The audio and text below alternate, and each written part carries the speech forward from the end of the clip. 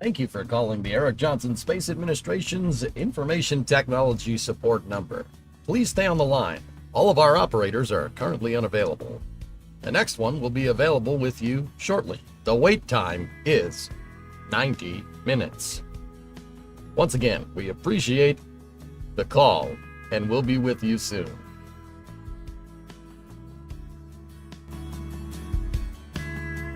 Discovery, go and throttle up.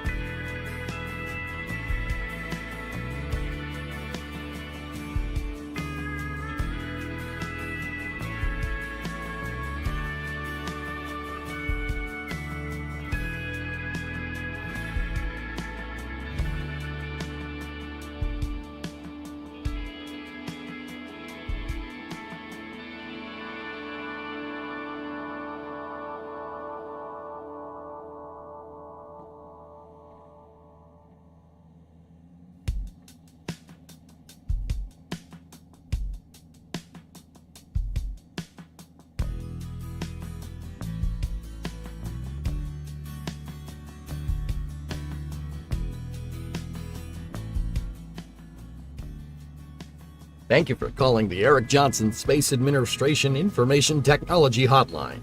All of our operators are currently unavailable. Discovery, Please go stay and on the throttle up. line. The next available operator will be with you in 95 minutes.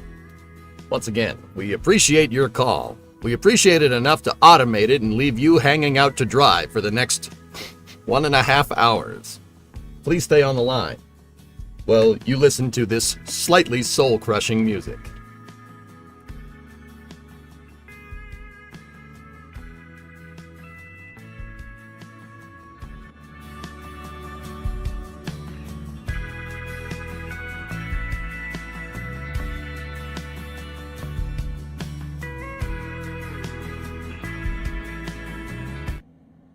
Nah, I'm just kidding. I'm just kidding. What's up? How's everybody doing? Deep fry the music? Yeah, we have to deep fry the music. Yeah, that's right. That's right.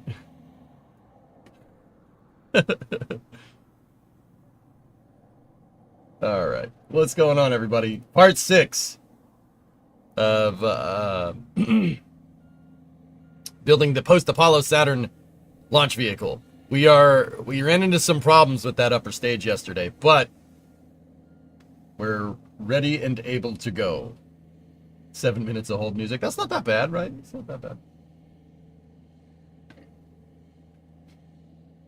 Yeah, the music has to be deep fried. You're not wrong. Okay. Anyway. How's everybody doing? How's everybody?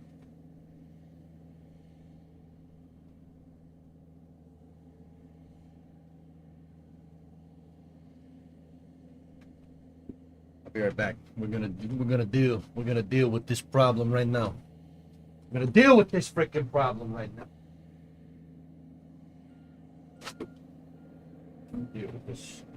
Deal with this damn thing right now.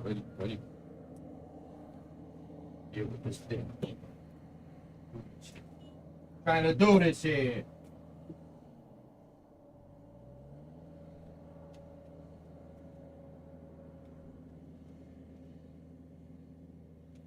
Trying to do this thing. Thing doesn't want to do the thing. You know, the thing. Gotta make it do the thing. It doesn't want to do the thing.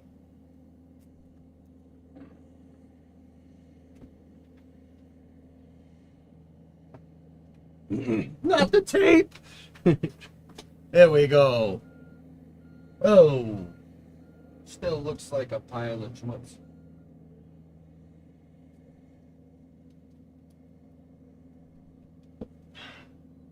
The fans going in here are making the green screen get all messed up.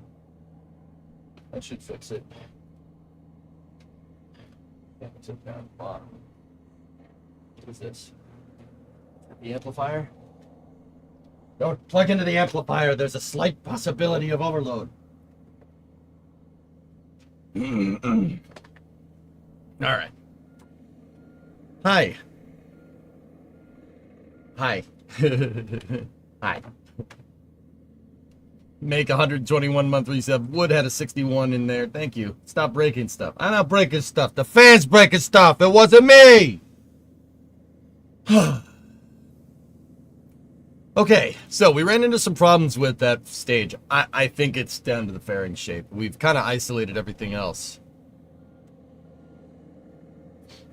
I'm streaming it. Hey. Drummer, you got a contract to sign for my new job, but you have concerns. They want my inventions while out of hours. I can't express how much that annoys you. Huh.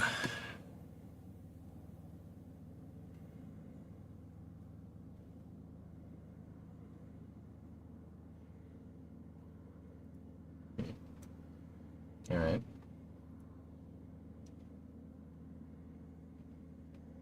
Did I see this from Beam?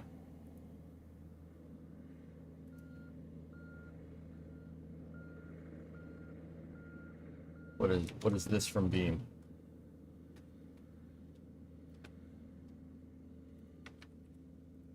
Forget it. Forget it. No more beaming. This time I'm gonna walk. That will absolutely get muted.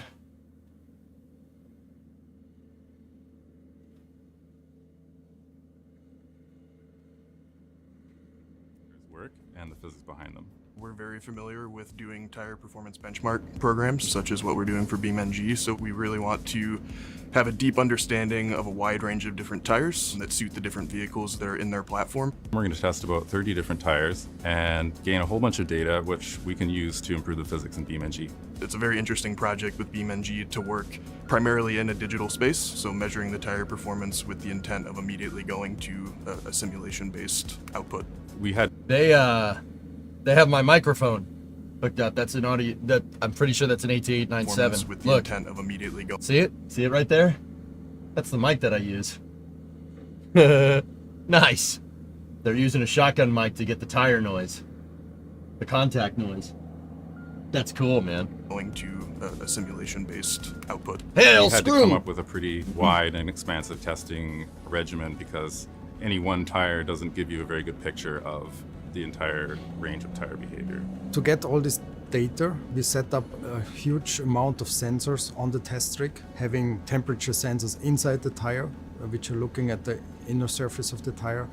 We're looking at the surface temperature of the tire, the air temperature of the tire. We have laser pointers pointing on the sidewalls to see the deflections. Deformation. We also have Yep. microphones Hey! pointing on the tire See? to see when certain tire sounds happen and which profiles this tire Hey, sounds Multiplanetary, what's have. up, dude? We put tires through a range of conditions like large slip angles, lots of throttle, lots of braking. We get the tire hot, and that teaches us essentially how much force the tire produces in all these conditions. Dude, that machine is The beast. test plan reaches from static testing, where we get static stiffness of the tire in every direction, but then also handling tests, where we get the resultant forces of moments of the tire in various conditions. Oh, Also that's high cool, slip dude. angle, high camber angle. The machine They synchronize the shutter rate to the RPM on the tire to just see the straight deformation. That's actually super cool. in That's every really direction, neat. But then also handling Look, tests, look. where we get the resultant Look, the tire's like, you know, but it's actually spinning. That's super cool. What's up, man? How you doing?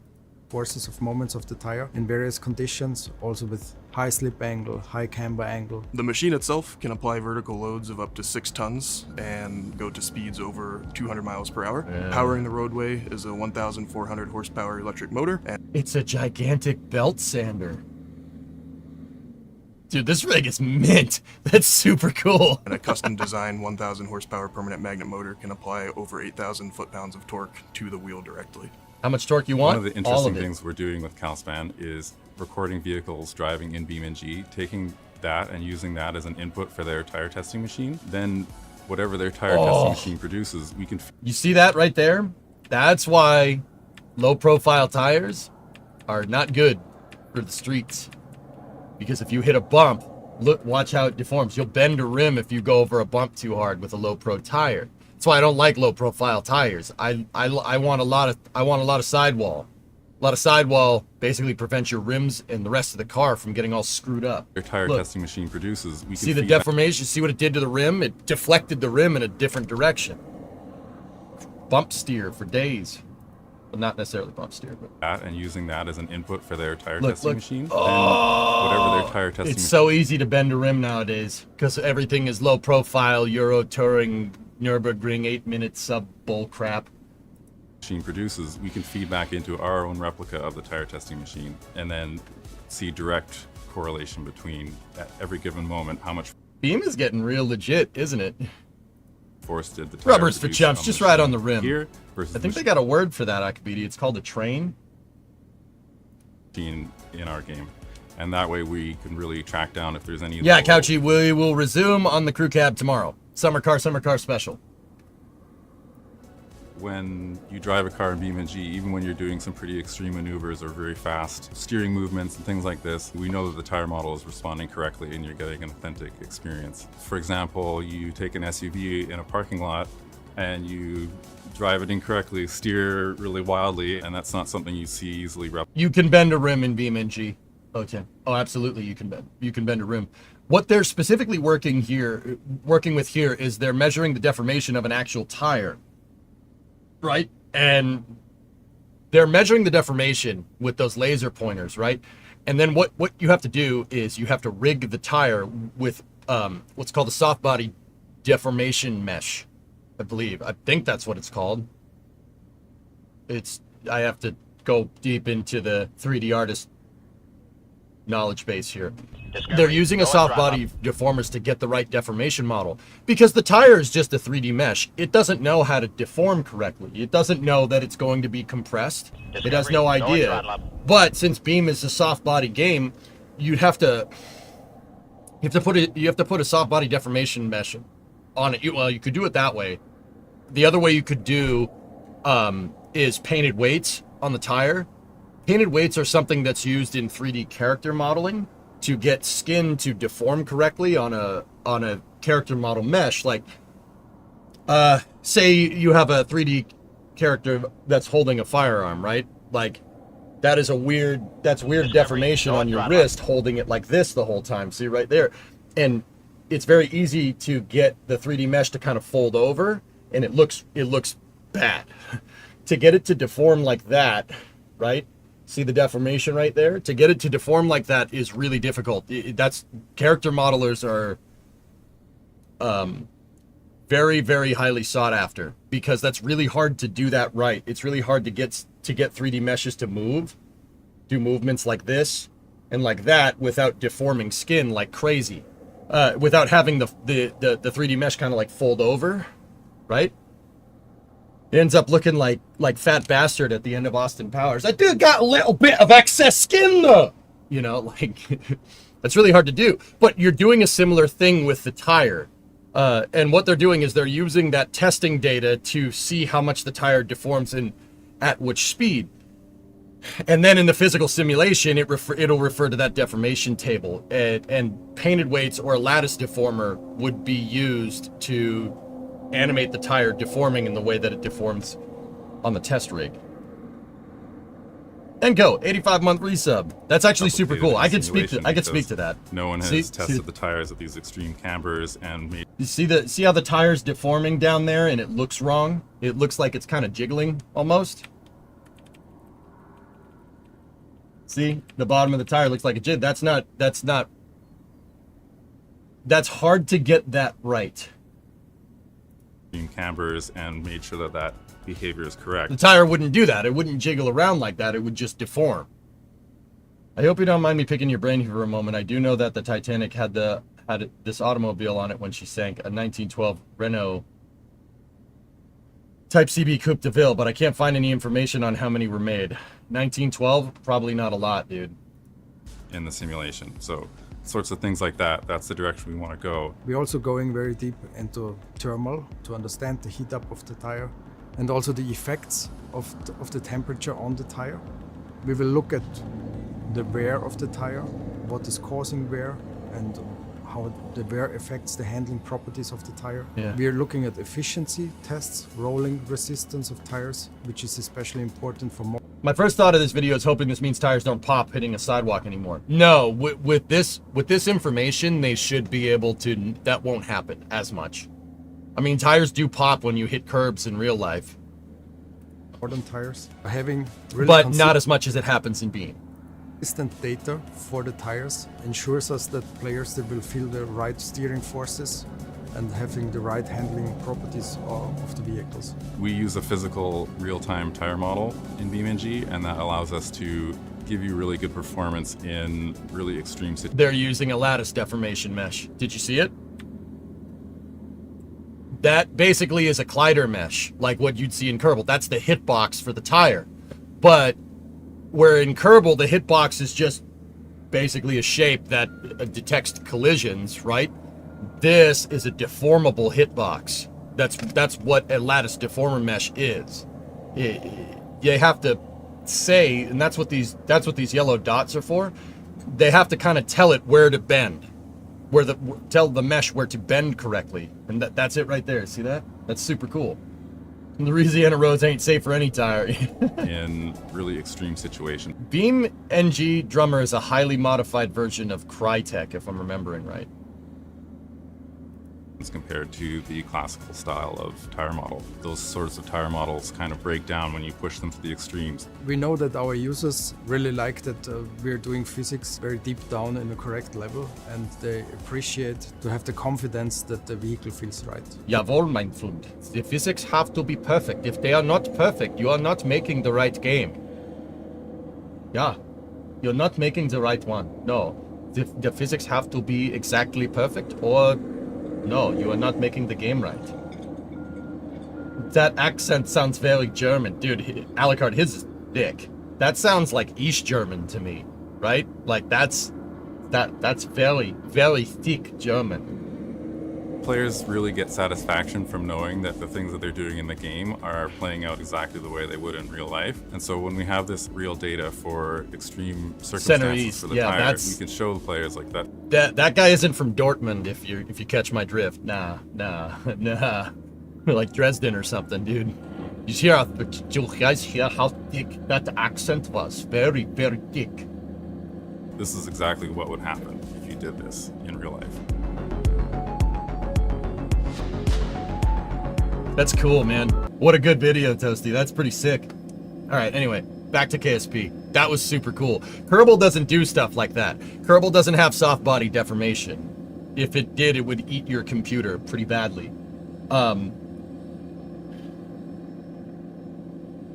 Hellfish, nice. Come on, Adrian's is worse. No, Adrian, I don't think so.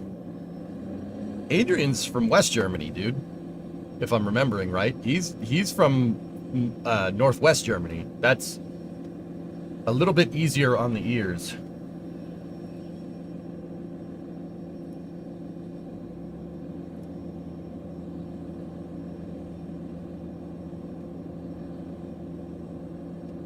Yeah, there's a bunch of different German accents. The one that's very easy to understand, like what Adrian has, is definitely coming from the west side of the country.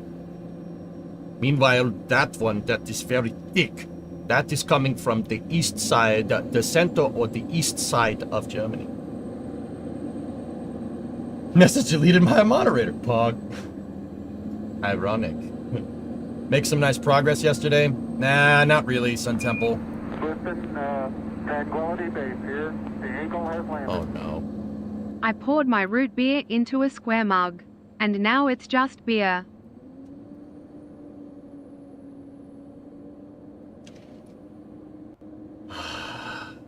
And then, then there's the Austrian accent like Toto Wolff. Yeah, Valtteri, I'm sorry, you have to cede the position to Lewis. I'm sorry, you have to do what's good for the team. Valtteri, I'm sorry, I will make it up to you, but you have to do what's good for the team. Oh, you're fired, by the way. Sorry, it's still my favorite Toto.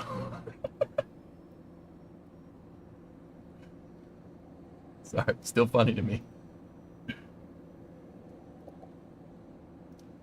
All right, guys, I think we're having some trouble with the fairing shapes. The fairing shapes are killing me right now. No, Mikey, no, that is so not right. I have not watched the F1 movie yet, no. On July 15th, are you going to watch the replays of Apollo 11 launch for 20 hours straight?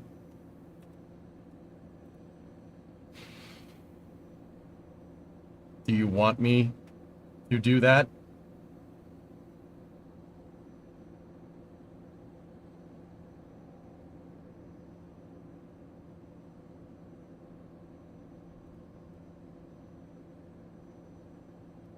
Yes, we all want you to do that. I cringe hard at German accents because you have one yourself. There's nothing wrong with German accents, man.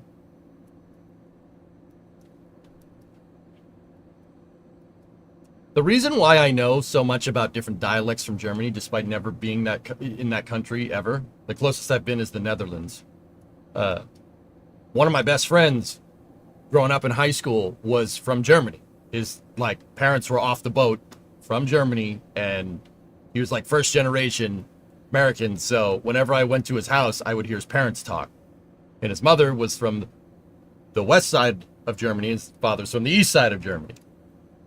So I grew up listening to that. That's why I know. Netherlands equals swamp Germany. Do they know about this, Alucard? Do they know that you call them that? I don't know, Mayor. I mean, this was in the early 2000s, dude, so who knows?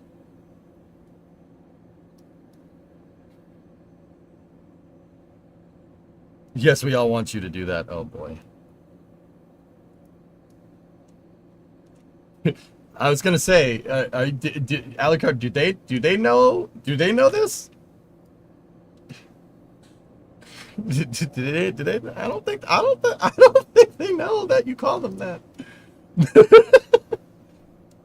I'm not sure you should be saying that. Yes, that is official information. Oh, jeez. Buenos dias.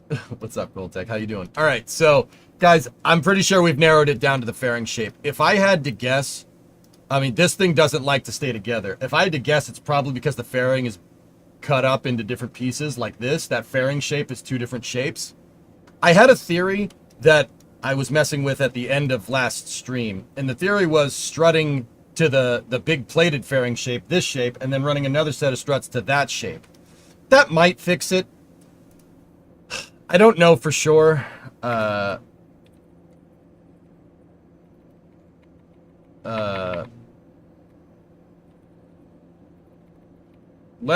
We can try it. I think that might fix it because that keeps this shape kind of in line. This one right here.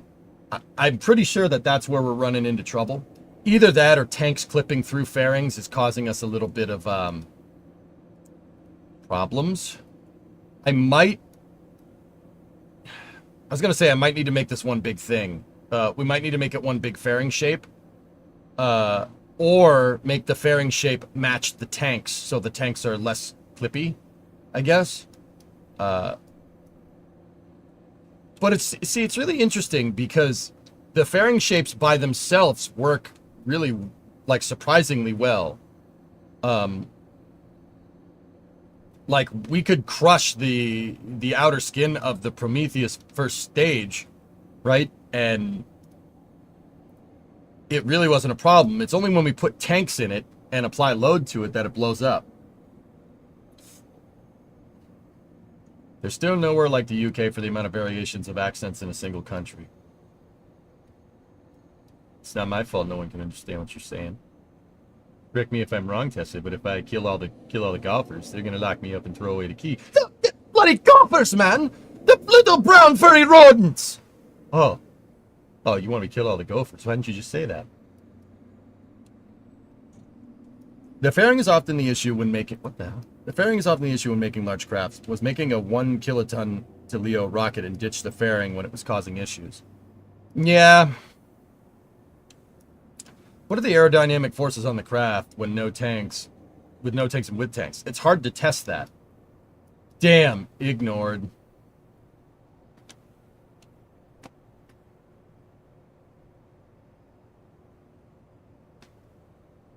Like, and if I time you out, does that count as ignoring you?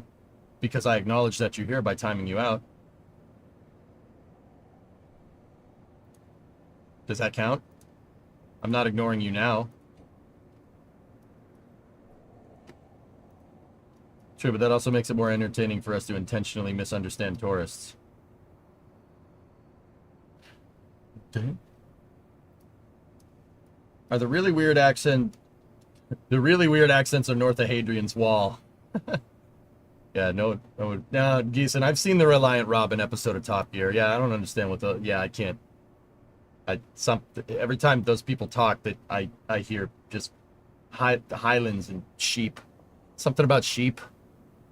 Or haggis or something. I don't know. I don't know. It's not my fault no one can understand what they're saying. I was born ignored. Now I'm ignorant. Wait, what? No, that's ignorant. Focus on the rocket. Less talking about accents. Thanks, Celeb Report. I appreciate you. All right. Let's get the tunage going and let's lock in. We are locked in.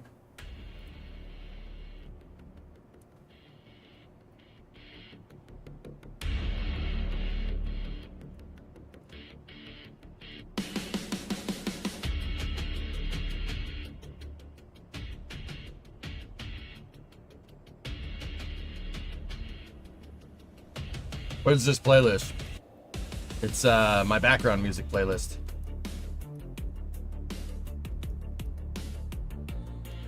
This song is called Coming In for Landing. Pretty good. Discovery, go at Darth throttle. Hand Banana, glad to see KSP again. Hope you had a great 4th. Yeah, my 4th was great. Yeah. There were fireworks and beer. Can't complain.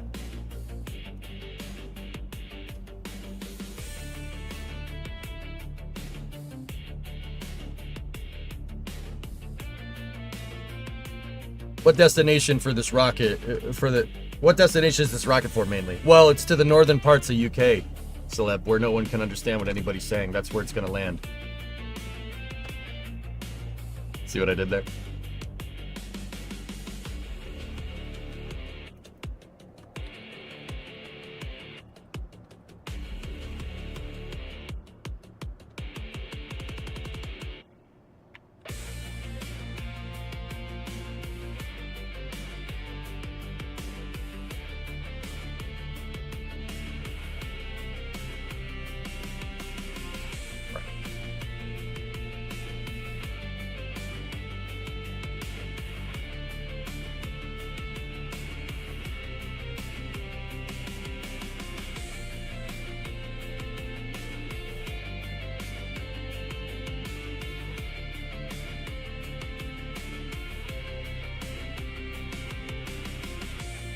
All right, let's roll.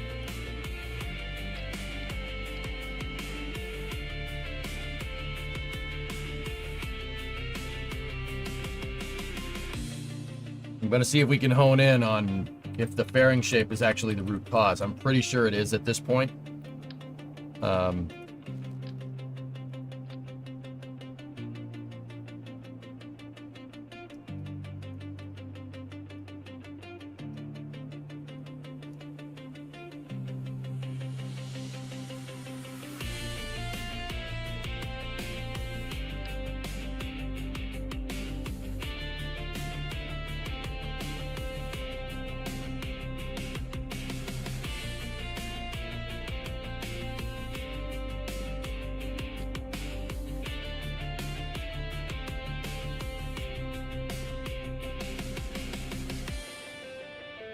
Okay, we have our load test hold downs. All right, switch it over.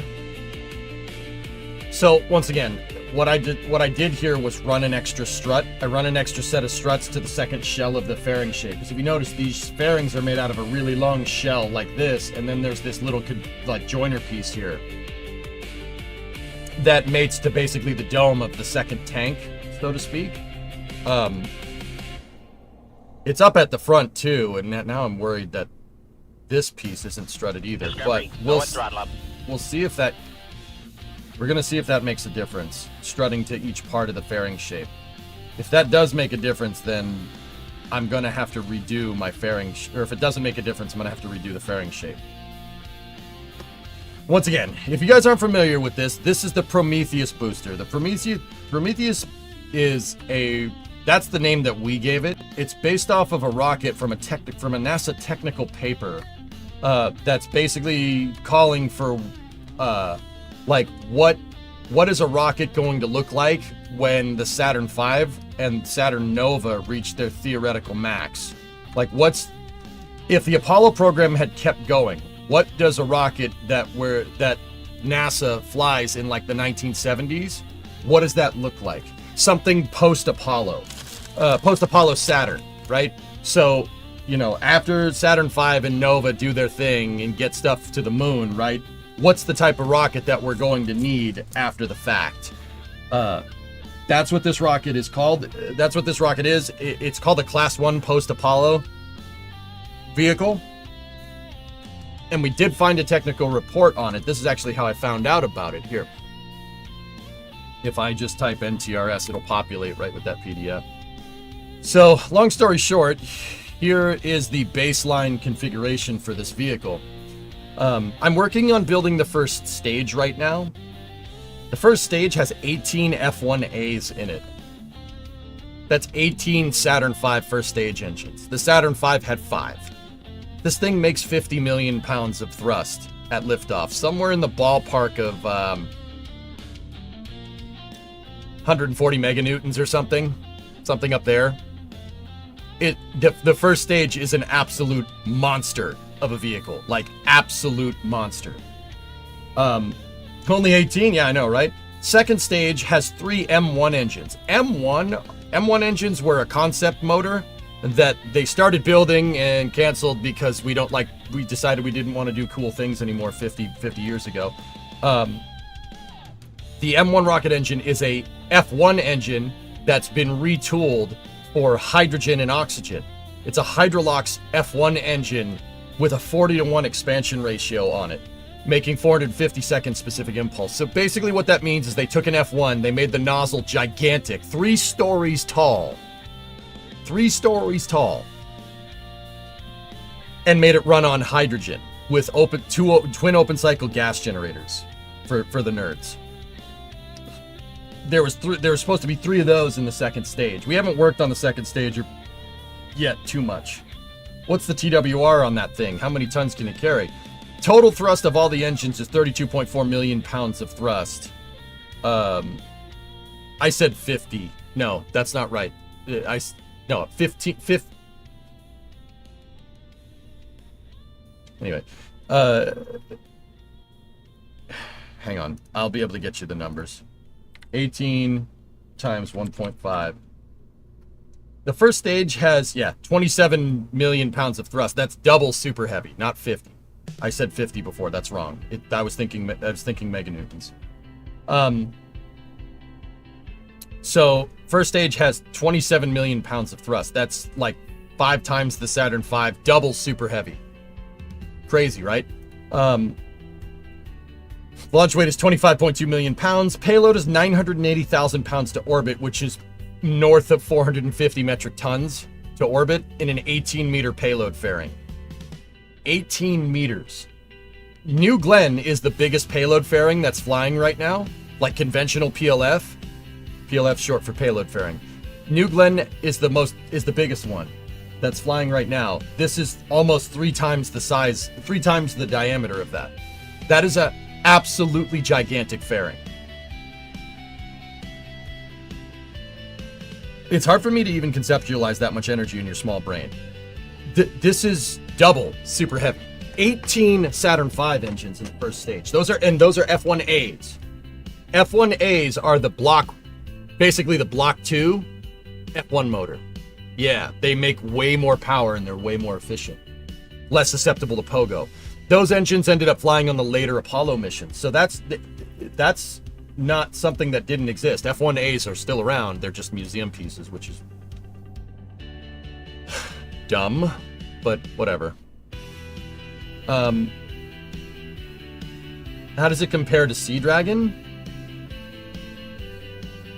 Roughly comparable, Cryo. This Class 1 baseline vehicle is pretty much in line with Sea Dragon. This is basically like a land-based Sea Dragon. Yeah. I thought 1,000 pounds is 1 ton. No. 1,000 pounds... Okay. 1 Imperial ton is 2,200 pounds. More or less. 1 metric ton is 1,000 kilograms, which is more or less in line with 2,200 pounds. Not like this, I hate Imperial. Don't deny your own culture, boy. What's wrong with you?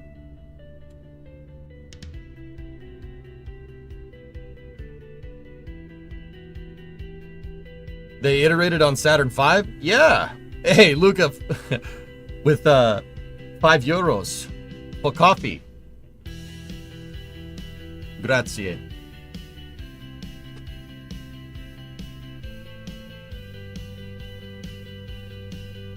Don't hate on your own culture, boy. I don't see flanking. No. You want to rise above that stupid. Oh, metric versus imperial. I can just do either one. I don't care. It doesn't bother me, and that pisses people off because I know imperial and I know metric.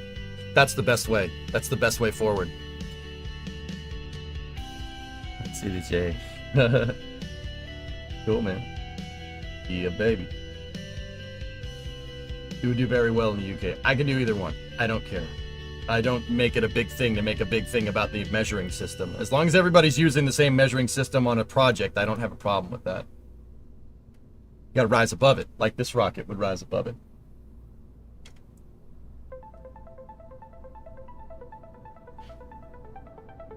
You thought a 16 of an inch was 3 mils yesterday.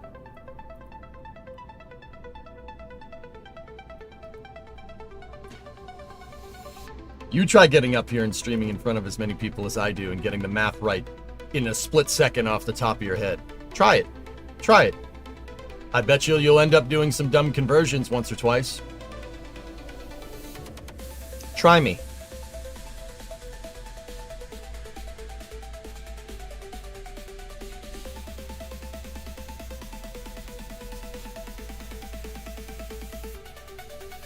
I'm telling you, streaming makes you dumber. Like, because your brain is inadvertently focused on a bunch of different things. You're focusing on playing the game, you're focusing on talking to chat, you're focusing on making sure that your sound didn't just go out. Or your video didn't go out. It's like in the back of your mind, you know you're always being watched, and that makes you dumber. Trust me on this one. So the next time somebody says something stupid on the air on television, think about that. Very important to understand.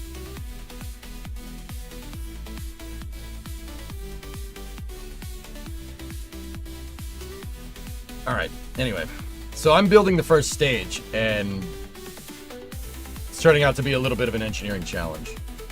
Would strutting the large and small fairing segments together fix the problem? You can't run a strut from a fairing shape. It has to be from something else to the fairing shape, dude. Oh, you're right, just poking buttons. Shut up. Okay, smart guy, convert this. If the aluminum Falcon tried the Kessel run with Lone Star, how long would it take? Somewhere in the Ford Galaxy.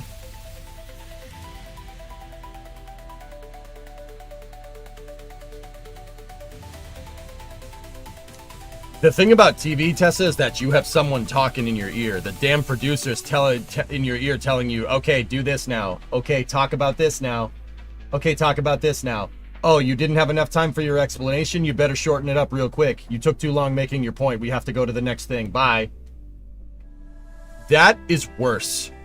That's worse. Think about that the next time you watch cable news or TV or whatever. They got somebody screaming in their ear telling them what to do, keep the pace of the newscast and everything. And if you have a complicated thing that you're trying to explain, you got to explain it in a couple of sentences or you lose people's attention. It's not an easy thing to do, guys. I'm telling you, it's not easy. Plaid would have been an acceptable answer too. Ah.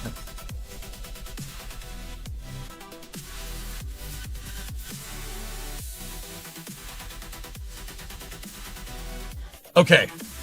Loud noises! Alright.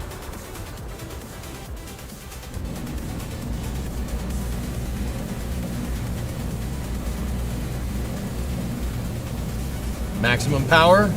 Send it.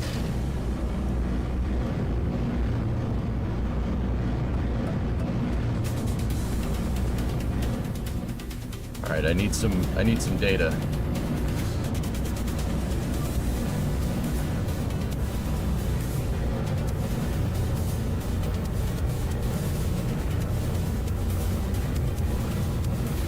Okay, so the back fairing is not being included. Tank 2 is not being included. Is the aft skirt being included? No.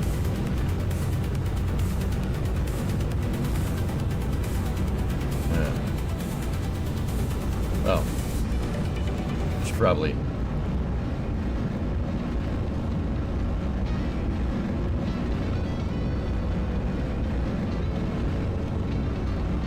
Well, that looked right, dude. Now I want to try shock loading this thing. But also, that seems to have made it hold up a little bit better. Now I'm thinking we should probably do that with the top fairing as well. Alright, and also, let's send it. Let's see if it breaks. See if she comes apart at the seams here. I'm seeing some oscillation. See that artifacting that's happening right there? Oh my god. Oh my god. Oh, okay, what's our dynamic pressure? Oh god. Oh god. 46, 47, 48, 50 pascals and rising. We're at one half atmosphere dynamic pressure. Oh. Push it. Push it. Push it real good. 80 pascals. That's 11 psi dynamic pressure, which is absurd. That is a hell of a shock load. 5 Gs and accelerating. Dynamic pressure's going down. How's the heating doing? Oh, it's getting a little hot. Oh, that's hot.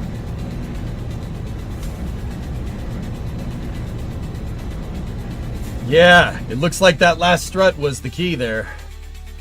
Let me see arrow. Oh yeah, that...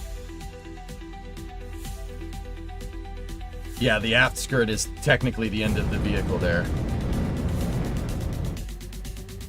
Bro, that thing is beast. Look at this monster. Oh, this thing's gonna be sick when it's built.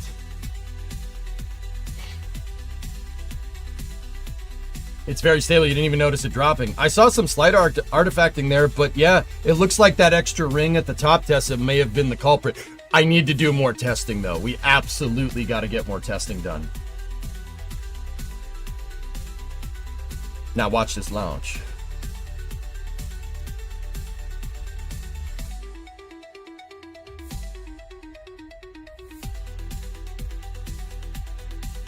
Music is a tad loud.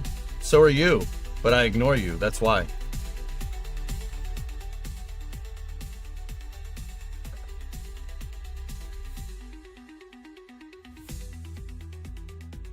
Nice little rocket there, Nova.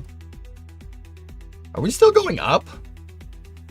What payload and destination do you have in mind for this project? I don't really... That's not really a stakeholder expectation, like what we're going to do with it. Yeah, we're still going up. What's our AP? 104. Hypersonic, this is more of just see if it can be built. And I'll be honest with you, this thing's gonna end up having like a 10-meter fairing or something. So, you know, what's the destination? I mean, where do you want to go? Is really the answer there. It's like, you know, we got a full tank of gas, half a pack of cigarettes. It's dark out, and we're wearing sunglasses. Hit it. Where do you want to go? Hypersonic, I'm pretty sure this rocket has enough kick to get into orbit in real life. We've made pretty much a... If a vehicle can handle it, is there any benefit to just punching through like that? I mean, like you're taking a huge efficiency hit punching through.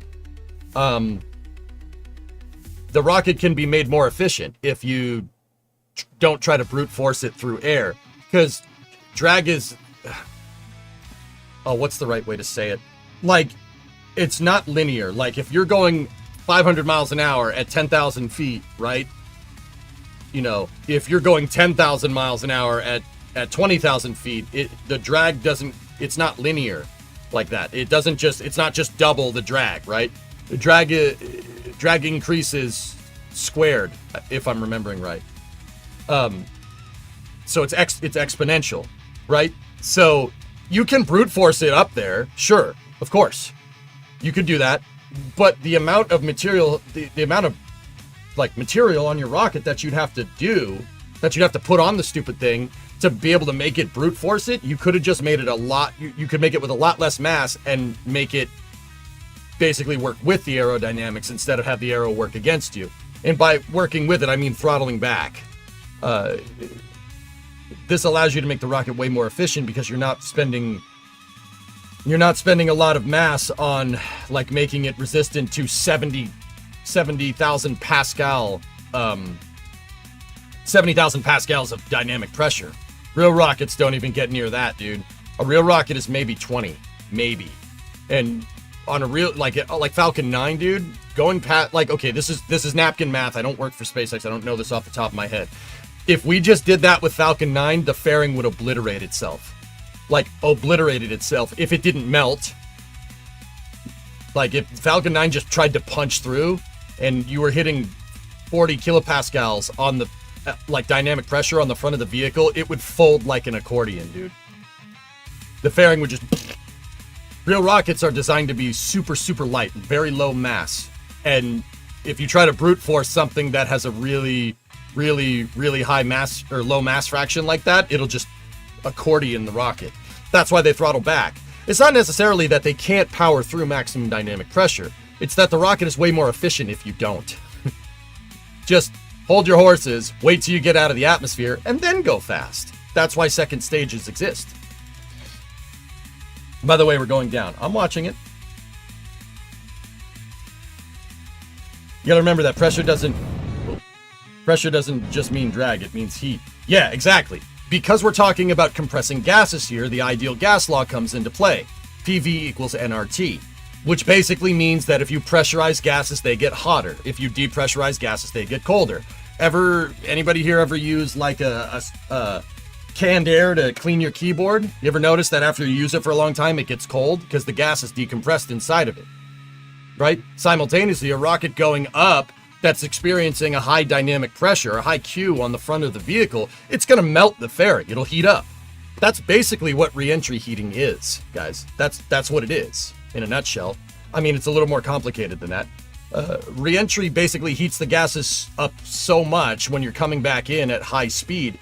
The compression heating basically starts splitting air molecules. They ionize. Yeah, that's why plasma gets generated. You're going so fast, you're ripping the air molecules apart. That's what's going on during reentry. And when you split an atom, a lot of heat gets released. Now, I know what people are going to say. So why don't crafts reentering like blow up in a nuclear explosion? Well, you're ripping apart nitrogen mostly. Nitrogen is inert, mostly non-reactive, right? With the exception of heat, right? So it's not, I'm going to say it's not that big of a deal, but reentry is one of the toughest things. This thing does a really good belly flop, by the way. Mag dumping a CO2 powered BB gun. Exactly, Dink. Same idea. Ship needs chines. You keep saying that. It's chines with an N, not chimes. Chimes are like wind chimes, dude.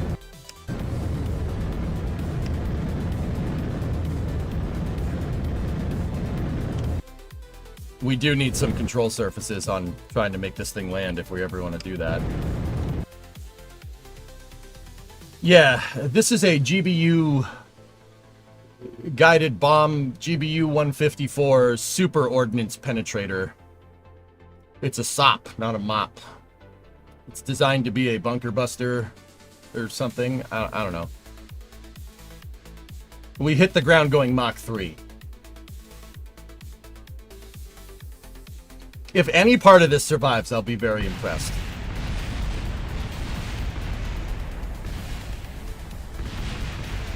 Disco Forest!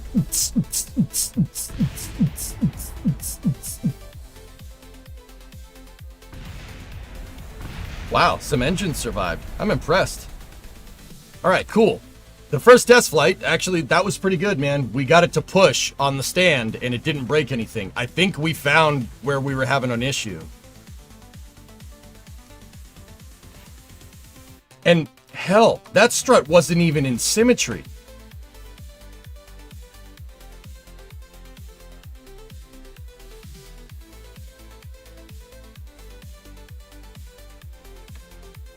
Really? I remember.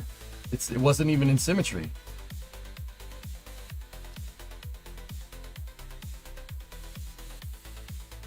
So, is there something you could do like throttling back during launch for max Q, but for reentry to reduce heating and stuff? Last, please. Is that really a question? Are you screwing with me?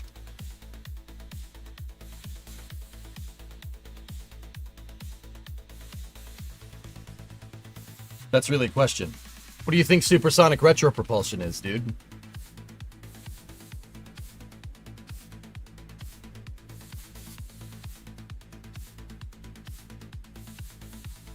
This is how the dinosaurs died. Thank you for chiming in. Ugh. Supersonic retropropulsion fly can slows the booster down. Haven't you ever paid attention when I explained this? I thought that was to push the heat away. Well, it's slowing down the vehicle, dude. You're decelerating. It's the same thing, it's just backwards. But it does both. It slows down the vehicle, and I mean, Falcon 9 experiences a crazy amount of compression up at the on the business end of the vehicle when it's coming back down. First of all, it can take it. You know the reason why is because that reentry heating is kind of forming inside of the rocket engine, a place that's designed to hold a lot of pressure in the first place, right? That's why you can do it. And then you fire the engines, and what that does is that pushes the compressed air away. And now what replaces it is just the rocket exhaust, something that's basically designed to be there in the first place. What's up, Dean?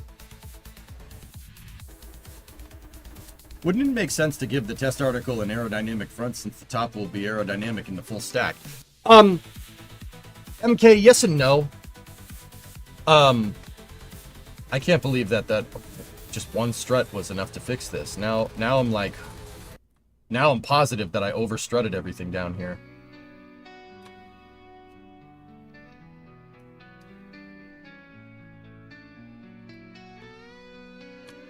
So MK, what I'm trying to do is put a bunch of load on this.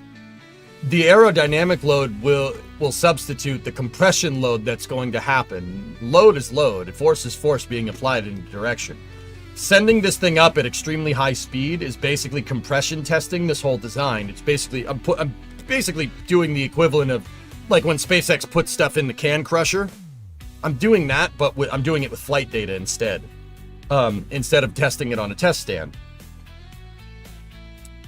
I can't believe that that's the one that fixes everything. Let's make sure that that flight wasn't a fluke. Let's do it again.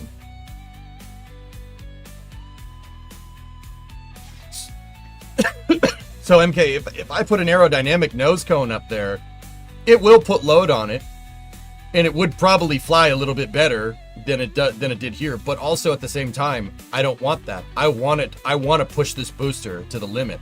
This thing is going to have 2,000 tons of stage on and payload on top of it.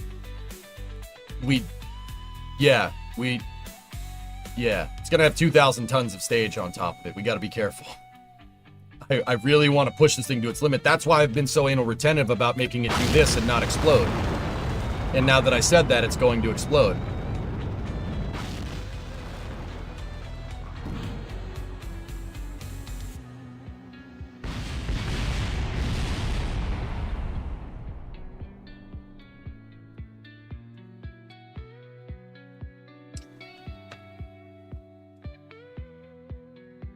I want this thing to suffer. Yeah, I'm really, really pushing this thing to the limits here. Now, it's interesting that it was able to ramp, but it didn't survive a full shock load. I'm going to slowly ramp up again and then let it go and see what happens. Which tells me that those struts that we put that we think fixed it, if we add more of them, right, we should be okay.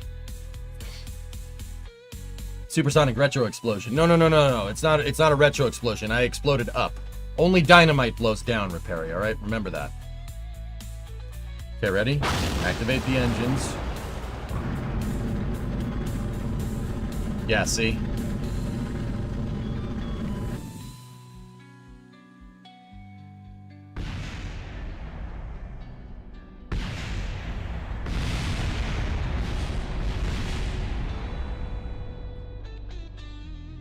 Fuel tanks came apart at the seams. All right. I want to be able to shock load this thing. I want to be able to light all 19 of the engines and not have the thing blow up on the test stand and then be able to release. And I want to be able to do it every time. The reason why is, like I said, this thing's going to have 2,000 tons of stage on top of it. Of second stage and payload.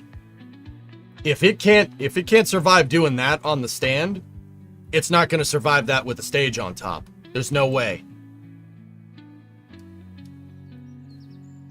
Oops, I am late. Could you 1 second time Zoop replay what you said?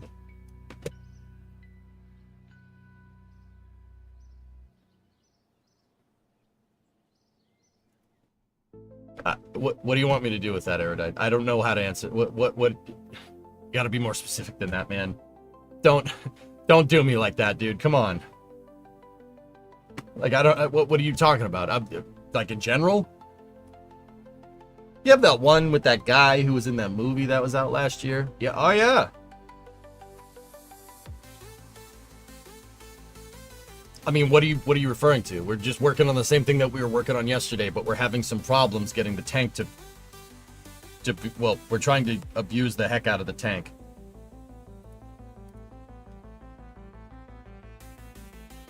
I don't know, Alucard. Probably, I haven't really tested that.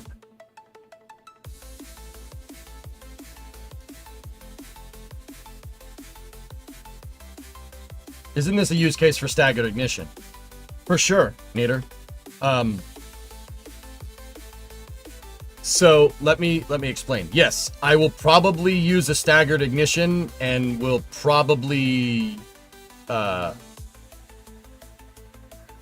will use a staggered ignition and a ramp on these things to get them working. Probably start all the engines at maybe like 50% thrust in a sequenced ignition and then ramp them, which is basically what a real rocket does.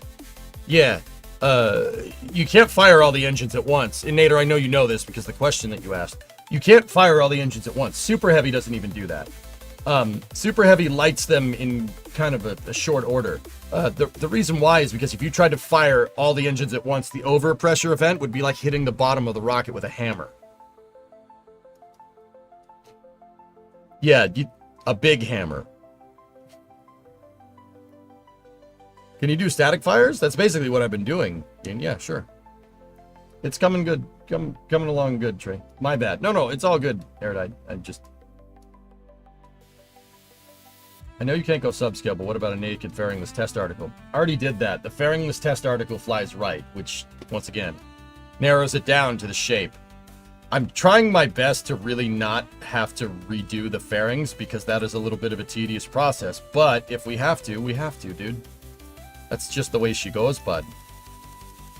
Now, 9595, a viewer in chat built this rocket while I was on vacation. He built his own version of it, and he edited the fairing shape and his works. So, homeboy sending me pictures of the thing working when I'm on vacation stuck in Las Vegas. I'm like, I hate you right now. I hate you a little bit. Please, leave me alone. I'm stuck. I can't go anywhere. But he didn't know that. But now he does. Ares 1 did.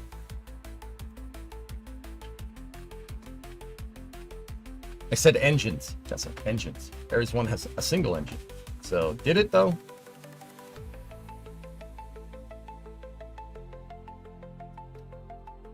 Is it the thrust structure that keeps failing? Doesn't look like it. I think what's failing is basically we're shock compression loading the fairings, and the fairings, the fuel tanks and the fairings are kind of not jiving very well together. Now, I also got to make sure that I set the auto strut on these things correctly. I did. Do these have an internal strut? There's an internal strut on the aft tanks. Let's go inside here and take a look. There's no internal... Oh, boy. Oh, dear.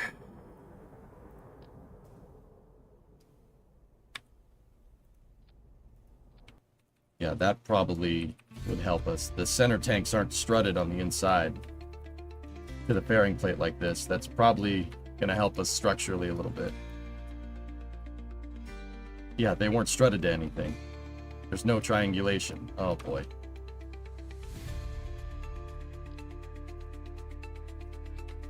I know it's just, we're adding struts like crazy.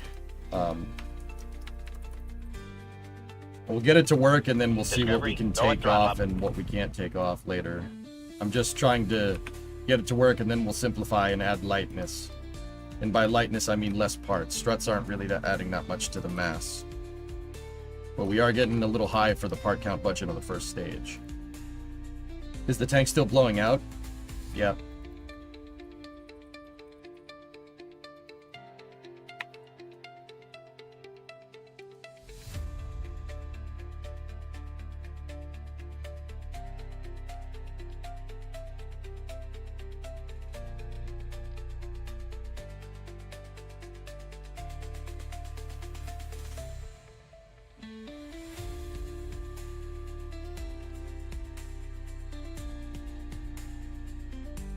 Stage part count is at 420, dude. That's well above my budget for this.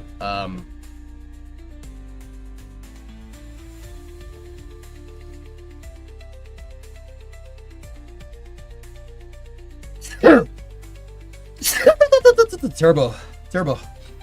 Nice part count. We're gonna ruin it by adding launch clamps, you know, it's gonna be 428.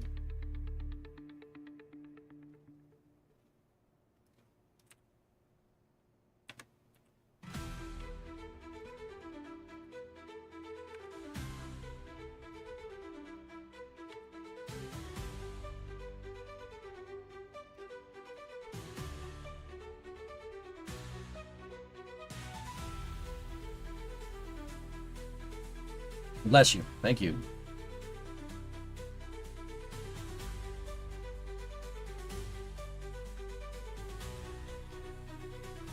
All right, so this has those struts in symmetry now. Let's see if that fixes anything. And we've triangulated the inner tanks there. Let's switch around the staging.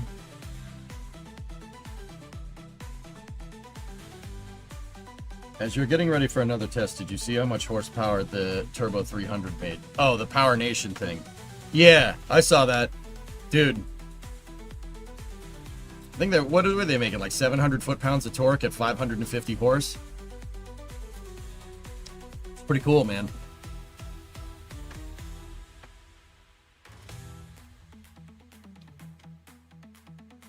Are you pushing the LOX tank into the LH2 tank? Yeah. Did you like my AC hack for you? They also have heat up to ADF. Perfect for you. I haven't seen it, Brendan. It hasn't been as hot lately, dude, so... And my fans are basically taking care of it. Sneezing during an EVA sounds terrible. Oh, God. Alright, so, let's ramp. All engines primed.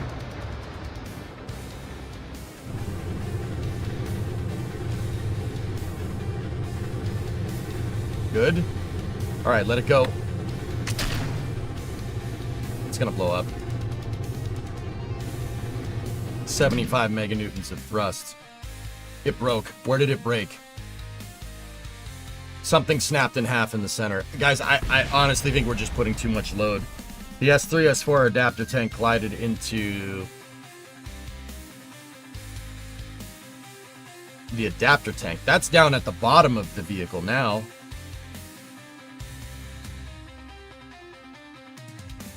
No, Tessa, I haven't seen that. Guys, I'm way behind. I didn't really have any time over vacation to get caught up on any of the car videos. I'm behind by a week. That's another thing I wanted to do, but I just didn't get the chance to.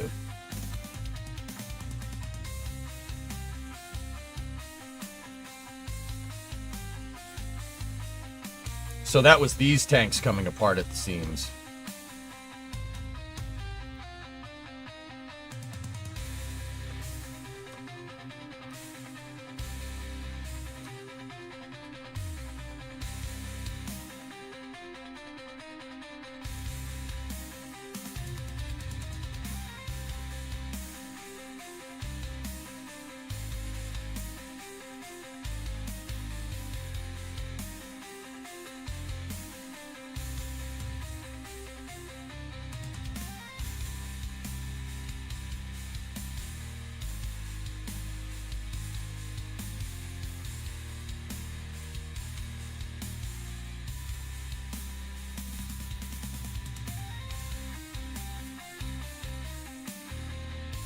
You know what I was just thinking?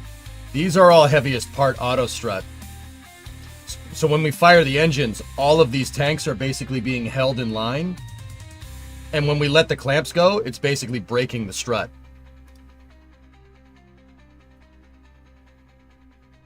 And that could jostle around that tank.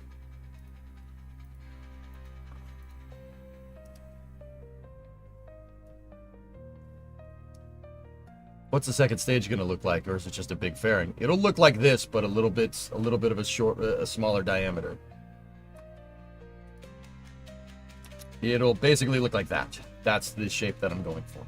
This is the first stage. I'm working on this part right here, which is, yeah. Kerbal engineering gets pretty insane when you're building at this scale with this amount of power. But the whole rocket will probably end up, the top of the rocket will probably end up touching the roof in this design, Bozo. See, now I'm worried.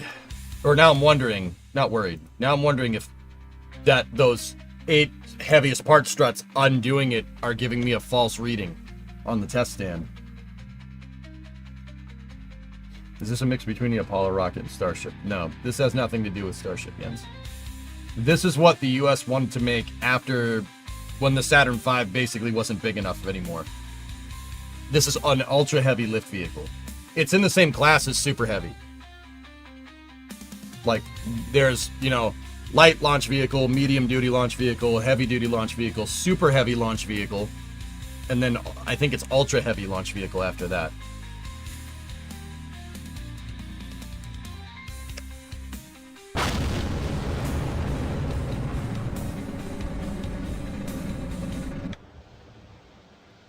So the launch clamp struts immediately broke.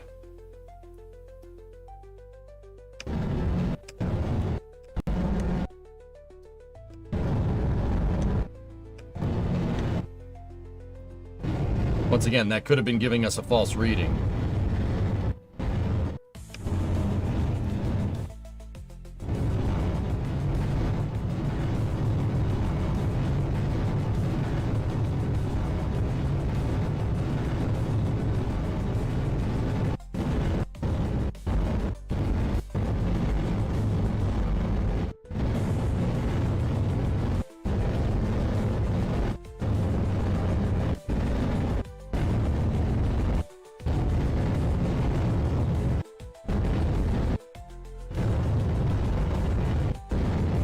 We're looking for part movement like that. See the two parts kind of clipping into each other? Now they're not. Now they are. That's what I'm looking for.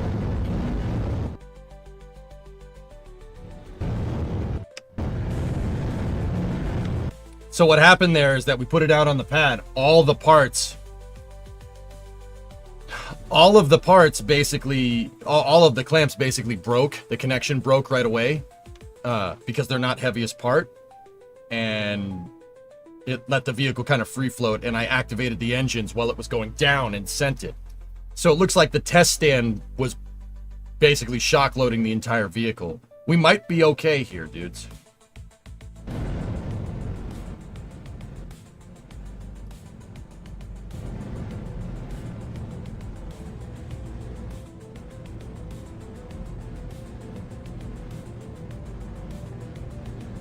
Which begs the question, though, how do we get, like... How do we get this to work?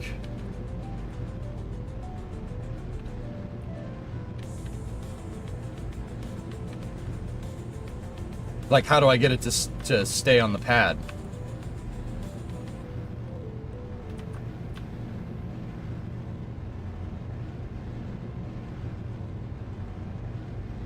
I mean, if we can't hold up the first stage fully fueled, how the heck are we going to hold the whole damn thing up?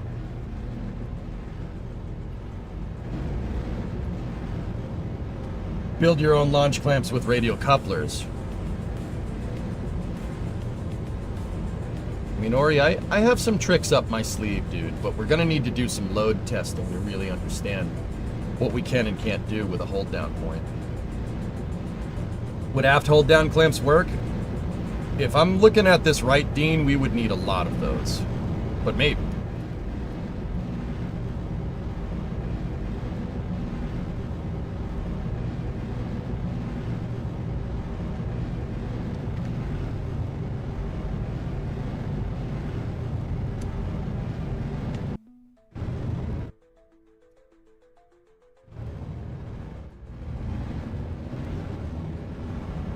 Still want to play around with SERV.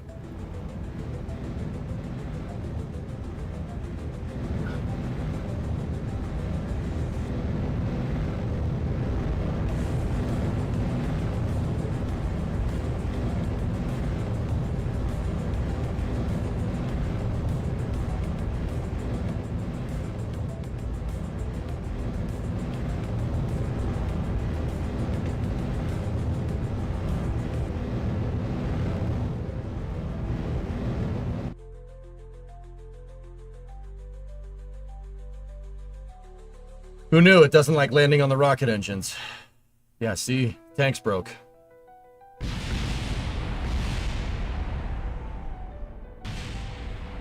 I hate the way this thing comes apart at the seams. S4 512 and EP50 engine plate.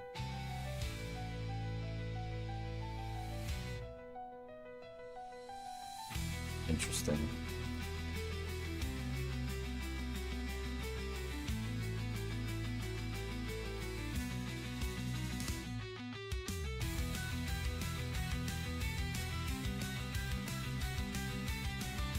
Stage is 420 parts, Ori. Game wasn't struggling at all. What are you talking about? That's nothing, dude. It's nothing. I guess I'll put a set of aft clamps on this thing and we'll attach them to the skirt, which is the bottom of the vehicle.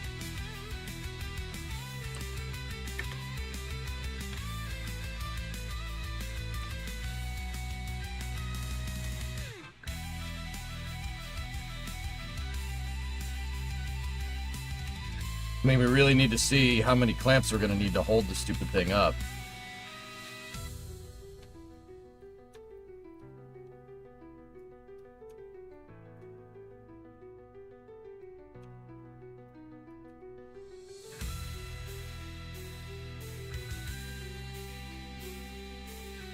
I mean, once again, this first stage is 2,900 tons. It's one of the biggest things that I've made in this game.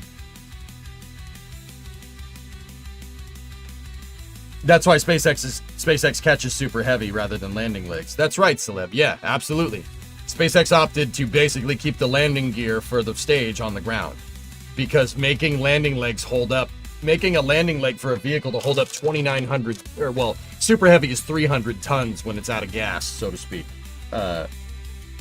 Making a landing leg to hold up 300 tons? No. Just catch it. That was their reasoning for catching super heavy. Building landing legs is a waste of time for that thing. All right. Now let's check something. Ready? It's gonna break off the mounts. Either that or it's gonna blow up. It's gonna blow up.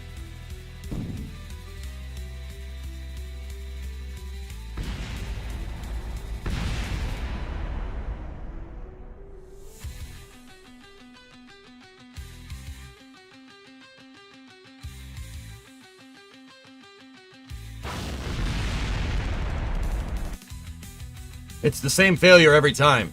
A strut comes disconnected, and then the connection on the S4512 tank fails.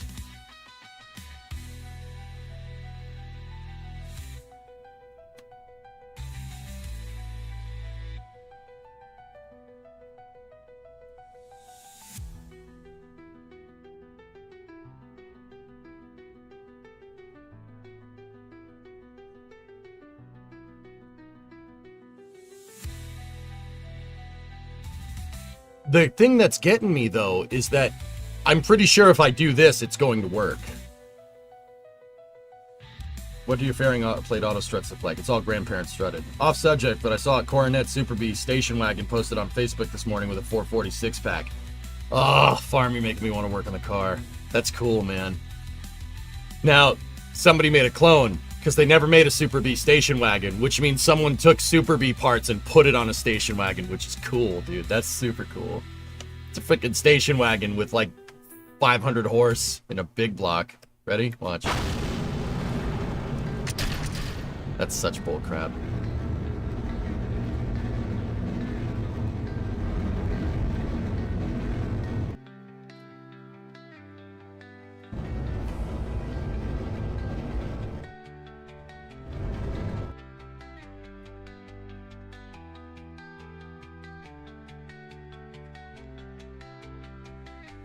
Now, what I want to see is what happens when we land this damn thing.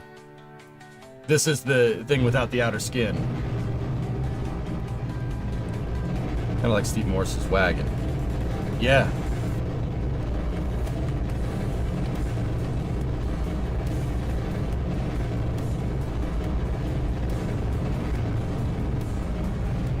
It's chugging because it's re-rendering all the launch clamps. Sorry, I'm trying to get it on flat ground.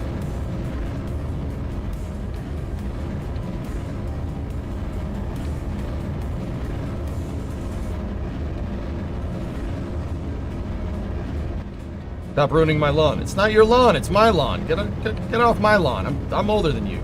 It's my lawn.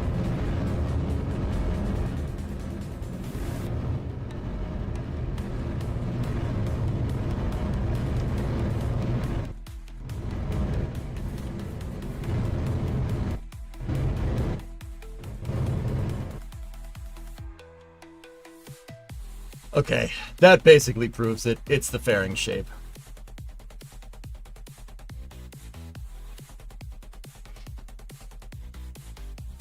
Like, look.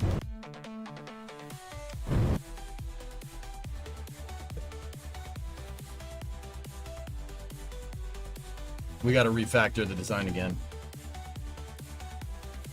Yeah, it's the fairing shape.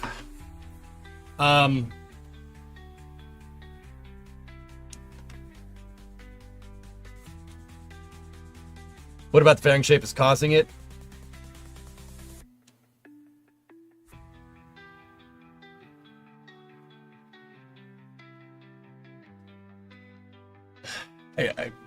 I'm not sure.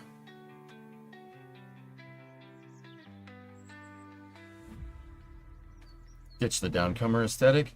No. You said something earlier about the tank slipping through the fairing. They are slightly, but that usually doesn't make that big of a difference, dude.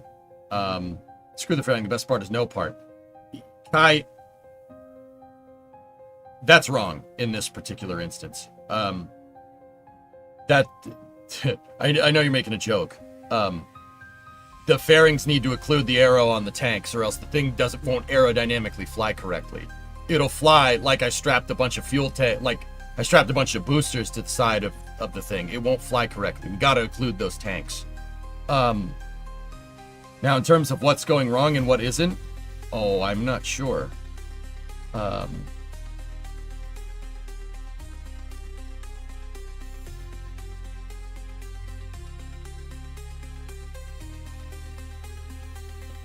Let's switch this over here, and let's check something. Process of elimination.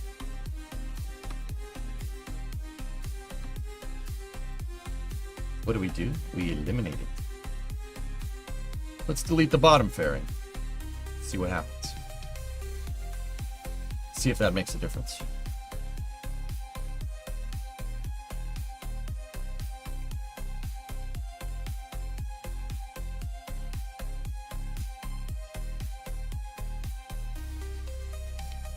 Yeah, sometimes, guys, the fairing shape that you draw just doesn't jive well with your design. Sometimes, dude, I bet you I could remake the damn thing right now and we'd have a different problem. Fairings are kind of finicky, but if you can get them to work for you right, you'll get a vehicle that flies aerodynamically correct. The other thing is that if you use big fairing shapes, the game gets a little confused.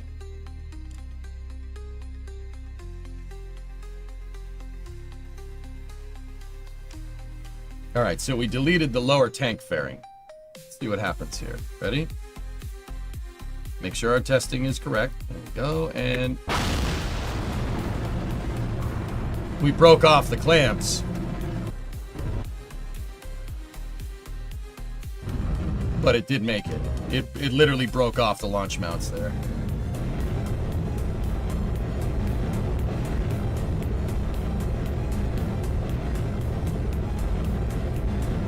This is the only KSP stream where the solution isn't just more boosters. Or we already did that part. We already added more boosters, dude.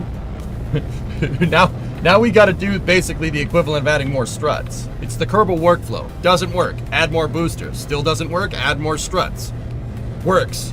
Want it to work better. Add more boosters. Still doesn't work. Add more struts. It's Kerbal gameplay in a nutshell, man.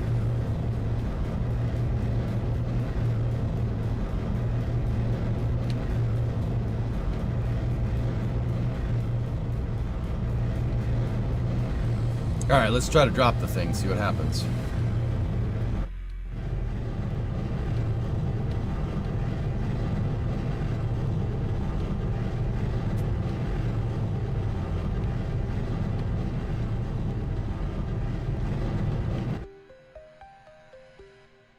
Something broke.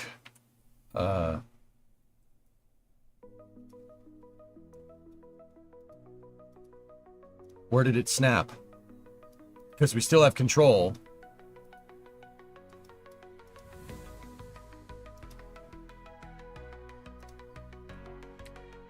The whole bottom of the vehicle snapped off.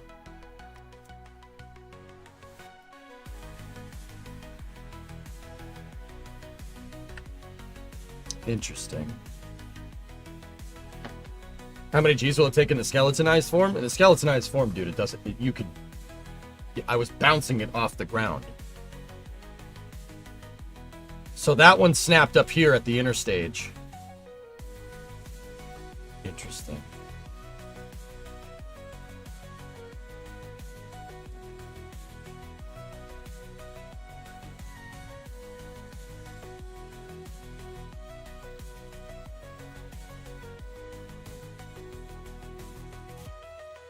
Yeah, we got to remove it from the environment. Don't worry, it's been removed. The front fell off. Well, we were controlling from the front, so the back fell off. But the front fell off. That's very unusual. It doesn't happen that doesn't happen all the time.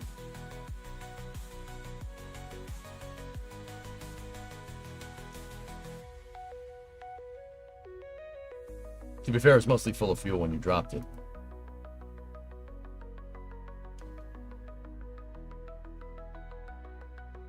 See, what I'm going to do is I'm going to reload that test file, put it into VAB, and I'm going to delete the top fairing instead of the bottom one, so we can really get down to the root of this problem.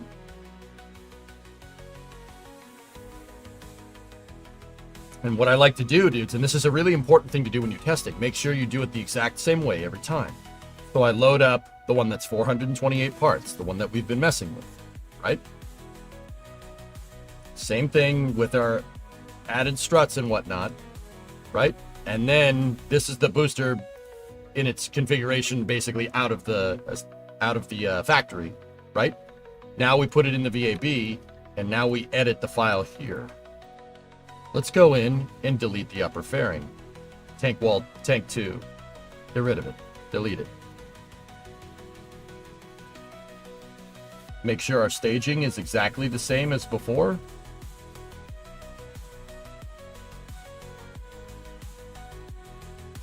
And now we have no upper fairing. Let's see what happens now. Watch it be the root. Pretty sure when you weren't looking, Yard went into your crap file into the Control Z like 10 times, corrupting it forever. Well, we'll make another one. Not a problem.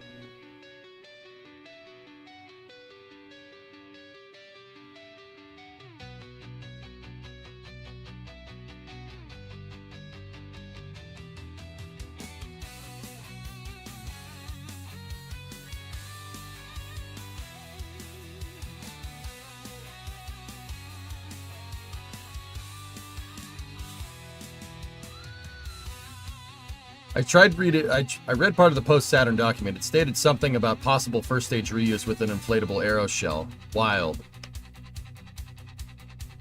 Nice. Alright, here. Shock load it. And let it go. See what happens. Bearings are no good. Okay. It's both of them. Both of those fairing shapes are very, very unhappy.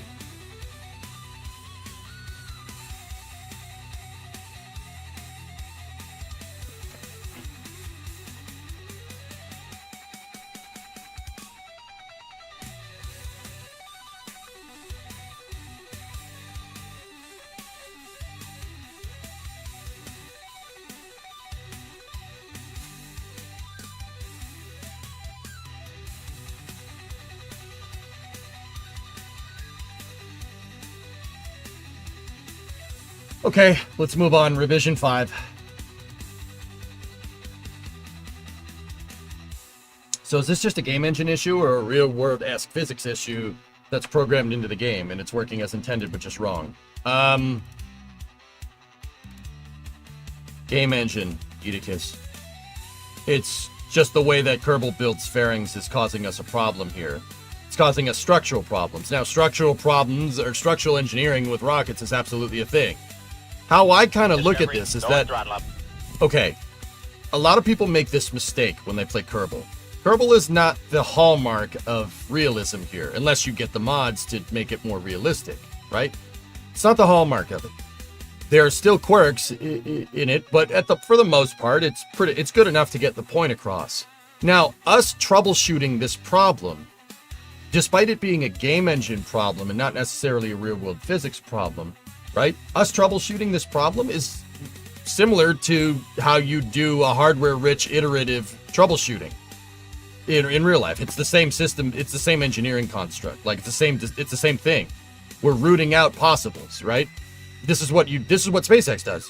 When they run a hardware-rich program, and you learn a lot really, really fast, but you also spend a lot of money really, really fast, right?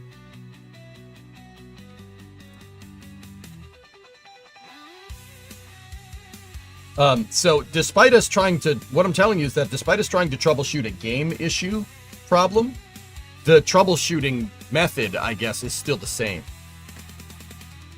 Okay. R5.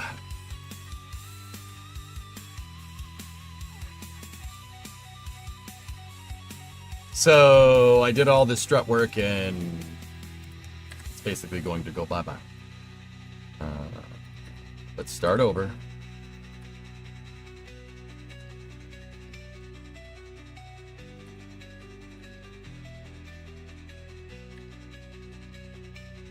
Means buckle your seatbelt, Dorothy, because Kansas is going bye-bye. If I recall, Apollo hardware wasn't rich test fast. No, Apollo was waterfall testing, but it was waterfall testing that was done relatively quick. Now, when you're doing the type of testing that NASA likes to do, where you do as much analysis on the ground as possible and test as many components on the ground as possible to corroborate your analysis and then put it all together for one final exam and test flight, right? That can be done quickly. The thing is that costs a lot of money to do quickly. It costs a lot of money to do that. Look at the budget for the Apollo program. I mean, a lot of that budget was building the infrastructure for a super heavy launch vehicle, right? But yeah, it costs money doing that.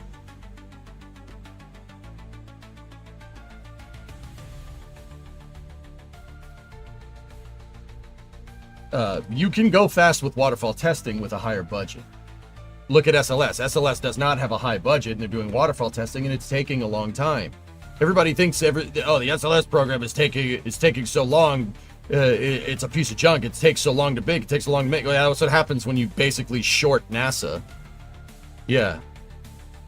Congress has basically been doing to SLS what Tesla short sellers have been doing to Tesla for like the last 15 years. And when you look at that, the delays with the SLS program make a lot more sense.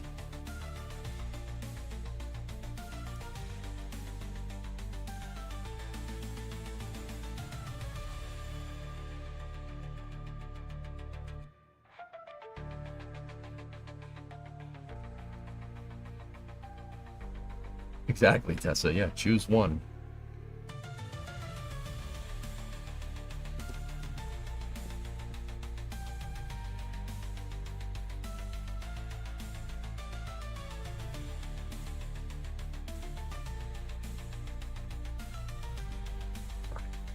Guys, I'm gonna go a little bit into my archive here for a second. I'm looking for something here. I'm very interested how I made the Triton rocket. What was the internal structural design for that thing? Because Triton was a similar style rocket to this. Actually, Triton was bigger than this. Triton R5. This is the biggest rocket I've ever attempted in KSP. This one is close, but it's not the biggest. That's the biggest. And this one does not work. Coincidentally, it has the same amount of engines, and the engines are overclocked to the same amount, which is kind of funny.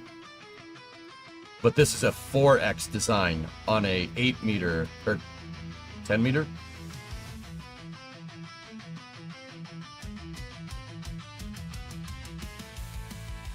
Ignore that, I was trying something up here that didn't ultimately work. Yeah, I bet you can guess what I was trying to do.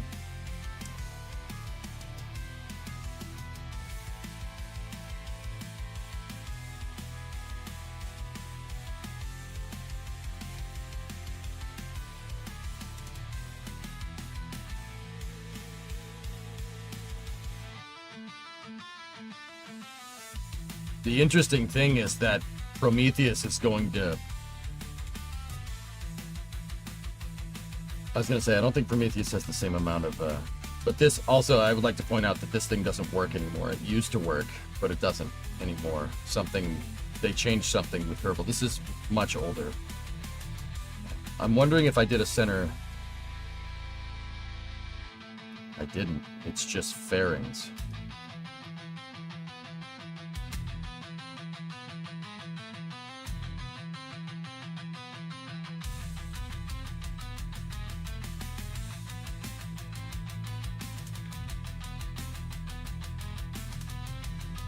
Why would I double stack a fairing here?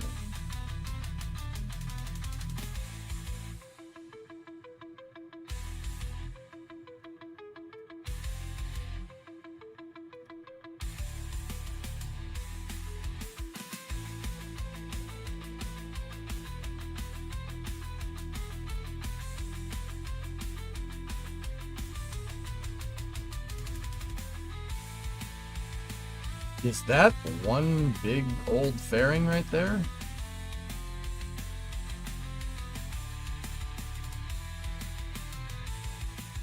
Oh. Okay.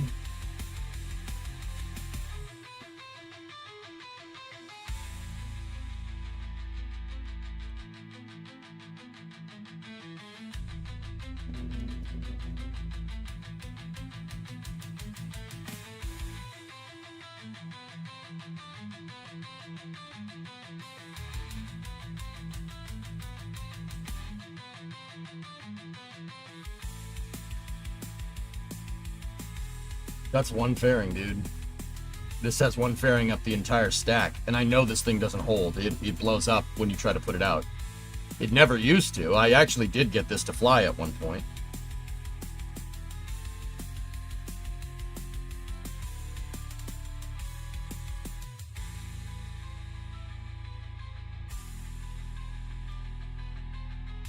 I wonder if I have any Neptune boosters loaded in here. It's not the S4 tanks clipping through the fairing, is it? Or I'm starting to think that that might be one of the things. I'm trying to figure. What I'm trying to figure out, guys, is what I'm trying to figure out is if we make one fairing all the way up, is that going to fix the problem? Because I think it might be fairing clipping into tanks. That's confusing the game. A lot of people have said that, and you're probably right. I just needed to prove it, and more importantly, I needed to get it right in my head. And remember what I said about streaming making you dumber, etc., etc.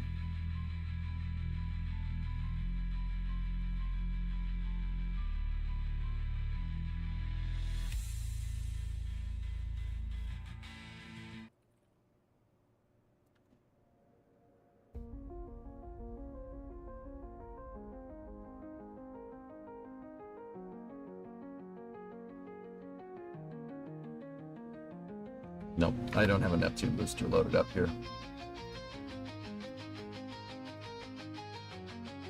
Fly it and let's see. This thing doesn't work, Celeb. I know it blows up on the pad.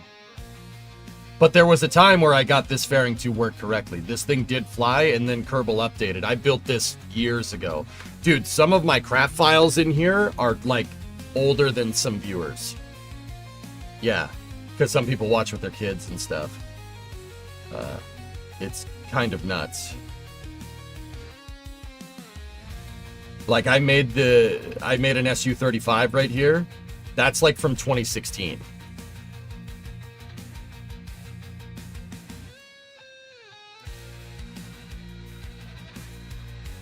Yeah, that's like older than some viewers.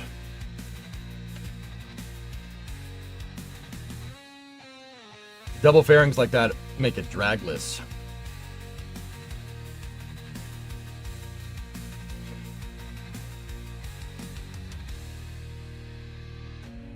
All right. I'm going to do one fairing, guys. I'm going to do a singular. Fortunately, though, if we're doing a singular like that,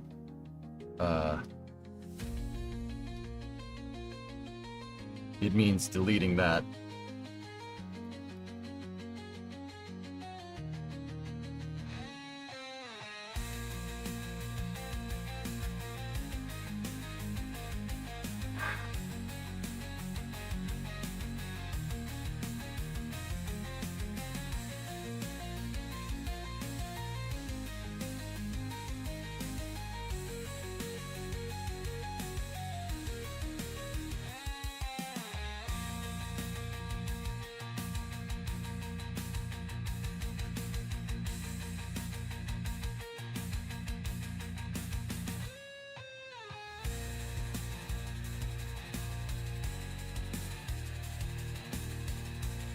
Okay, this is the quicker way of doing this, dudes.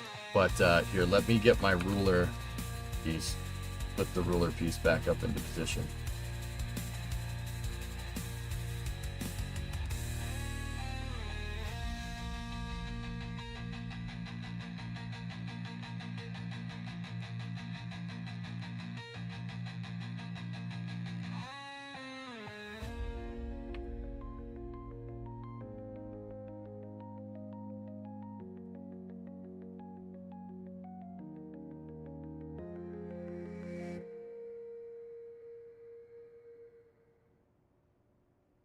And something I'll do here. Close the fairing. So we closed the fairing on the interstage shell there. Now I still left the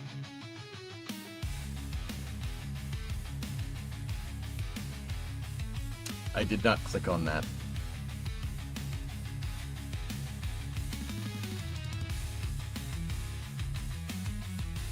Thanks, Kerbal. Yeah, we're doing space news today. Yep. Yeah, whenever I come back from vacation, guys, I need kind of a day to kind of reset. So I usually get like a shorter stream when I come back.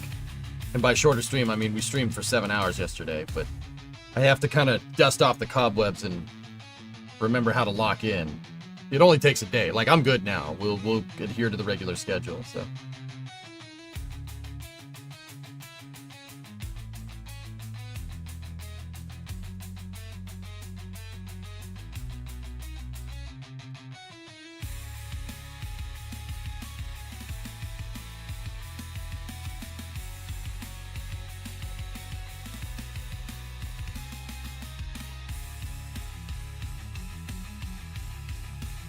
I'm gonna get rid of the engine plate in the R5 design. I'll go back to a radial attachment, just because I mean, if we're gonna use R5 to completely refactor a lot of the aero shell and stuff, we might as well try some new things here.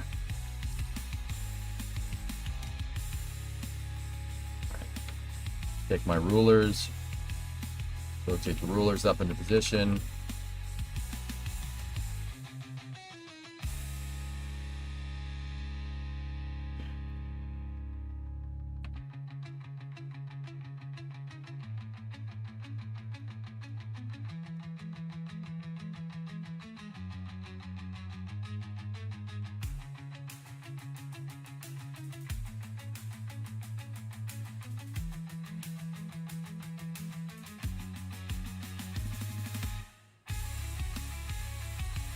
Okay, so now we have one fairing shape up the entire rocket.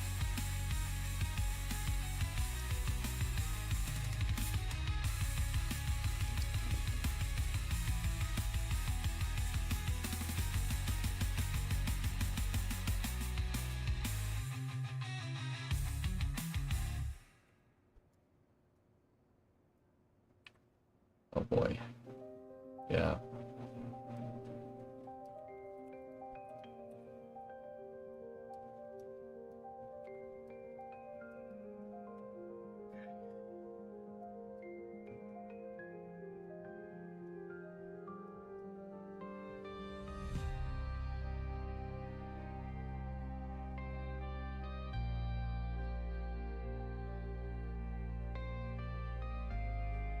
All right.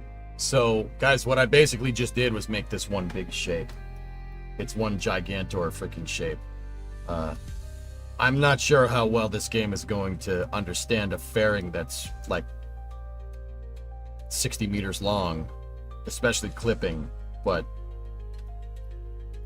who knows?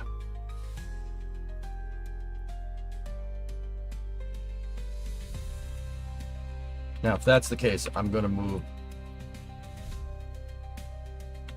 that like that, and that one's going to move like that to get everything realigned. And then I'm going to move this one forward, give it a little bit more of an intermediate structure, or an intermediate attachment point, and then move that back to where the ruler was. Put that right there.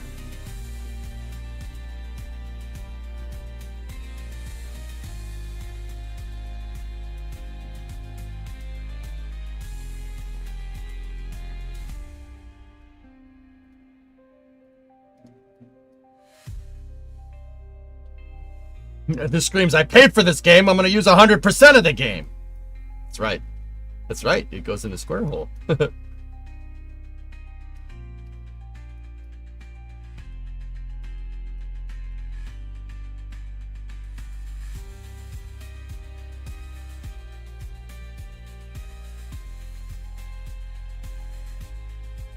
And the fairings before were they were cup fairings, so I'm not sure if a cup fairing on top of a cup fairing was going to jive correctly. Now that I told the game to close it on the interstage, it's going to make it a little bit harder to modify this, but the game understands that fairing is totally closed. We did see from our aerodynamic testing when we were pushing that stage up and down, the R4 design, when we were pushing up and down, the fairings were susceptible to aerodynamics. And that's not great. Hey, Omni, 118 month resub.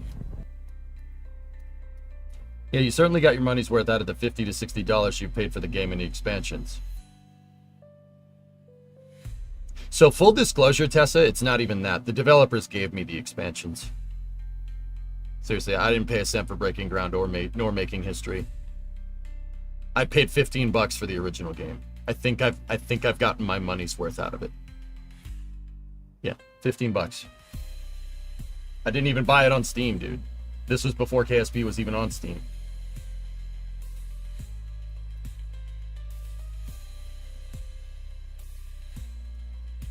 Okay, let's save the R5 design, and now tankage.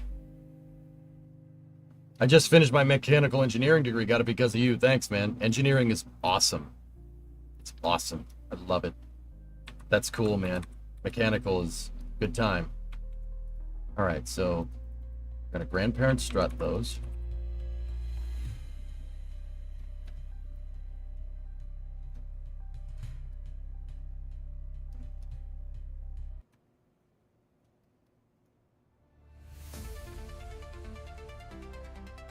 That goes there. Now give me the secondary tank.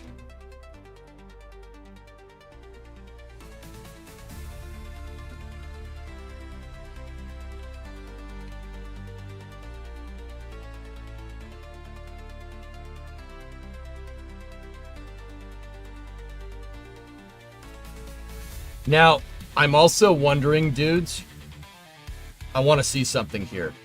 Now that this is reading this as closed, the fairings, inside of a closed fairing, it does auto strut things. There's an invisible auto strut that holds stuff inside. I'm wondering if because we were running two open fairings, right? So I basically, tank wall 2 and tank wall 1 were basically a fairing that was a cup. And I think the game was reading it as open. And if it's reading it as open, it reads it as a hollow fairing, meaning that it won't auto strut anything because, yeah, with a hollow fairing, you can like get in it and walk around. One of the first bits of testing that I did for this rocket was making sure that my inner stage was hollow. And part of doing that is making an open fairing like this.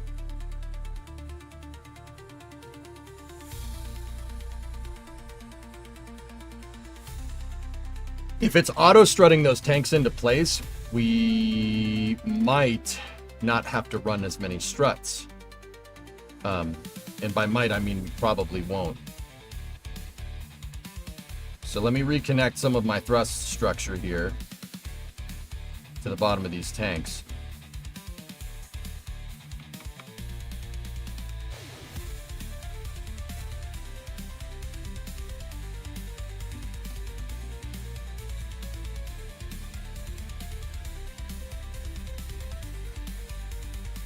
And what I want to do is basically the minimal amount of strutting here.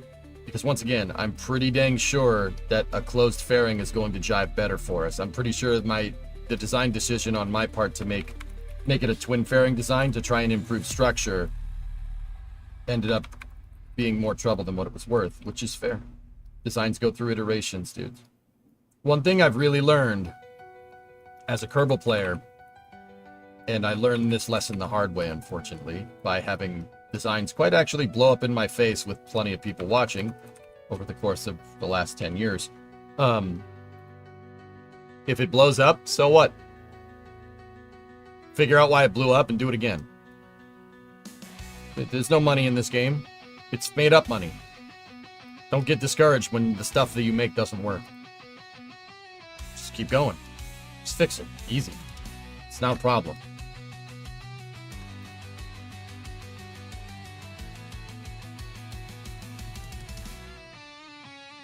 Like SpaceX. Bingo.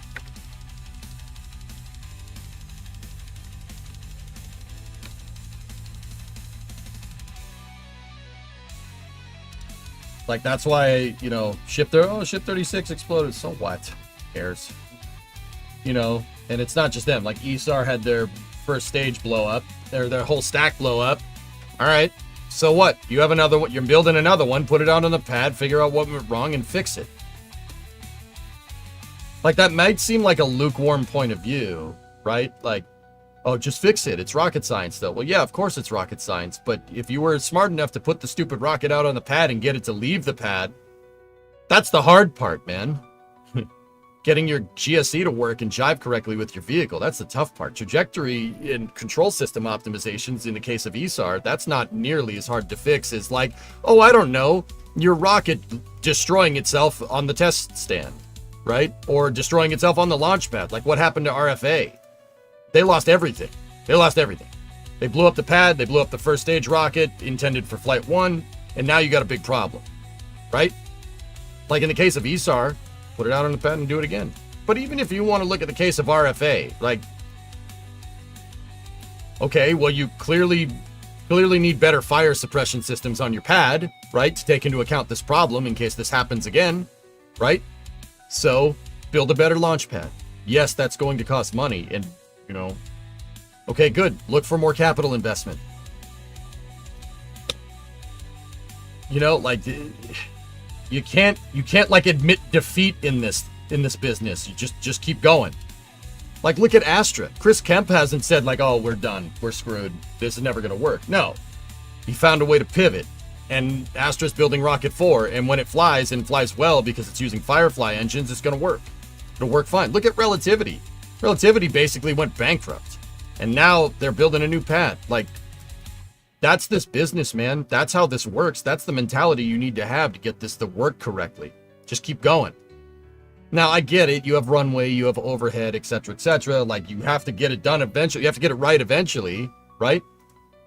That's not just, like I said, you know, some people think that this is a lukewarm take. Like, it's not. It's, you know, you certainly have to be capable, right, of getting this right.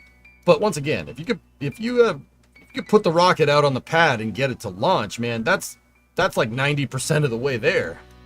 You know, like that's in the case of ESAR. RFA has some problems, dude. Like you know, but even then, you don't see them going like, oh, we're done, we can't do this anymore, right? You don't see them saying that.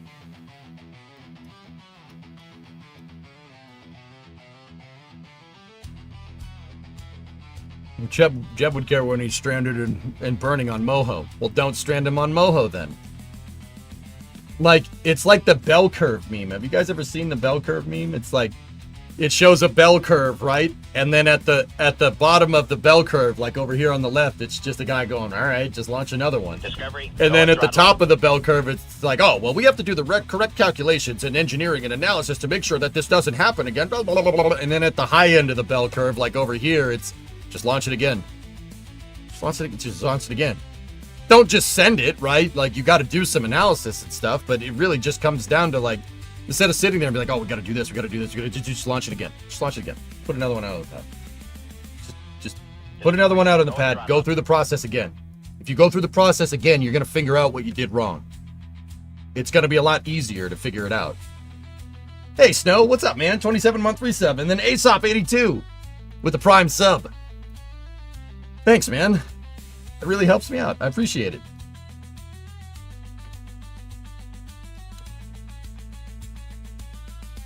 Like, you can't be like, oh, well, that's it. We're screwed. We have this big problem to fix. We have to do all the... No. That's how you go bankrupt. You got to keep going. Apollo 6. Launch it again. Yeah? Like, look, how many times has the Prometheus first stage blown up in my face? Probably 50 or 60 times in the 6 parts of this series, easily. It happens. It's Kerbal. Who cares? Make it again.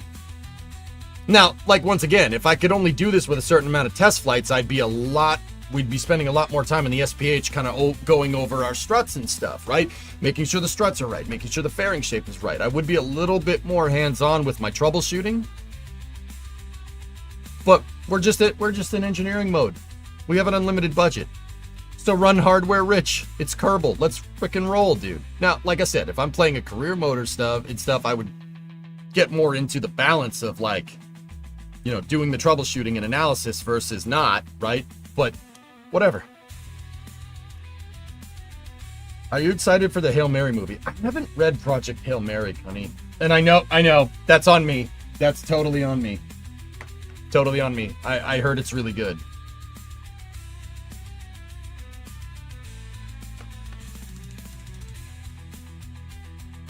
SpaceX didn't get Falcon 1 to orbit until the fourth flight. Yeah, just keep going.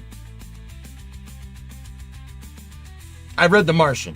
Yeah, I read The Martian before the movie came out. Martian's amazing. Really good. Hail Mary's almost as good as The Martian. Cool. All right. Anyway.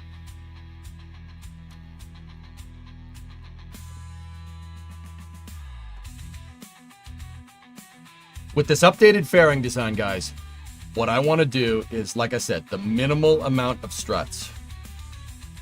Now, before in our other design, we had all these reinforcement struts that I put in everywhere. I think that was throwing me for a curveball because we had open fairings. All right, now we have a closed fairing on the stage, and it's one fairing instead of two split. So let's go through our testing procedure. You guys notice every time I do a stage test, I put it out on the pad in the exact same way. I take it out of my mastercraft file, I select that as the root part, right? And I put the same probe core on, right? We put the same damn probe core on, and we put the same batteries on in the same spots. Sometimes it's been in 4X, sometimes it's been in 6X. It doesn't really matter, right? And then I put the clamps in the same exact spot every time. Because I personally like testing it this way. I don't ever revert to launch. I always put this thing out on the test stand in the same exact way every single time. That'll get you better test results. Your test results will be way more consistent doing that. Because sometimes when Kerbal does revert to launch, you start having float point errors and memory leaks and stuff. And that's not going to get you a high fidelity simulation. The less you reload, quick save, quick load, and revert to launch, the better your simulation is going to be. So once again, this booster is 181 parts. It's literally, well, actually 200 less than our other one was 420. So we're, what, 300 parts. All right. And I have a theory that the closed fairing is going to auto-strut those tanks into position, and we won't have those structural problems that are encountered.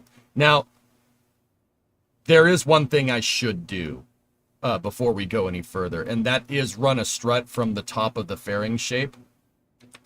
I'll do it in 6 times symmetry. Run a strut to the top of the fairing shape so the game understands that it, structurally it's closed. I don't like making changes after we got out of the mastercraft file. You know what? Let's do the same thing every time. I just said that. So we have our R5 stage test. Let's go over into the VAB and we'll test it. I have a theory that this fairing that's encapsulating the tanks is going to be wobbly as hell. But we'll see. Yeah, attack. This is a big one.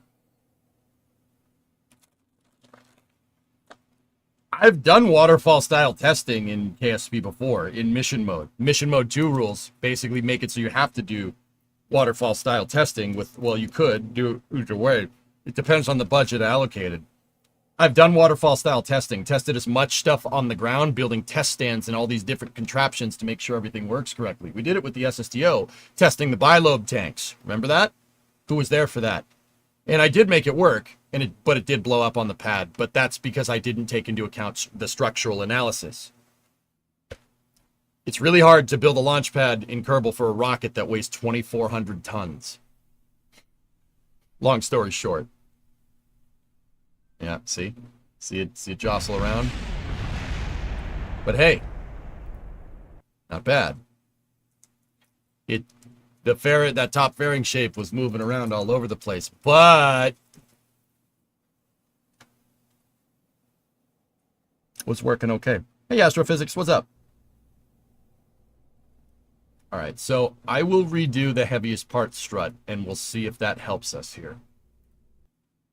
Because what that was this thing breaking off of its hold down points because it weighs 2,900 tons. This first stage weighs more than my entire SSTO, which is my heavy duty SSTO, which is crazy. What would be some tips for somebody new to KSP? I just got it and I'm making my way through the tutorials. Keep it simple, Leaf. Rocket science is already complicated. You don't need to complicate the design anymore. Keep it simple. Don't try to build a space shuttle. If you're a newer player, don't try to build a shuttle. Don't do that. Don't try to build a Saturn V. NASA didn't start with the Saturn V. They started with a Redstone rocket. Basically a glorified missile. Single engine, 2 fuel tanks, and a payload on top. Start there and work your way up. The important thing to do is define your goals. Define your goals. What are you trying to do? That's a big one with rocket science. You have to, like, are you sitting there just building a rocket? Are you sitting there to have fun? Like, what are you doing? Fairing got angry. Fairing got very angry.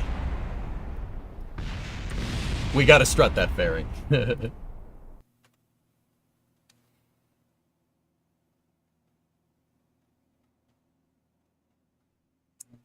Like, and I know that sounds really stupid, right? But I find that a good way to play the game is to not build a one-off rocket for, like, okay, I need a rocket for this mission. Let's build the rocket. What I like to do is build one rocket and have it make sure you can complete all your mission goals in the early parts of career, right?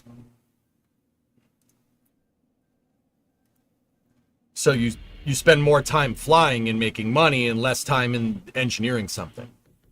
I'm there to have fun, but I also want to work on getting through the campaign. If you're playing career mode, all right, define your goals. What's your goal for the rocket that you're building? Like I said, I like to build one rocket and make that rocket launch all the different types of payloads. Why? Why do I like doing that? Because that's how the real guys do it. You're not building a new rocket design every time you go to launch a payload. No, like, look at Rocket Lab. Like, let's take Rocket Lab as an example. Rocket Lab has the Electron rocket, right? And they have made modifications to Electron over the years to accommodate different payloads, but it's still one type of rocket. They're not like changing the amount of engines on it every time. Build one rocket with very clearly defined goals based off of the missions that you're getting, and then just use that rocket and build the payload on top of it and send it. You know, don't build a new rocket every time you have a new payload. Build a new payload every time with the same rocket. Does that make sense? And have that rocket's goals be very clearly defined. So, for instance, when I started playing Career Leaf, like a hardcore career mode, I built one rocket. That one rocket was very simple. It was a rocket engine, a couple of fuel tanks on top, decoupler, interstage attach, another engine, another fuel tank, decoupler, capsule on top. It looked like Electron or like Mercury Redstone. It wasn't complicated. But I made sure that that rocket could move, let's see, like I looked at all the payloads, all the missions that I was getting, and most of the missions called for a payload to go to, like, it was calling for like a 1 to 2 ton payload to go to low carbon orbit, right? So, okay, I made a rocket that could move like 5 tons into low carbon orbit, and that way I know that any mission that could get thrown at me, right, I could easily do just with this one rocket. That way I spent less time designing the rocket and more time flying and making money, just so you could do better missions. Same rocket, new payload. Bingo.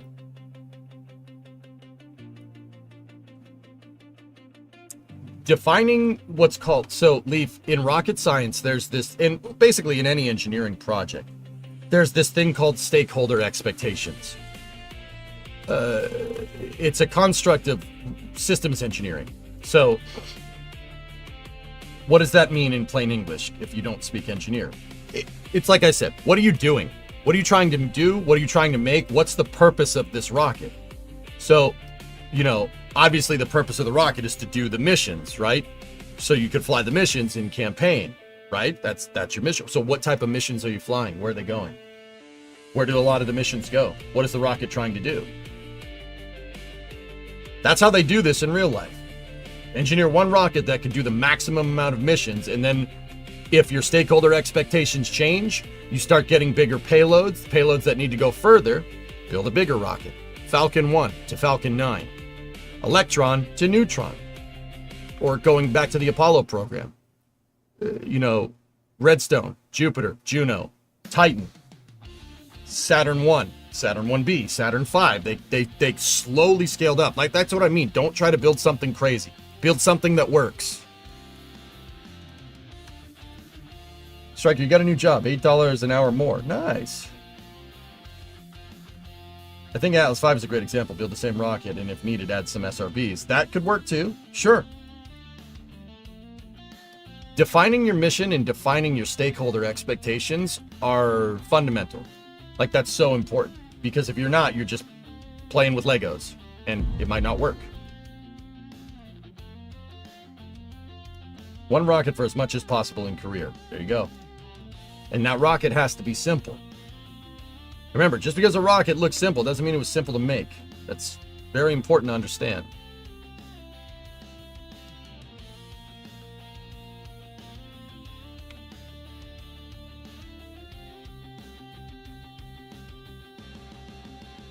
All right, I'm just moving the fuel tanks out of line for a second.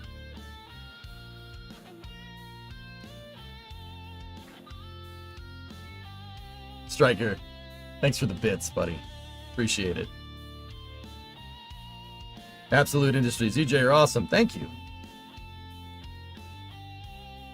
Thanks, man. This Kerbal's awesome. Kerbal will teach you rocket science. But Kerbal's going to teach you rocket science in the same way that playing like Gran Turismo is going to make you a race car driver. You will have a way better understanding of how it all works, but there's really not much of a substitute for either A, hands-on industry experience, or B, an engineering degree.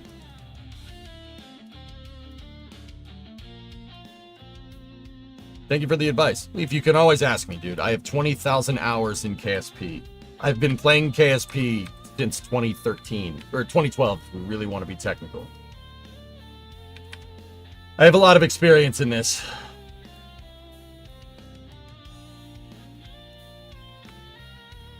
All right, so let's work on our shape fastener stuff.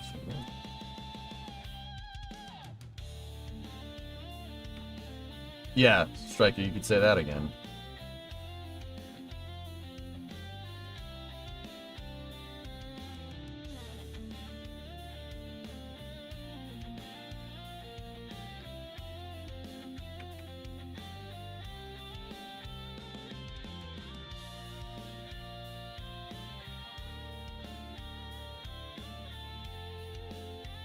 Once again, you guys know the drill. I'm taking time with my strut design and making sure that everything is nice and straight and nice and even, right?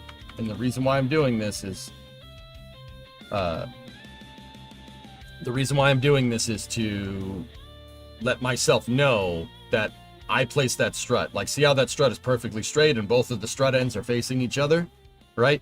That's how I know I placed it and it's supposed to be there. Because if it wasn't supposed to be there, if it was like off crooked like that, right, we'd know immediately that that's not something that we designed. That's not something that we put there.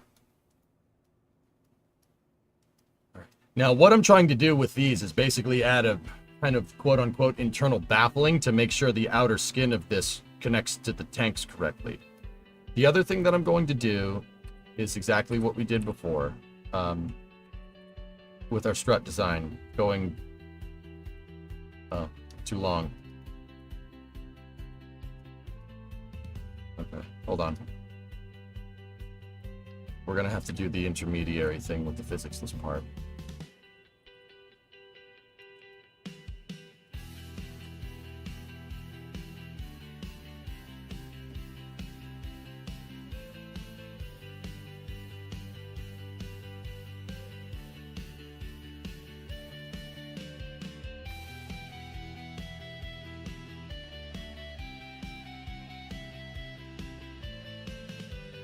Think of this, so the rocket equivalent of what I'm doing here would be called internal stringers. Internal stringers on this is yeah, that's the name for it.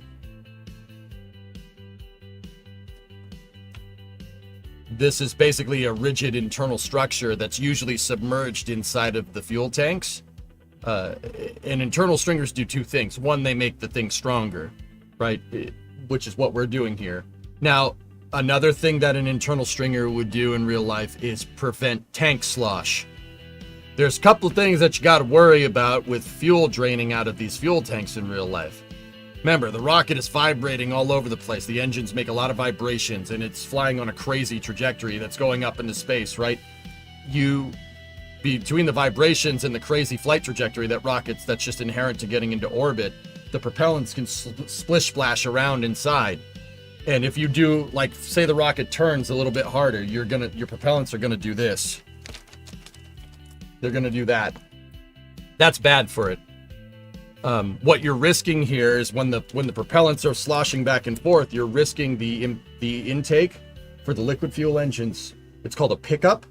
You're risking the pickup basically running into sucking in air instead of liquid. That blows up rocket engines usually.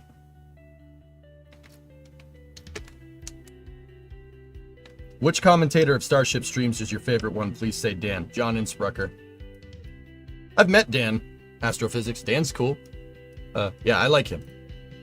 But, I'm sorry. Norminal. Mr. Norminal is my guy.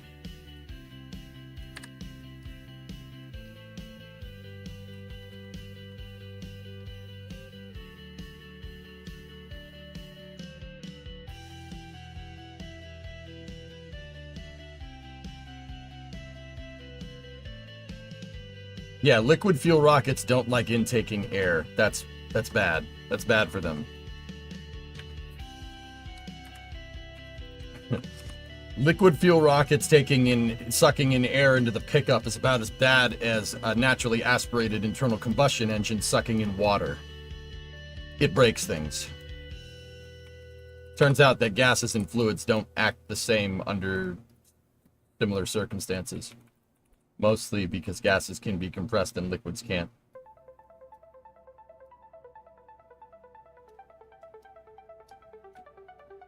How do they prevent slosh? Baffling. Now, actually, interesting thing, this is slightly topical for what we're going to talk about with space news in a little bit, Nader. If you watched Starbase Live yesterday, SpaceX lifted that gigantic tube. How they're dealing with slosh in such a big rocket design is quite actually doing this. They're putting a fuel tank inside of another fuel tank like that. Yeah, that's how they're preventing slosh. A fuel tank or a header tank inside is better for relight. It's better for reigniting the engines because it's easier to prevent slosh inside of a big tank, and it also prevents slosh on the way up.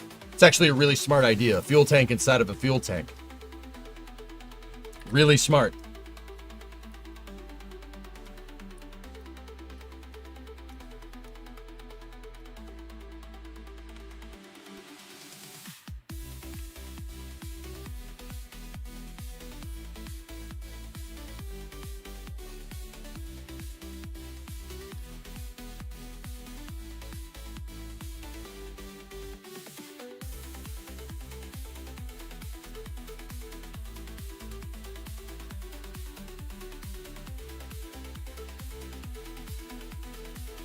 What about second fuel tank? What about it?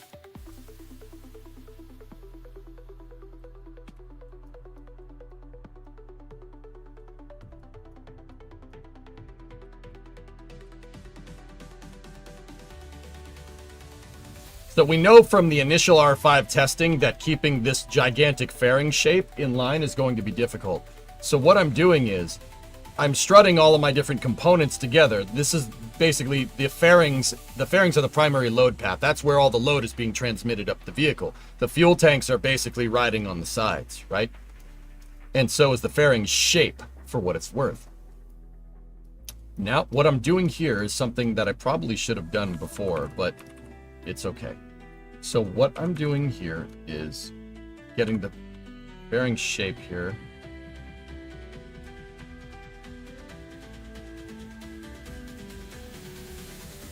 And I'm running struts to all the different segments of said fairing shape to try and make sure that the thing stays in line.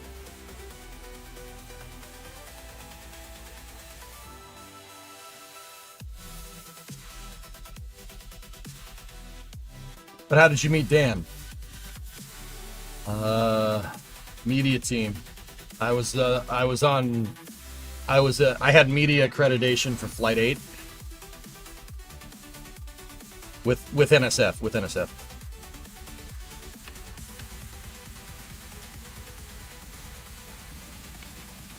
So I got to like walk up to Starhopper and stuff. It's pretty cool.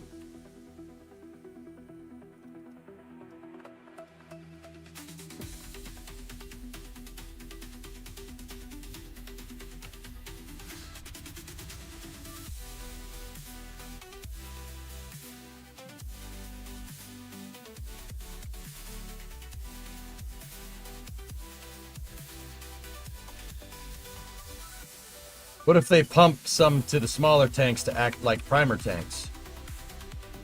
Primer tanks. As heck, you don't... That's not how rocket engines work. Every rocket engine gets primed through what's called a pre-valve, or some type of master valve system that allows propellants to flow into the engine to thermally condition it. That's how they prime the engines. A smaller fuel... You would normally prime out... Like Starship primes out of its header tank, if that's what you're asking, if that's what you're saying. Yes, that already happens. But, yeah, that's not, you wouldn't, you don't need necessarily, like, oh, we don't need a smaller fuel tank to prime engines. Like, Falcon 9 doesn't have a header tank, and it primes its engines with its main fuel tanks.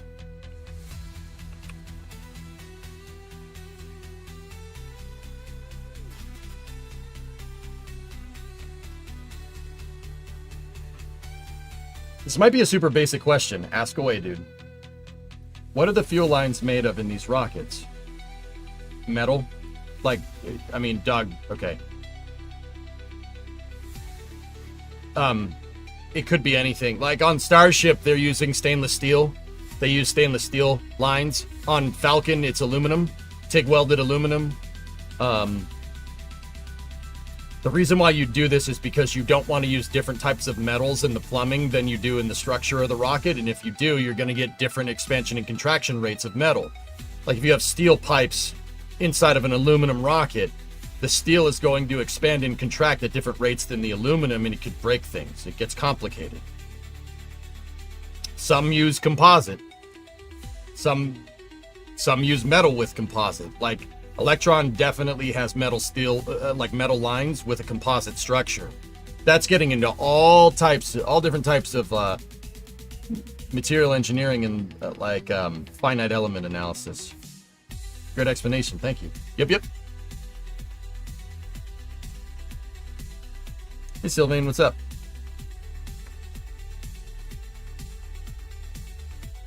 All right. The funny thing is that, you know, we're trying to solve an in-game problem, but this ends up looking very similar to internal baffling. This is what it looks like. It just looks like a bunch of struts kind of all coupled together.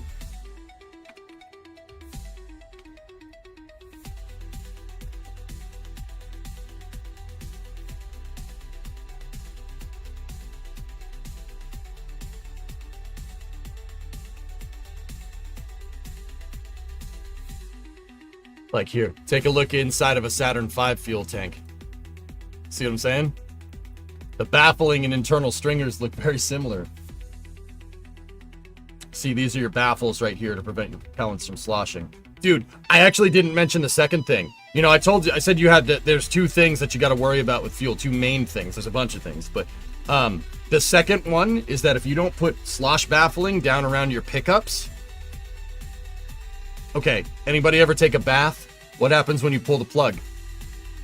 Whirlpool. Right? That absolutely happens with rockets. Oh yeah, if you don't put baffling in. The propellants will start doing a whirlpool inside of the fuel tank, and guess what that does? It works like a gyroscope and actually will start to process the rocket on the axis, like it does basically intermediate axis theorem and starts to spin the rocket. That's absolutely a thing. That's why there's baffles in the Saturn V tank here. That's why there's baffles at the bottom of the LOX tank. to prevent the propellant from whirlpooling into the pickup. That's absolutely a thing that can happen. And it works like a giant gyroscope. It'll spin the rocket. SpaceX had a problem with that with their second stage on Falcon 1 Flight 2, I think. Yeah, that's the other thing. So you got to worry about the propellant sloshing back and forth. You also got to worry about them whirlpooling. If they whirlpool, your rocket will basically blow up. Could a liquid-fueled missile use that to fly straight? It's on the wrong axis to do that, O-Force. You would need a whirlpool that's going sideways, not this way. Does the external tank have something similar? It has a baffled pickup, yes. The ETS baffled pickups at the bottom. They're not as big as the Saturn V's, but then again, the Saturn V fuel tank is massive. Repost, thanks for answering my questions. I learned a ton about spaceflight and engineering in general since I've been coming to your stream. You do a fantastic job explaining things. Yeah, my pleasure, man. You're baffled. No, you're not. But see, look, this ends up looking a lot like a baffling structure, which is pretty cool. Okay, maybe you are baffled. All right. Yeah, that makes more sense.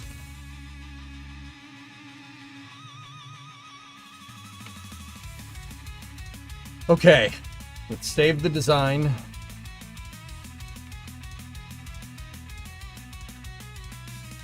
Let's put the tanks back in position.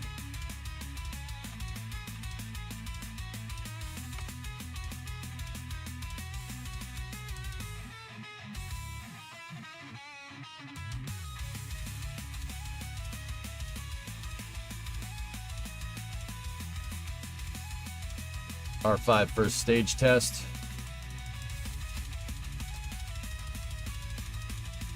Do the exact same thing.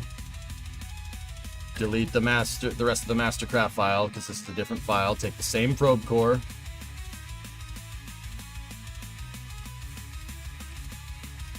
Same batteries.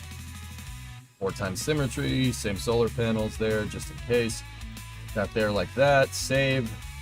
So this is with an internal structure that's holding the fairing, but not the fuel tanks. I'm kind of trying to go iteratively. I'm adding a strut system that I think is going to make it work, and then we'll put it out and we'll see if it does it.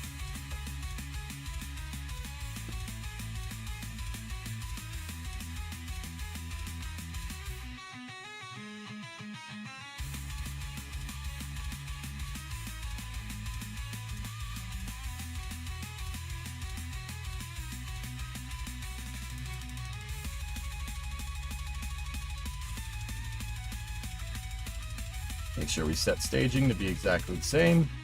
Save. All right. Switch over to the VAB. Let's put it out on our test stand.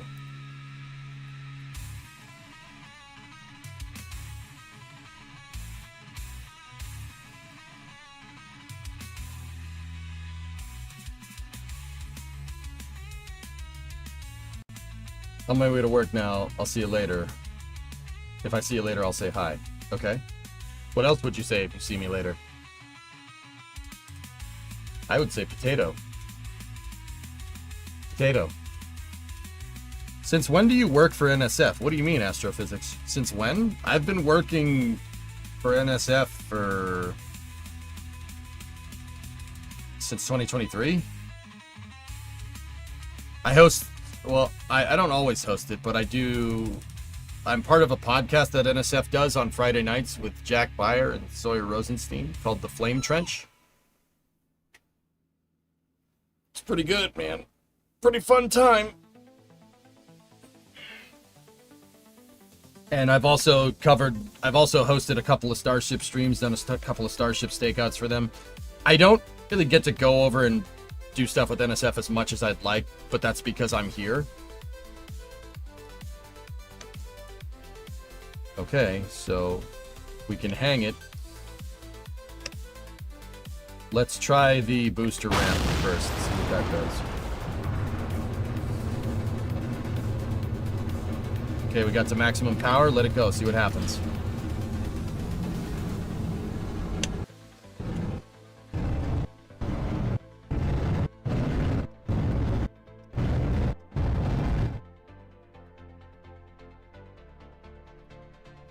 Okay, let's try to set her down, see what happens. I don't think we broke anything.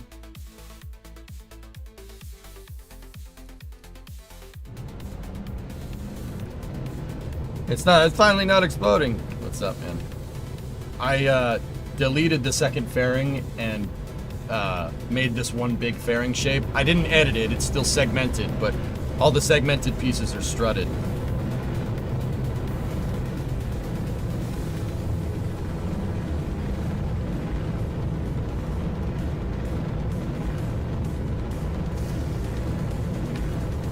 Just gonna try to get it to some flat ground.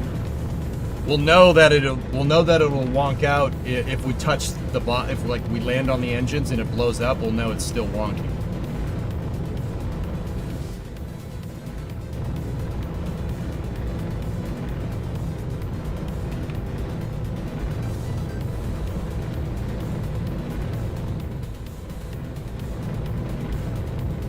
It blew up. Fuel tanks. See?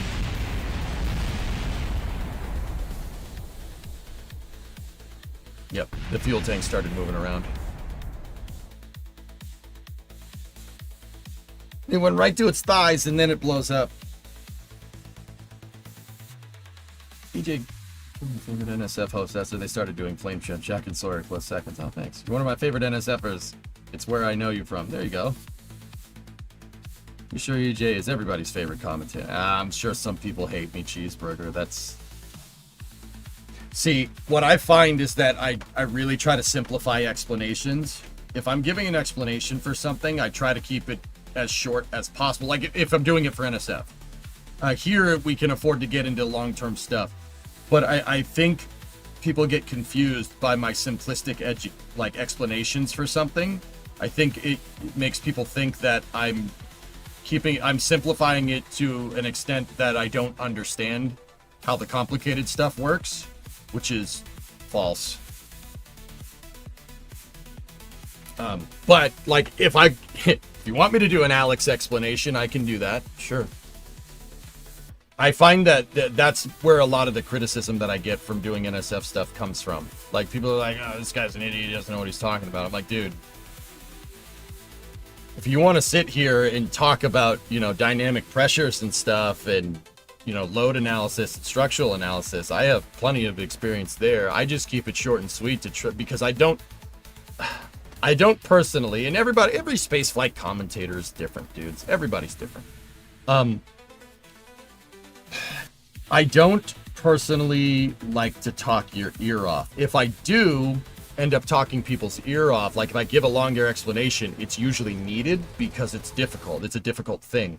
But what I try to do is give the shortest answers for complicated subjects, and that does get, there's only so many details you can put in if you're trying to give a short explanation. But I also believe that if you're going to be a good teacher, the shorter amount of time it takes to explain something, if you try to make your answer short and sweet, you basically get rid of facts that are not useful, right? And you weed out all the fill to you boil your idea down into a crucible, and it gives it the most punch. If you can find the medium between talking somebody's ear off and losing their attention completely and giving a short and sweet explanation that has that punch that really explains what you're talking about, if you kind of just go a little bit more than the shortest of the short, it usually makes for good explanations.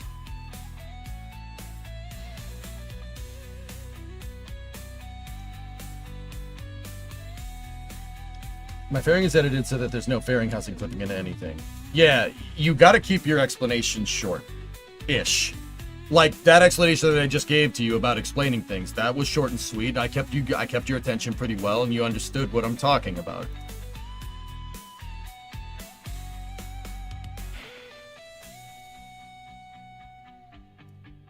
But yeah, on the flame trench, and on NSF, you kind of got to keep your stuff a little short and sweet, or else you're going to lose people's attention. So I tend to keep the explanations pretty short, and I generally, because I'm hosting a cast with other people, I don't want to be the one talking the whole time. I don't want to do that. So because of that, I think people get confused and think I don't know what I'm talking about because I tend to oversimplify explanations. Oh, this is space. But I'm anyway, in space. either way, if you like me, you don't like me, I don't care. Whatever, dude. I'm just trying to get people happy and excited about space. And yeah. That's really been my thing. How's your day going? It's good, FYI. I'm good. How are you doing? Your fairing is edited so there's no fairing with the engine. I have one fairing for the body and one for the engine section. Never had any of the fairings pop.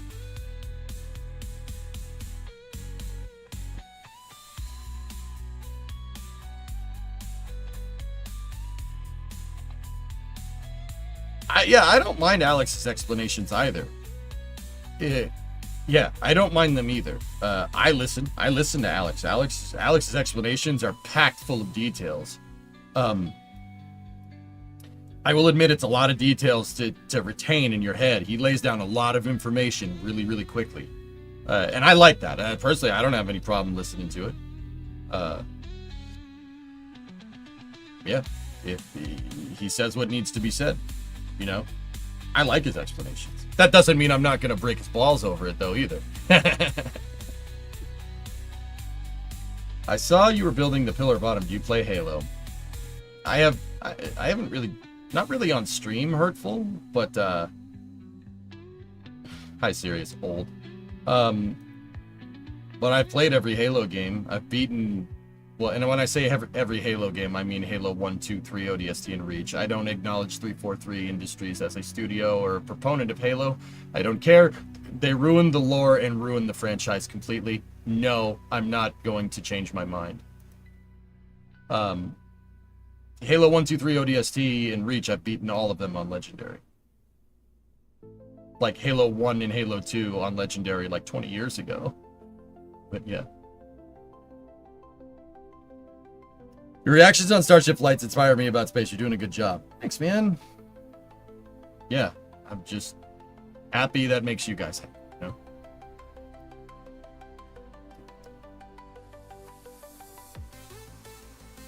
But don't make it simpler at the cost of accuracy. Some people think I tend to simplify too much, O10. And I think that's where people don't. That's why, you know, like certain people don't like me. Which is fine. I get it. Dude, you can only make so many people happy. That's the other thing about content creation. You're not going to make everybody happy. Somebody's going to be a jerk. Somebody's going to hate you. It is what it is. Deal with it. Like, the vast majority of people that watch this stream don't do it to hate watch. And if you do, hey, great. Cool, man. I'd hate me too. Like, I get it. Like, it doesn't bother me. It doesn't keep me up at night.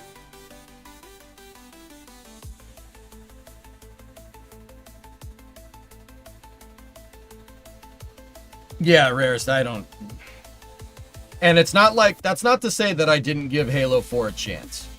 I did play Halo 4. I watched, I played it for a little bit and I was like, eh. And then I decided to watch a Let's Play Discovery, after that. And just, I don't even mind the gameplay so much for all of 343's games. The gameplay isn't necessarily bad. I hate what they did to the lore. I hate it. I can't stand it. It really pisses me off because the original Bungie developers did such a good job with the Halo canon and all the books that they wrote for them. I read all the books too. I read every book up to Ghost of Onyx. Like Fall of Reach, First Strike, The Flood, Contact Harvest. I've read all of those. And to make Halo 1, they basically wrote Halo 2, 3, ODST, Reach, and Contact Harvest, and the Fall of Reach. They wrote the entire story for the game first, and then made the game out of one specific part of the entire story. It's called the Halo Bible. I personally think that if you're going to come up with a franchise canonical like game or movie, that's the right way to do it. And basically, by the time 343 came around, they looked at the Halo Bible and said, all right, we'll use some of this, but we won't use all of it. And they started introducing their own elements that went against the original, like, Halo Bible, and that just pissed me off. That's waste of time, dude. It's so bad, Lunprod. It's so stupid. Like, oh my god. I don't like your explanations on Flame Trench, but I don't like you in general. I subscribe because I like your patience and how in-depth you go in your explanations on stream. Oh, thanks, Block. Like I said, you got to keep it short and sweet there because I'm hosting with 2 other people. I don't have your undivided attention. I have to give Jack and Sawyer time to talk, or else it's just me talking. You know, you have to do that. But yeah, feedback is generally appreciated as long as you're constructive. I don't really care. Anyway, hey Jack Tank, 68-month resub. Interesting one, fine. Yeah.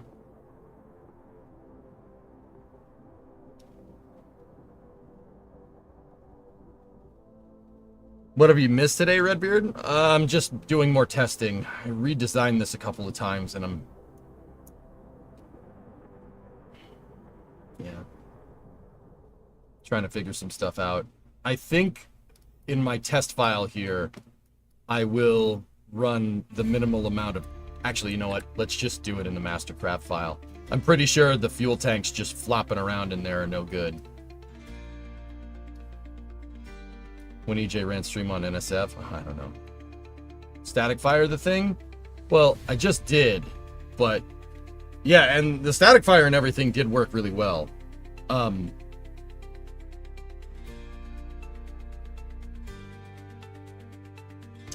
Astrophysics, you dream of making your own rocket company, the first one in your country, in Bulgaria, and as your streams inspire me to, that's what I need. Once again, thanks. Yeah, no problem, Astrophysics. All good, man. Yeah, I'm glad I could make your day better. That's really what I'm after. Making your day better and learning something. And I'm not perfect at it, dude. Even after a decade of doing this. A decade plus, I'm not perfect. Sorry. Is it still the fairing causing problems? Yes and no. Thanks for all the entertainment over the years. Today's your daughter's first DJ stream at 2. At 2 days old. Nice. I don't care, guys. You know, in the YouTube chat, guys, they're talking about is it pad A or pad B or pad 1 or pad 2. I don't really care. I'm going to call them this pad and that pad. Getting wound up in the minutia like that is a waste of time and a waste of brain cells. So this pad is pad A or pad 1, and that pad is pad B or pad 2. This pad and that pad. And then the one at the cave, that's the other pad. So this pad, that pad, and the other pad. That's what I'm calling it, because that's about as useful as calling it pad A or pad B or pad 1 or pad 2 or pad alpha, pad bravo. I don't care. There's no succinct nomenclature for pad naming schemes and multi-pad launch complexes. Like 39A and 39B are 2 separate launch pads, but they're labeled like a twin pad launch complex. It's not. They're 2 separate pads. Larry, Curly, and Mo? I like that one. Alright, let's try to shock load this thing. Brakes. What if they made a 4th? Well, that's the other pad. Yeah. Alright, this is pissing me off, dude. Ah, I should have checked. Damn.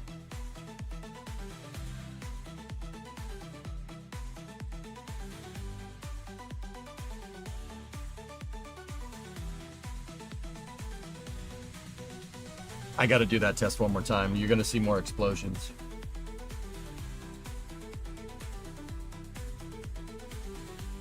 Nah, God Ninja, that's not working.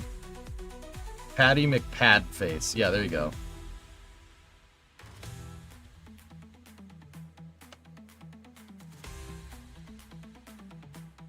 So, with this design, the fairings are all strutted together, but the fuel tanks are not. They're just kind of hanging out. 95, are you still here, dude? How did you attach your fuel tanks? Is it on a plate, or did you radial attach?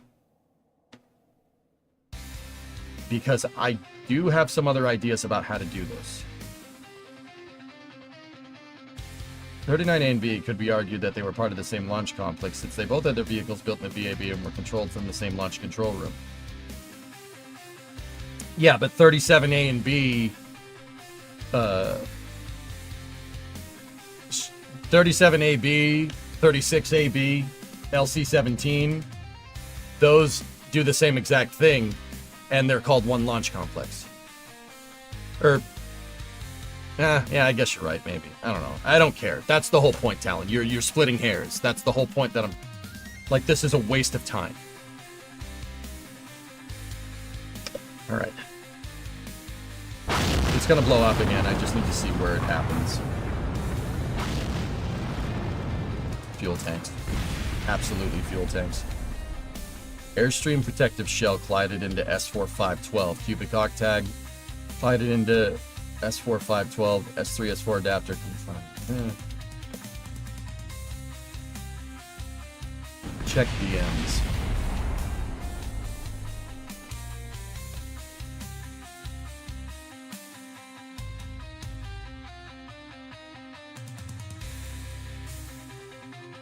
Are you on an engine plate? You're using a plate? Alright.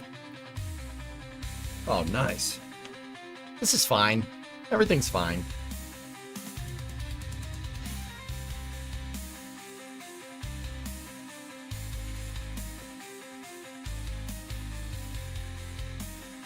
I actually have an interesting idea for attaching fuel tanks that don't use an engine plate 95. I want to test it. I want to test it. Let's see what happens. It might work. Because I noticed that if you attach on an engine plate, the engine plate attachment nodes are actually quite small. Right? We need something... We would need kind of an equivalent of a... Like those 5-meter tanks have the large attachment node. If I could get something... If I could get a 6 times decoupler on the 5-meter attachment node size, or at least something close to that, we might... What's this, man? I use the fuel drain method from Strutting Blitz to increase FPIS. Oh, that's neat. What type of music am I into? Classic rock astrophysics. Wait, why are you 95 in your design? Why do you have stack decouplers? What are you using those stack decouplers for? I'm confused. Hey Chief, what's going on, buddy? Fuel drain. Oh, that's what you're talking about, the Strutting Blitz. Yeah, I got you. Stop the engines from draining every single tank at once.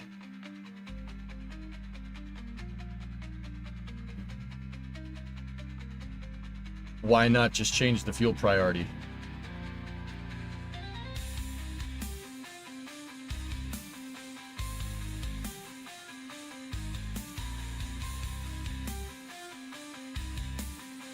You have flow priority, dude. You don't need to have all the tanks drain at once, dude. I'm confuzzed. Are you having a case of the Tuesdays? No?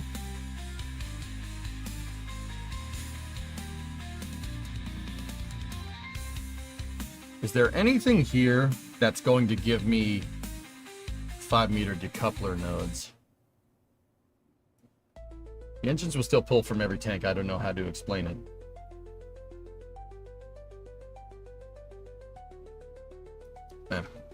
I know. I think I understand what you're saying, but yeah, I'd have to go rewatch that Strutting Blitz video. I've seen it. I remember. All right, I gotta go. Have fun. No, stay here. You can leave chat anytime you like, but you can't ever leave the stream.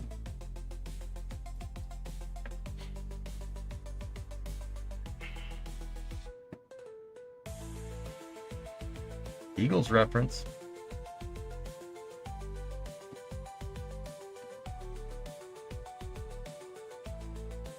Interesting.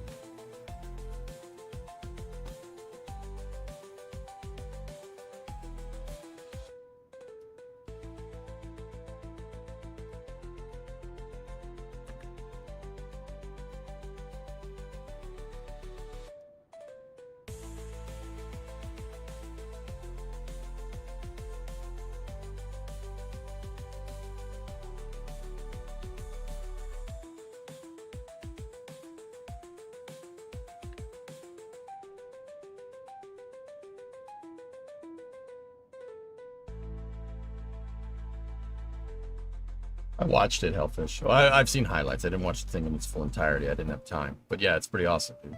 Back at the beginning was pretty sick.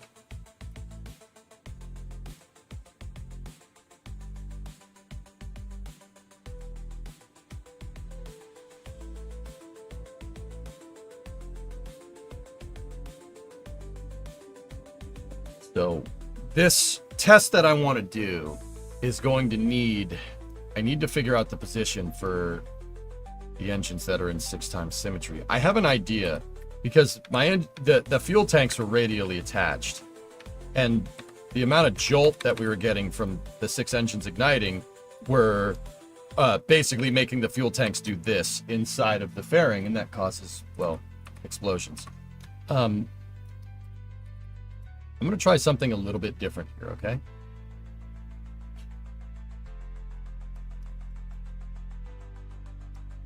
What I want to do is basically figure out the spot where these fuel tanks need to be. And well, no, if we did it that way, we would be not using grandparent strut, so that's not great.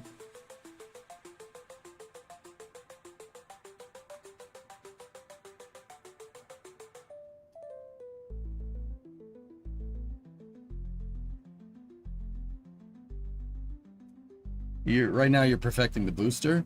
I'm not perfecting it. I'm trying to get it to work. This booster is going to be under an insane amount of load, guys. That's something you got to take into account. It's really, really not going to have fun.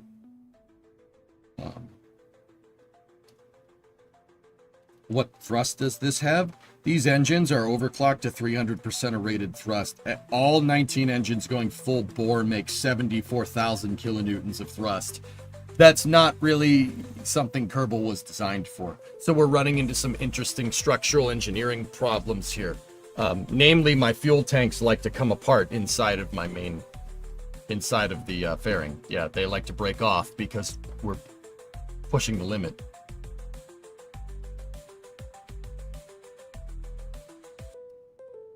I think you get what you want to do. You want to change straight in the load path. No. No.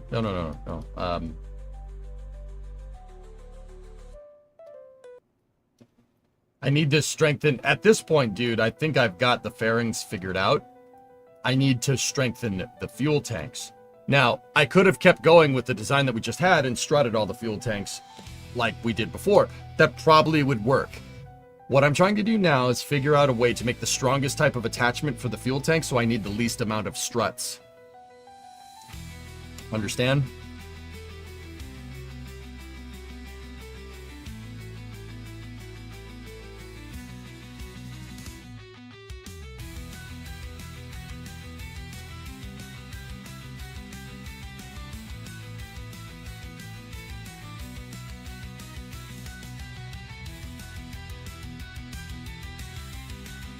Why are you using fairings? Sorry for the questions. I'm new at KSP.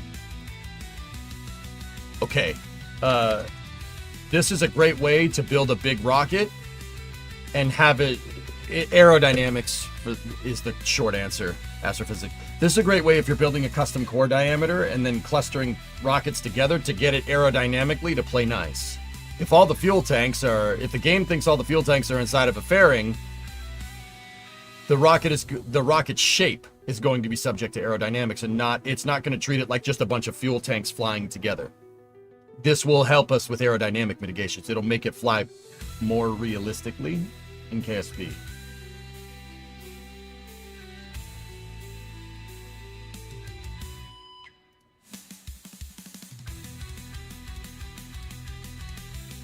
Wonder if you can use SVI to carry the load instead of relying on single joints. No, I'm doing that for the interstage aqueducts. Once again, yeah, that's what the interstage is going to do.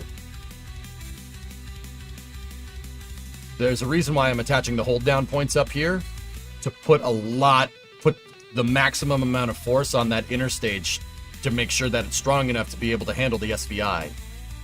Because I'm doing that, dude, I really can't afford to have something inside of the fairing utilizing same vessel collision.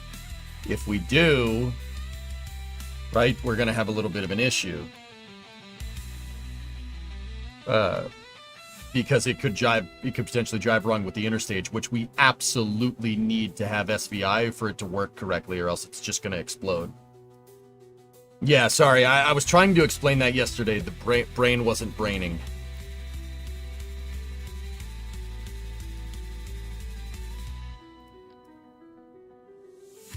See, these give you 375 attachment nodes, which is actually pretty good. All right. Let me try something.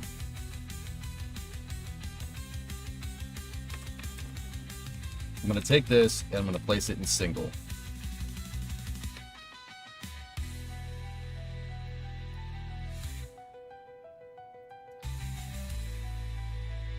What I'm going to do with that big tank is see, the problem with this is that we're not being able to utilize grandparent strut. So this way might give us a stronger attachment, but we'd have to run more struts to get the tanks strutted together correctly. So I'm not sure that that's the right way to do that either.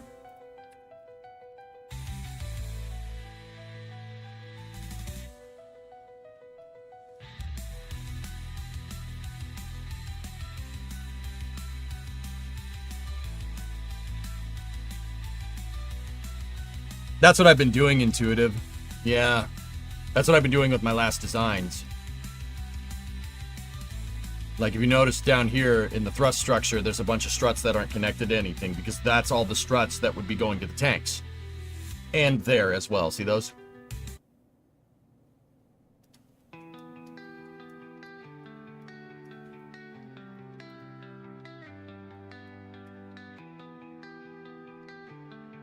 All right, I'm gonna redo this structure just a little bit. Let's get rid of that cubic octag, get rid of those struts there, and get rid of those struts.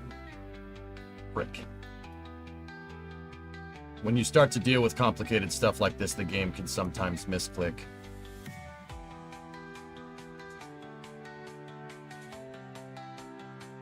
Astro, you couldn't stop laughing when I saw your reaction on Starship's Flight 5 catch, especially the "come on, baby, come on."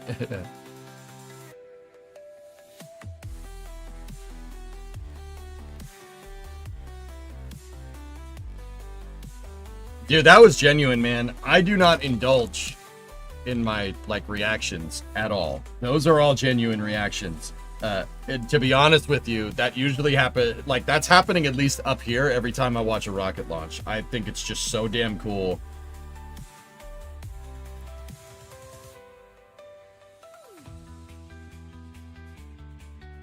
Have you tried craft file editing? Technically not cheating. I don't understand how craft file editing is going to fix our problems here, Sea Kraken.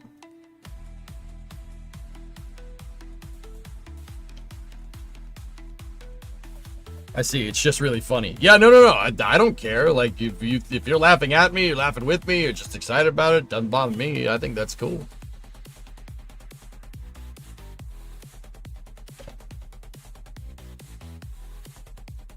All right. Let's make a big change again.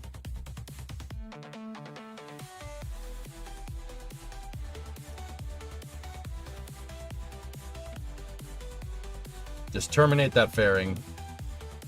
And I'm gonna have to undo all these struts that I made.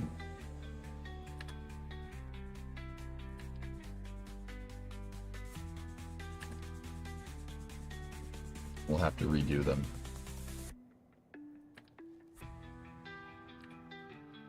That's fine. It's okay. You can get rid of those fuel tanks. That was for another idea. And let me rotate my rulers back into position. That will give me the correct position for the dimensions that we need here. Now, what we're going to do is detach the entire aft segment of this. And I'm going to get rid of that fairing. And I'm going to replace that fairing with an inline engine plate. This might be a stupid thing to do. Engine plates are very finicky. They don't really like to play nice a lot. Now what we're going to do is we're going to go back in here and I'm going to attach to the big attachment node in line on the engine plate. And then I'm going to take my engine plate and we're going to get rid of the shroud, get rid of the staging, and then we take this, right? And we move it all the way back into position and make sure that it lines up with the rulers. See the struts up there? They're acting as rulers. Make sure we locate everything in the right spot.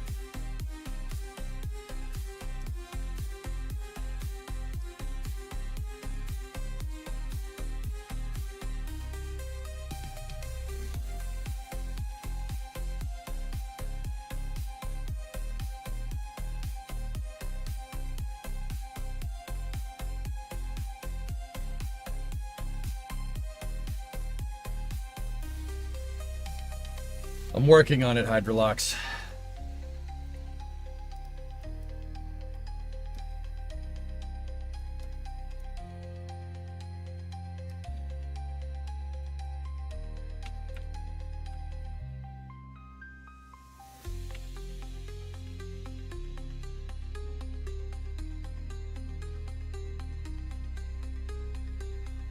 So see those, this is what I'm talking about. See those struts?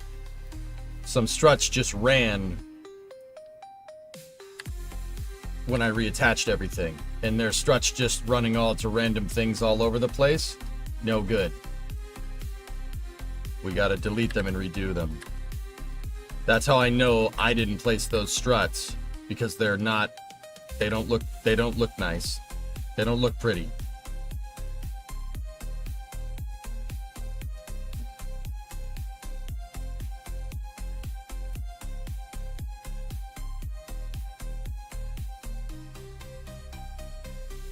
So now, let's get our rulers back in line. And let's take the fairing shape, edit the fairing shape.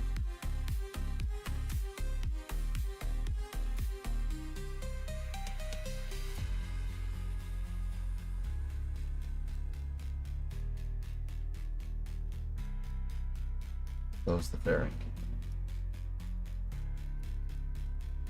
Okay.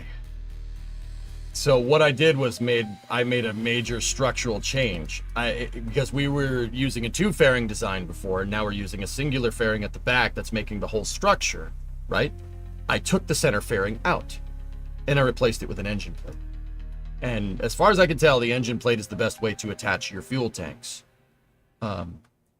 Where I'm kind of getting a little wonked out is we attached it on the engine plate attachment node, the back attachment node, which I'm not 100% sure if that's going to be okay.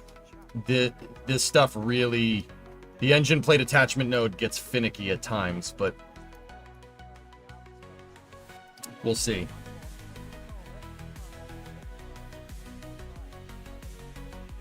Raptorcide chat. Oh yeah, it's Tuesday. I think craft idling, can be used to make precise fairing nodes. Well, I can be pretty precise with the rulers, Seacracken. I'm just, 95 did some editing, and I'm not necessarily against it. I'm more, I really wish we could find a way to do it without doing that.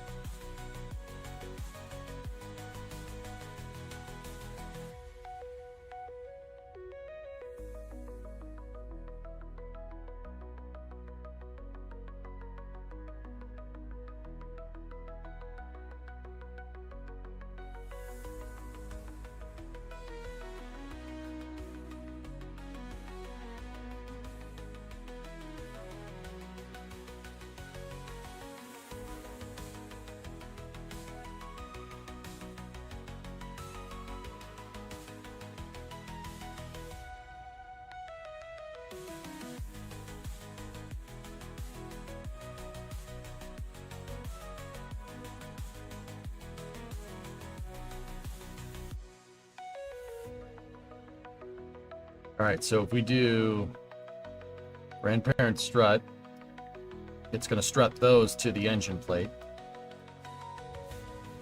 And those are auto-locked on grandparent strut, which means these tanks are now strutted to that. Actually, let me turn on the auto strut so I can just see. You're about to see a mess of spaghetti. Yep. Cool. Excellent.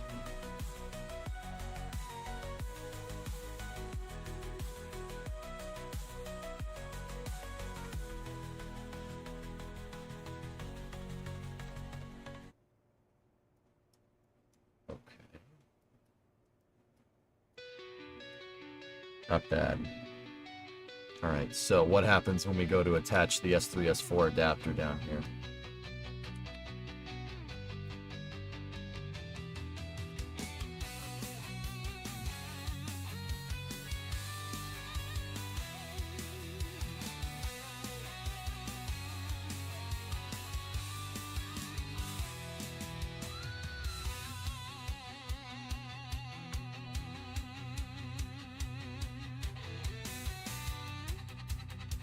Take those.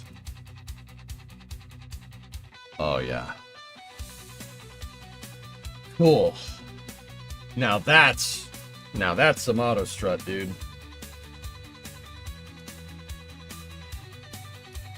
The fuel kind of makes it look like Hydrolock's first stage fuel ratio. Yeah.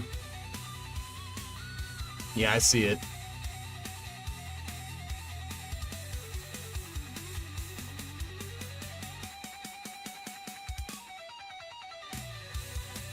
I'm kind of aiming for Carolocks because F1, but it's not exact.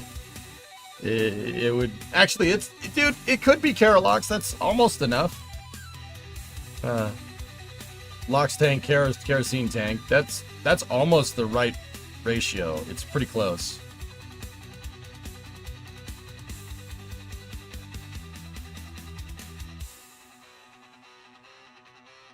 How do you get those lines to stay on the screen? In the debug menu, you go to physics and then visualize auto struts. Auto struts are invisible struts that you can use to assign to parts to help improve performance. Yeah, pretty much, Seacracker. Yeah, I'm pretty sure.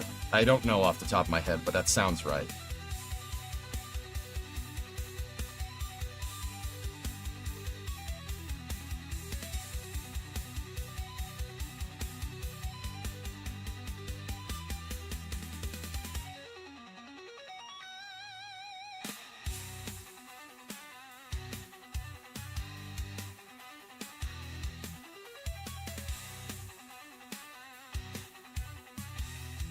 Autostrut is something that was added in Kerbal version 1.2.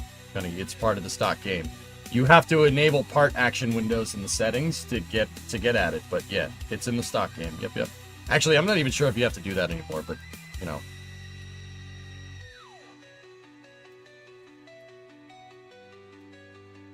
Okay, so the fuel tank configuration is fine. Let's move those out. And work on the internal structure here like what we did before. So what I'm going to try to do is bare minimum strut. Like how we had it. So let's go here to there. Lock that puppy in.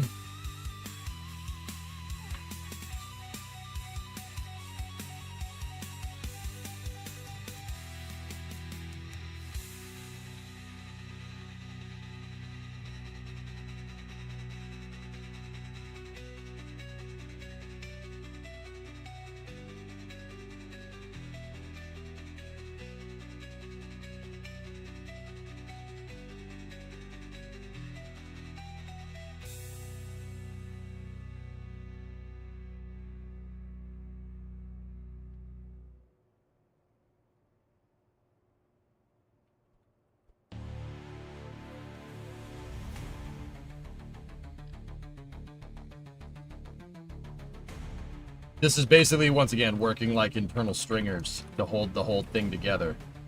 Or else Kerbal will just see it as a bunch of parts flying around that just happen to be attached to each other. That's how Kerbal does its aerodynamics, guys. It's just like, oh, well, It's just a bunch of parts flying around together. It doesn't understand if one is in front of the other or anything unless you tell it that with a fairing. Like, it's not going to register to all these if we just had all the fuel tanks flying. Kerbal ain't going to understand that all these fuel tanks flying together are like one thing. It's just going to treat it as a bunch of fuel tanks flying around that are kind of next to each other. If you put it in fairings, it'll treat it like a bunch of fuel tanks inside of a fairing flying next to each other, and it'll treat it aerodynamically a lot nicer. Or not nicer, more realistic. That's why I'm insistent on getting the fairing design.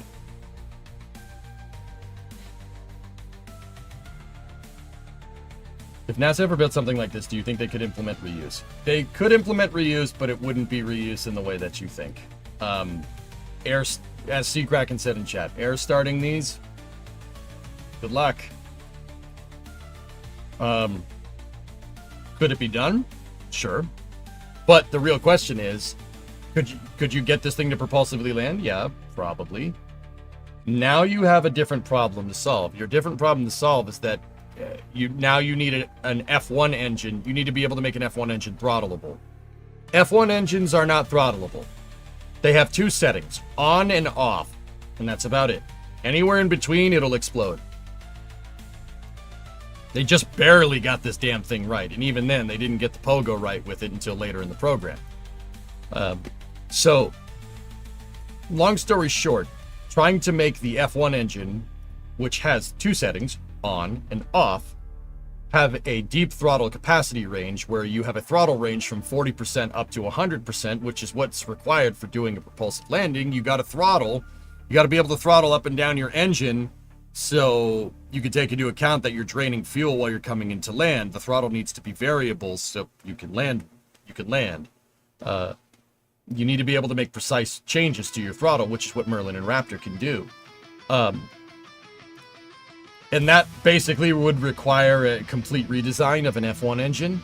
You would have to completely redesign the thrust chamber to a point where I'm not entirely sure if you could make a deep throttleable engine with this De Laval nozzle convergent divergent expansion ratio that the F1 has. I'm not sure you could make that shape do that. Hey Pogo, you rang? Yep. Is the Merlin engine related to the F1 in any way? No. The Merlin engine has the most in common. It has lineage, for sure. It can trace its lineage to the descent propulsion system from the Apollo program, believe it or not. Yes, that's right. The Merlin engine is in the same family tree as the LEM from the Apollo program. Yep, that, if you can trace its lineage to anything, that's it. Why? Why the LEM? Why do that? The LMD, see it right there? Apollo 15 touched the nozzle down because they landed on a hill. Yeah, see that? That's bad for it, but you weren't using it anymore after that, so it doesn't matter. Thanks, been playing KSP for a decade, still learning about things like the debug menu. Yeah, sure. Yeah, the LEM, that thing, right there. Falcon 9 traces its lineage to that motor, right there. Why? Falcon 9 needs to do a propulsive landing on us. It needs to do a propulsive landing down on Earth. What other vehicle in the entire space program does a propulsive landing on a celestial body? So Tom Mueller, when he was designing it, took reference from the Lunar Module Descent Engine, or LMDE for short. Yep, Falcon 9 can trace its roots to the LEM. Yep. True story. What were they doing testing? When were they doing testing with the M1 turbopumps? Did they test for throttle ability? I haven't gone down the rabbit hole that far with M1 engines, Seakraken, to be 100% honest with you. I don't know. I would assume probably it's an upper stage engine, but you're going to run into the same problems, but you might not run into the same problems because it's Hydrolox, but you might run into the same problems because it's Hydrolox.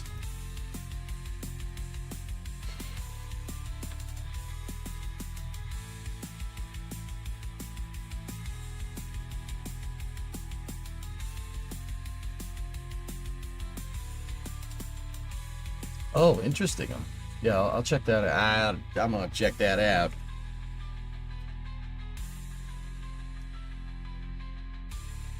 Did SpaceX have propulsive landing in mind when designing the Merlin engine? Yes.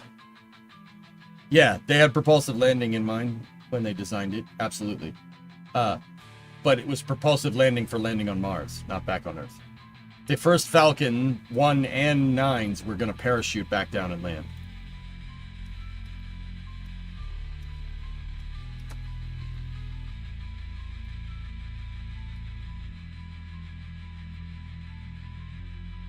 I would be a perfect actor for the movie The Martian. What?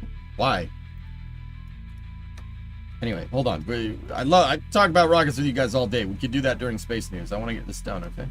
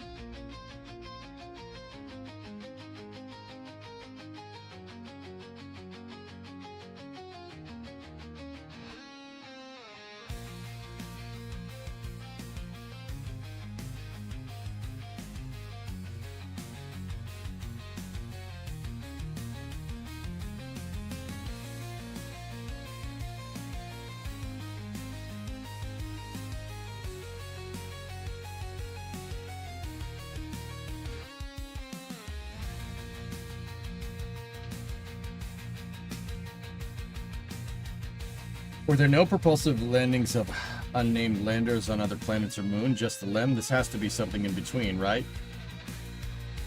Yeah, of course. The other systems were pressure-fed hypergulls. Not that the LMDE wasn't, but that was throttleable because you had to fly it and fly it back down.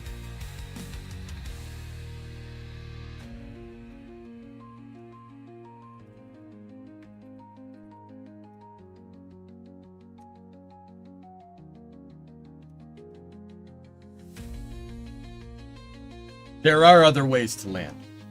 That's what I'm trying to say. But propulsive landings on other planets are not as widespread as you might think. Like on Mars, parachutes. Oh, yeah. But that isn't to say that there isn't some descent motors, right? But I'm willing to bet, I don't know this off the top of my head, but I'm willing to bet that all of those engines use a similar fuel injection system to the LMDE, at least the ones that are using liquid fuel. Yes, you heard that right. Surveyor landed on the moon with a direct descent from Earth, from translunar injection, with a solid. The solid did the majority of your descent, and then they landed basically on RCS.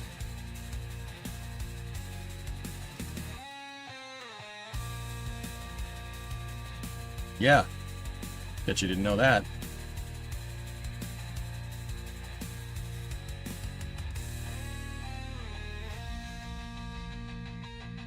Think about how crazy that actually is for a second.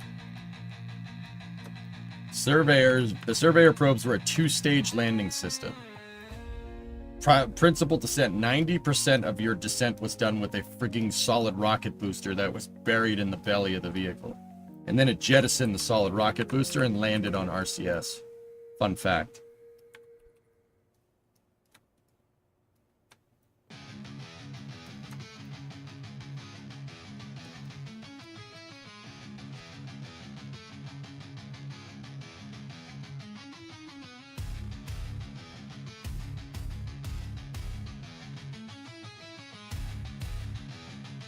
Alright, that's going to strut to the forward inner stage, which is the forward inner stage shape.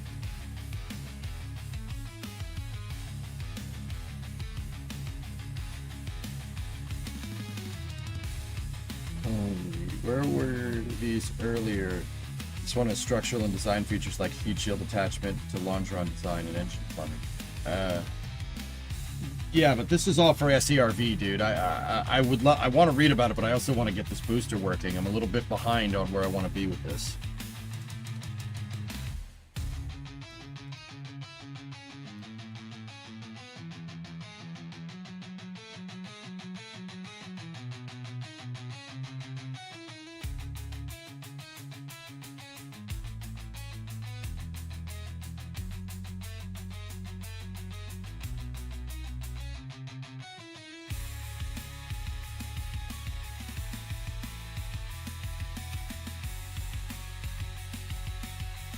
We were so close to having the M1. Dude, they built all the test stands for it. Including a full all-up test stand. They built them out in Sacramento. Aerojet did. We found it on Google Earth. It's a gigantic testing complex, complete for testing LOX turbine or LOX gas generator, hydrogen gas generator, turbine, a full engine test stand. Yeah, all manner of crazy stuff, dude. It's really, really frigging annoying. The Apollo program was going places, dude. Like, Seacrack, part of me is like, dude, if they, there is no way that the Apollo program could have kept, like, if it kept going, there's no way it would have cost as much. Because most of that funding was setting up, most of the funding for the Apollo program, guys, was setting up the industrial base needed for a super heavy launch vehicle. Most of it. I'd say at least 60% of that funding from the Apollo program. Actually, let's say half. You know, there's no facilities to build a 10-meter rocket core. There's nothing. You had to build all of them. There's no test stands to test a 10-meter rocket core. You had to build all of them. There's no factory to produce a 10-meter rocket core. You had to build it. There's no launch pad for something that big, right? You had to build it. That's where a lot of the funding for the Apollo program went, into building test stands, building out the industrial base for super heavy launch capability. What do you suppose they were going to change to make the F1 burn hydrogen? Twin turbos, twin turbo pumps, open cycle gas generators on either side. The Carolox one uses a single gas generator that's closed cycle.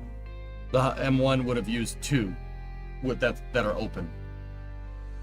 Like, we could have kept going with the Apollo program indefinitely for not a lot of money. The reason why is because at that point you're just basically buying new rockets that you already designed.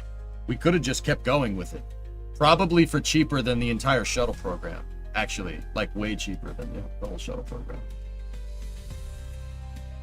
Yeah, actually way cheaper.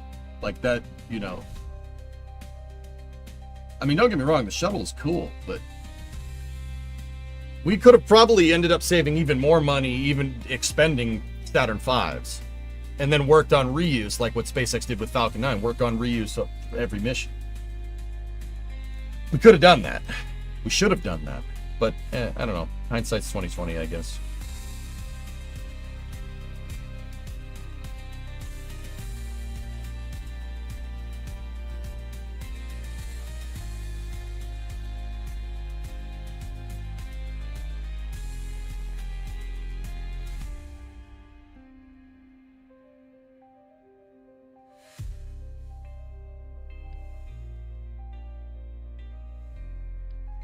The other thing that I want to do is to make sure the fuel tanks don't get shock loaded. This is going to be a little bit of a weird thing to do, but some people have suggested this, and I'm going to do it. I'm going to move 6 of my engines to a node attachment on the fuel tank. So some of the engines are helping to push up the fuel tanks, and others are not.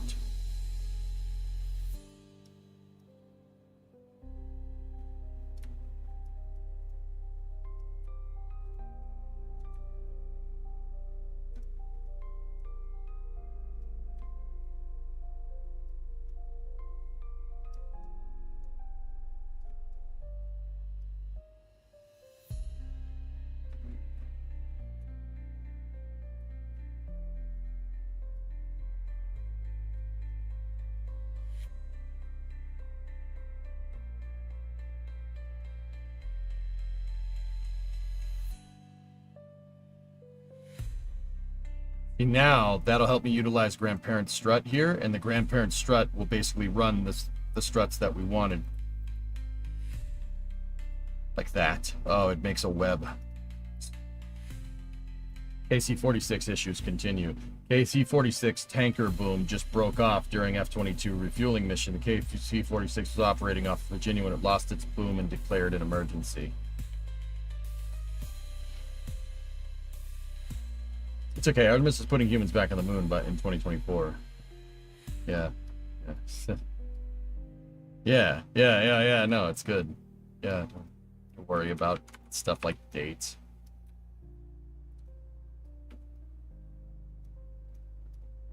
Actually, Artemis 2 was originally scheduled to be in 2022. Yeah. Artemis 3 was supposed to be this year. But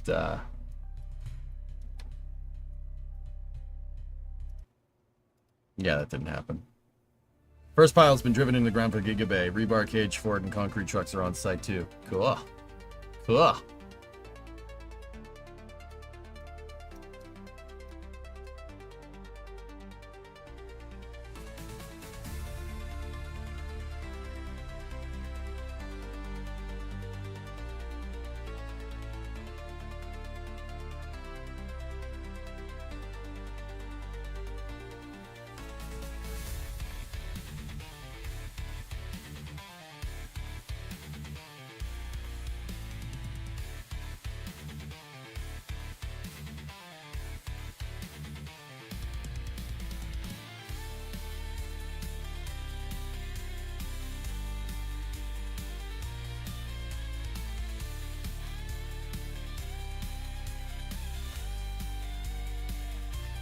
Okay, now that the engine is pushing, these engines are pushing on the fuel tanks, it's going to be, we need to make sure that we run struts to the fairing shapes here.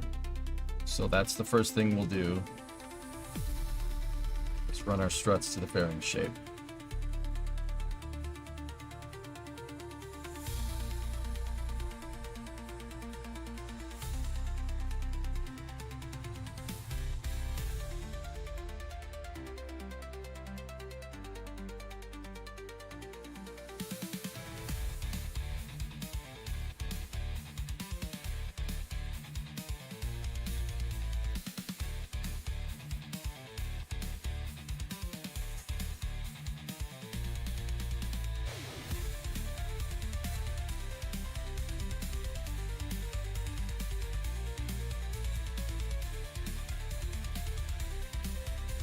How many stages are in a normal turbo pump for a Hydrolox engine pumping hydrogen? Depends.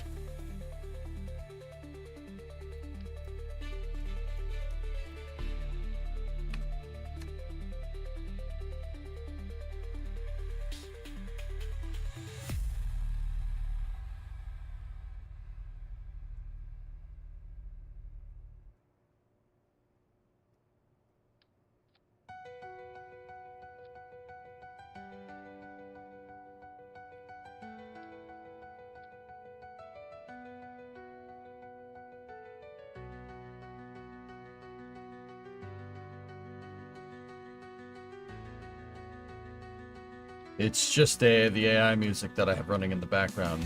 All Systems composed this, one of my moderators.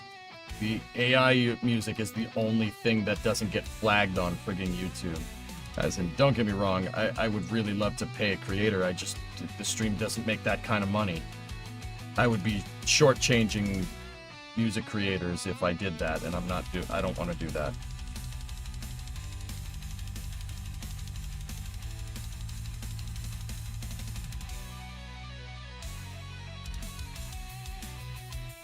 I want to pay people what they deserve, and I really just can't do that.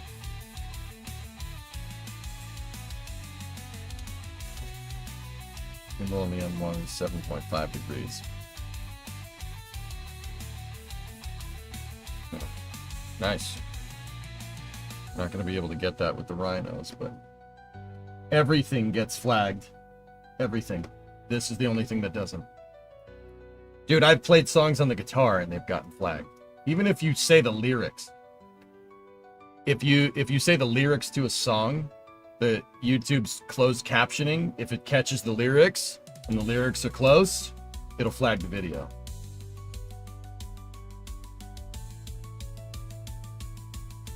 What about no music? What about it?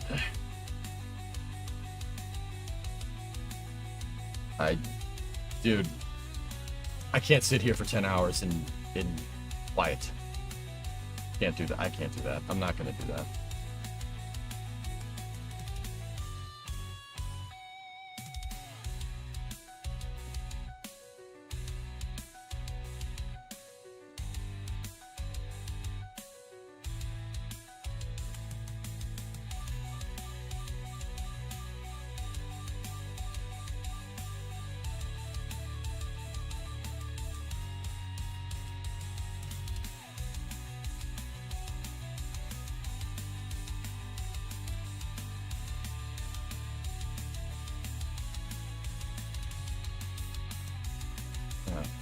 Guys, I'll be honest. I don't want to have a conversation about music and audio on the streams. All right, this is just AI music. That's what I'm listening to. I don't really want to talk more about it, guys. The reason why is just because then this turns into everybody trying to come up with a solution for it. I don't need a solution. My solution is working. I don't need a better way to do this. I don't want a better way to do this. This is fine. It's working just fine. And I'd rather spend time giving you guys content than trying to waste time getting music figured out and all that other stuff, dude. Like, I prefer to just do this way. I don't need a solution, fellas. I appreciate it, though, but I don't need that.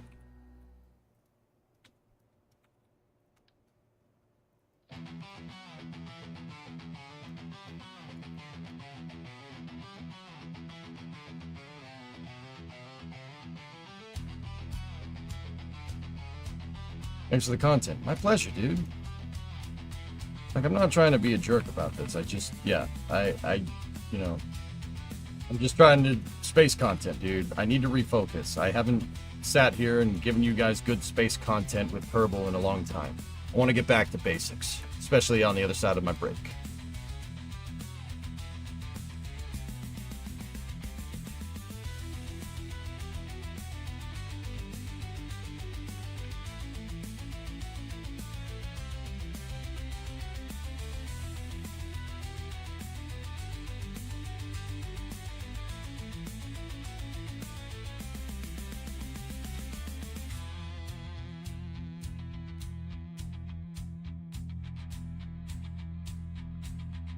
So.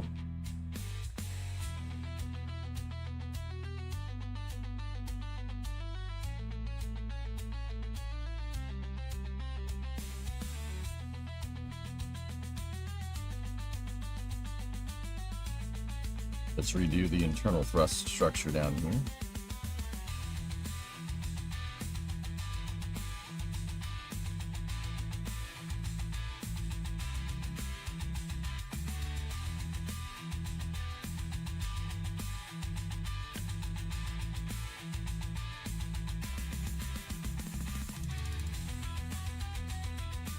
No, that doesn't need to be attached like that.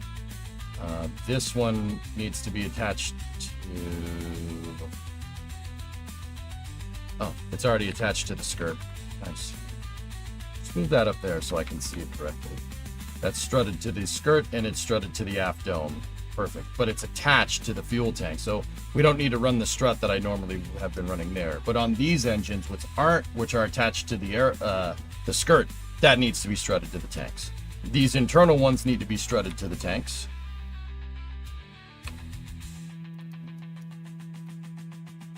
Actually, you know what? I don't think we need the triangulation. Let's just leave it like that and see what it does. All right, so now my fuel tanks are going to need some help here.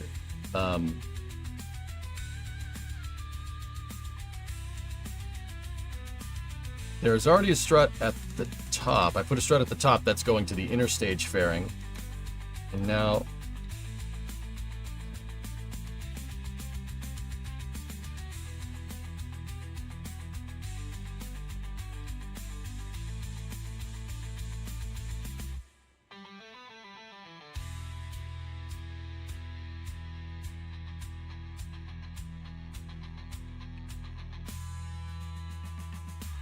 I'm going to do that. I'm going to go with the bare minimum amount of struts.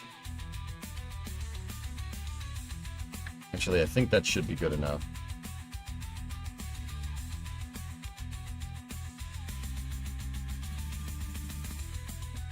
I'll clean up this in a second.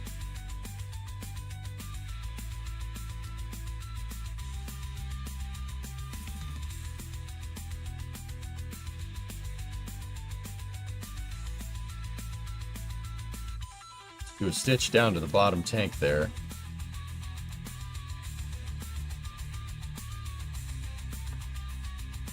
Actually, you know what? This is too much. Let's back it off. Let's back it off. Let's do our testing. And we'll see. I'm pretty sure the closed fairing is going to hold the tanks in place. The Because my old tank design, the R4 design, got up to 450 parts, and I was like, no, that's not good enough. It needs to be less. We can do that for less. Okay.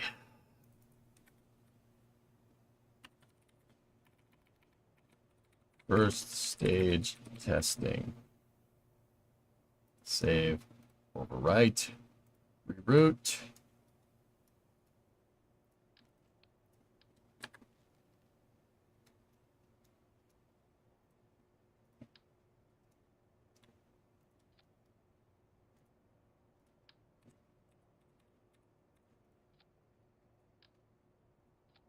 Okay. Hold down points in the same spot here.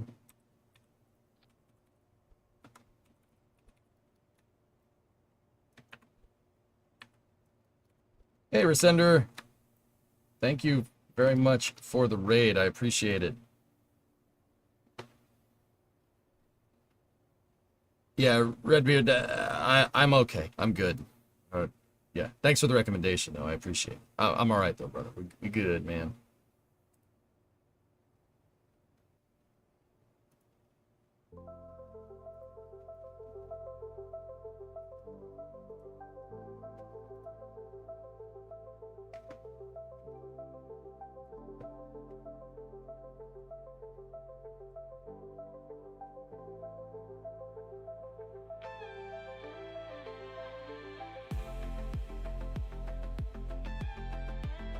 Okay, so this has a major thrust section redesign and a major structural redesign. So let's switch it over.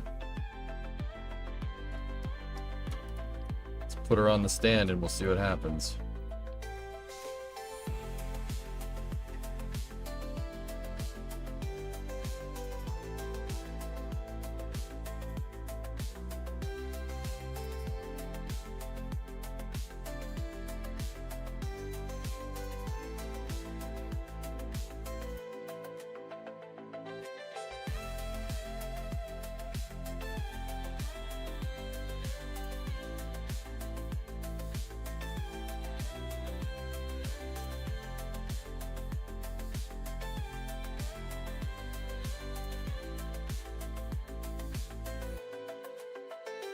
Oh, okay, Red Dude, I got you. Come on, baby. Kerbal could probably do with a restart. The load times are getting pretty bad. How much memory is it using? 17 gigs. Nice. That was probably restart.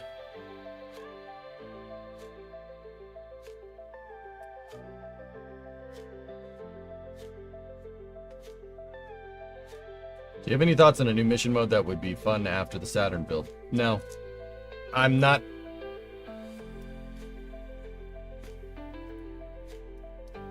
planning anything.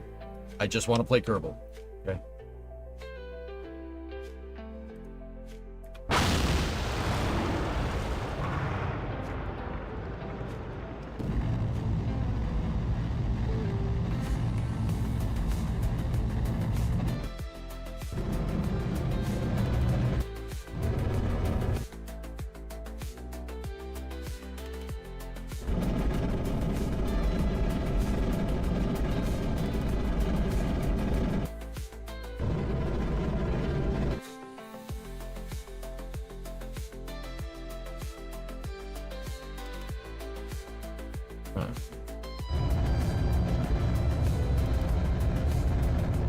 Well, it's way stronger, that's for sure. But we gotta...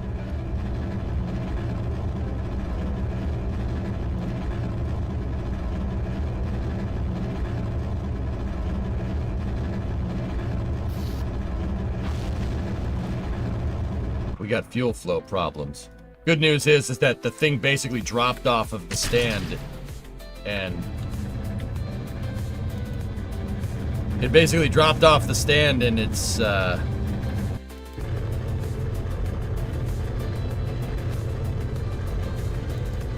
nice. It dropped off the stand and crashed onto the top of the launch deck, And yeah, way stronger.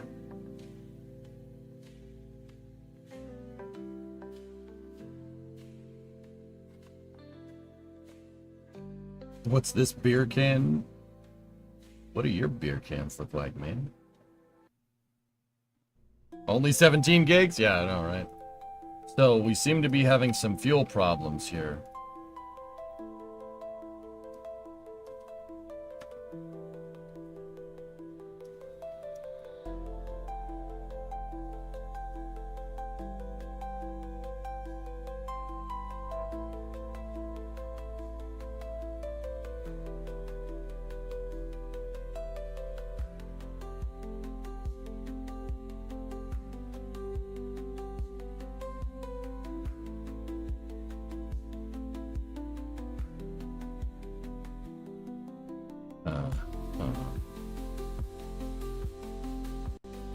Why would that be happening?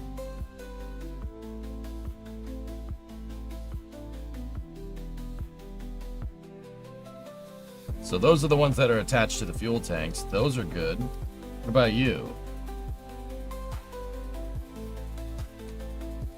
Why are we transferring fuel? Maybe it's the engine plate.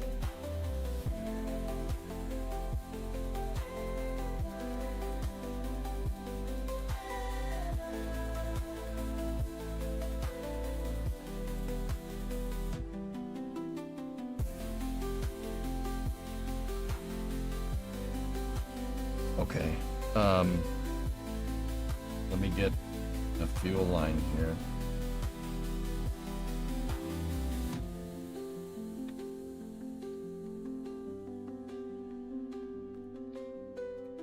That should do it.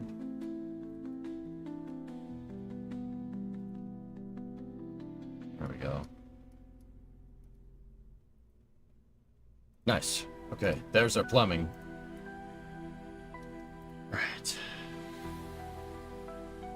R5 first stage test. The only changes that we made was that, and actually it looked pretty damn promising the way it was. I'm actually pretty happy. I might want to do some cross struts here and here, but what's our part count at? 169. Nice.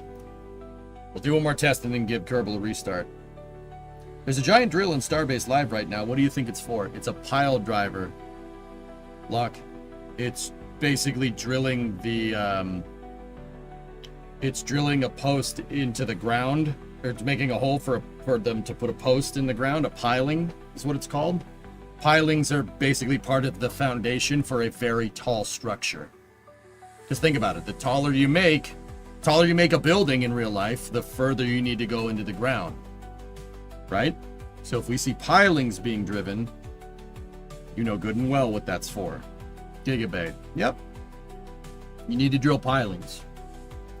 You should see, I don't know if you were around when they first built the first OLM out there, pad A or pad 1 or this pad or that pad or whatever.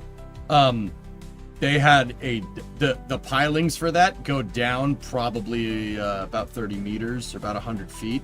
100-foot pilings that are probably, they're the same width as the 6 posts for the OLM. But they go 30 meters that way. They're big pilings. But to be fair, it's got to hold up something pretty damn heavy. Forgot to ask you about your thoughts on Hail Mary. I've never seen it. Never seen it, read the book. Never read the book. I haven't seen the trailer, haven't read the book.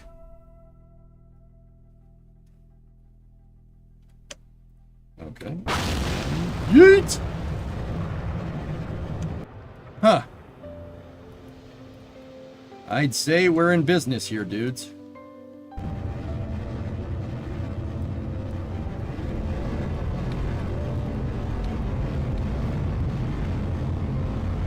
Let's try to land it. Well, land it.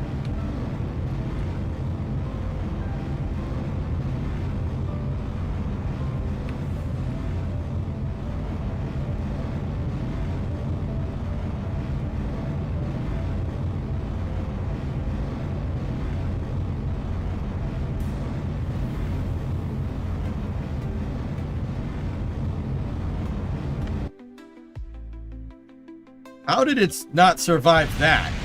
But it survived being dropped off of the damn pad.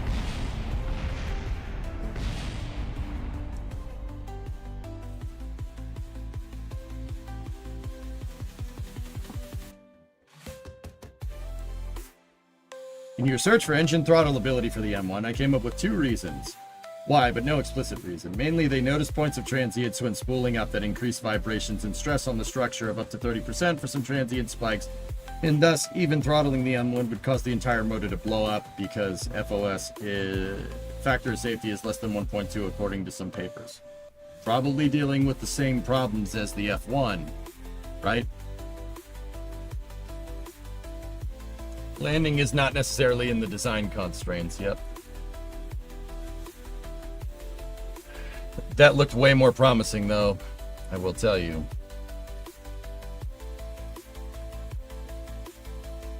Astrophysics, you're going to try to reach Duna for the first time. Wish you luck. You got this, don't worry.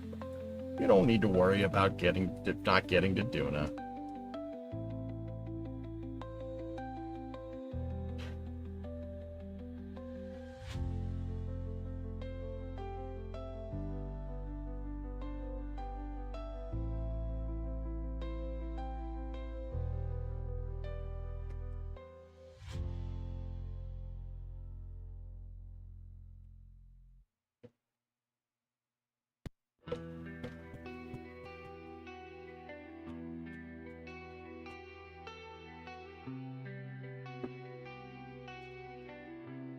Gotcha, I think it's Anywhere's best book yet. Better than The Martian, but The Martian still rocks. Just hope the movie adaptation does it some justice.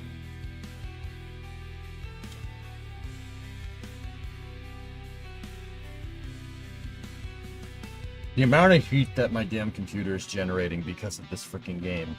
We gotta restart, dude. That's the problem. It's like, oh, no, just one more test, bro. Just one more test. Hey Jeff, I haven't stopped by in a few minutes. What solutions did you use? How did you make the fairing less explodey? Instead of 2 fairings, I made it 1, and then I put the engine plate in the direct thrust structure.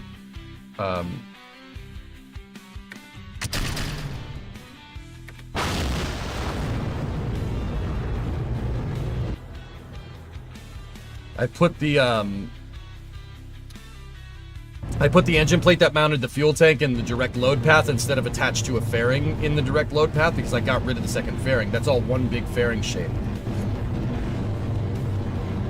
Now I'm just thinking what we got to do. With this thing is basically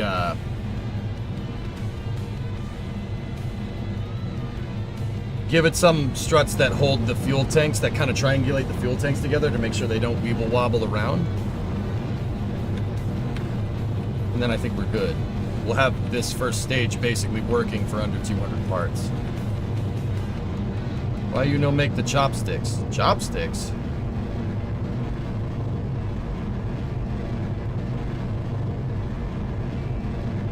Right now, my first stage is putting out 16 meganewtons of thrust. And it's at 1/3 power, which is pretty cool. My TWR calculation is all screwed up though because we overclocked the engines.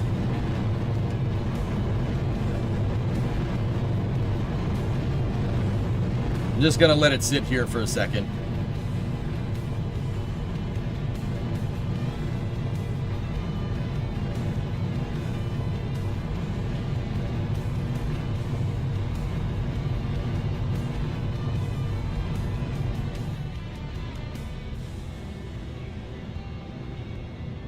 I'm going to try to set it down with less fuel in the tanks this time. This is part of a testing regime where what we're researching here is shock load testing on the entire tank design. My TWR and all the calculations here are all screwed up because these engines, these Mastodon engines, we have overclocked. They're making 300% thrust. They make 3,000 kilonewtons of thrust at full power, give or take. So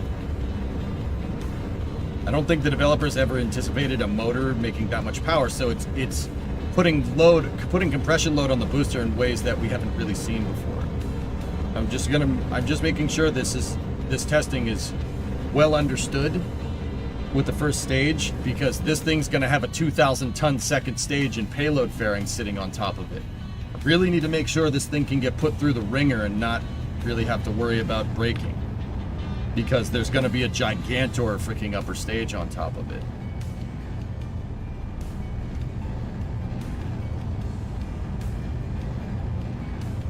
All right, let's try to set her down.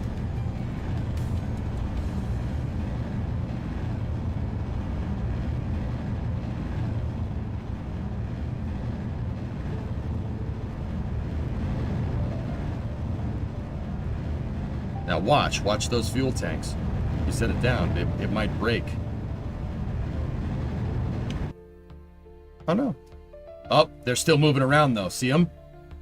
See the Z fighting that's going on there? We gotta get them to stay still. We can do that with struts, basically.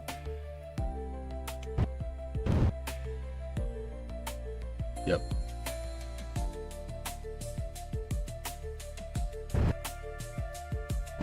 You see that slight movement there? That's what's getting us.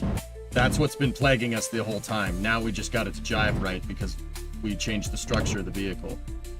Yeah, guys, this is just the first stage, by the way. Just the first stage.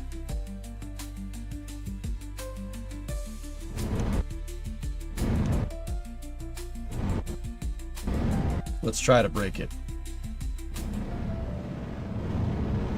Drop. Dude. Okay.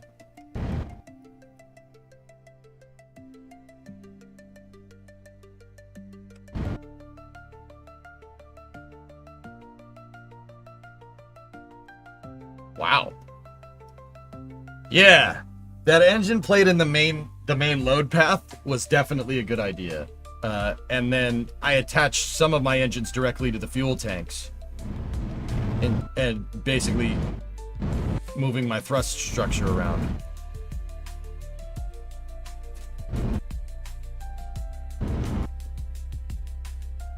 Dude, that thing is, yeah, see? I'm gonna put a couple sets of struts to make sure that the fuel tanks don't bounce around like that.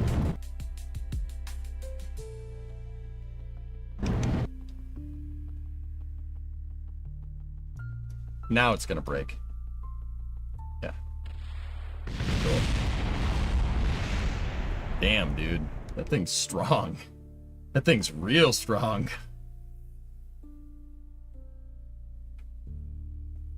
If it moves and you don't want it to, more struts. If it doesn't move and you want it to, more boosters. That's the KSP way, indeed. See? Sat here, put our head down. Now we got a real good stage. You know, refactoring the design and changing it 4 or 5 times over was really the right move there. The rapid iteration really helped us a lot.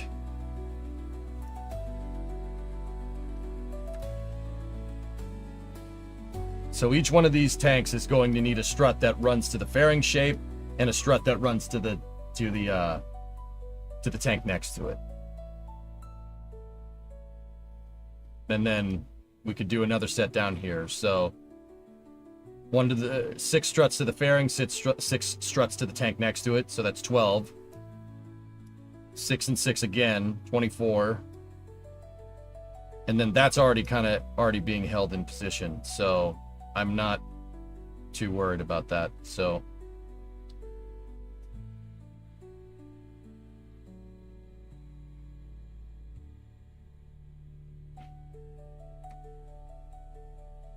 how much overclock? The Mastodon engines have a 308.9972. Repeating, of course, overclock. Would have Falcon 9 failed that reuse testing?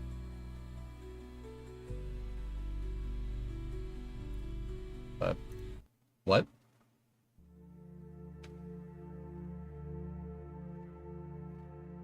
Jeb or Val? Val wasn't in the game when I started playing, so Jeb. Almost time to start work on stage 2 then. That's right, Ethereal. Yep.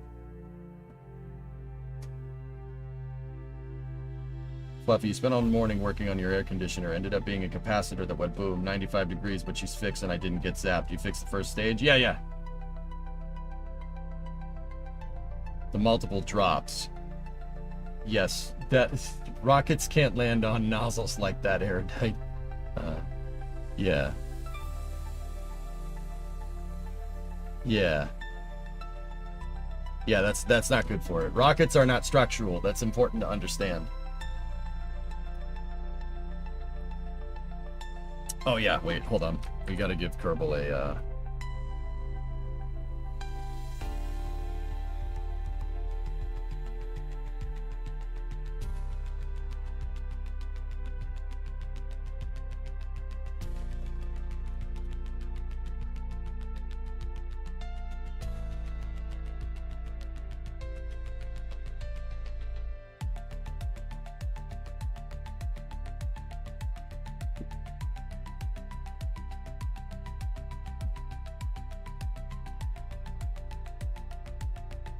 been a while since we had an NRE.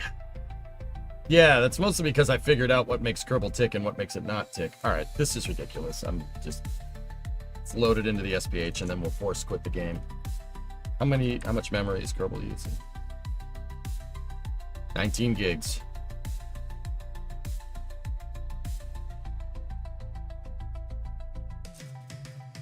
The garbage collection in KSP is non-existent, guys.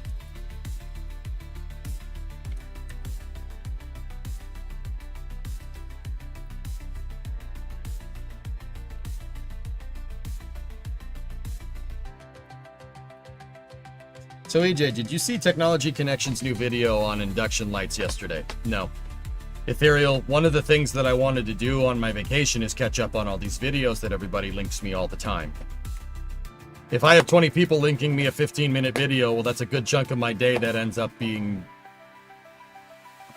you know, like that I keep that, dude, I don't have that much time in the day, right?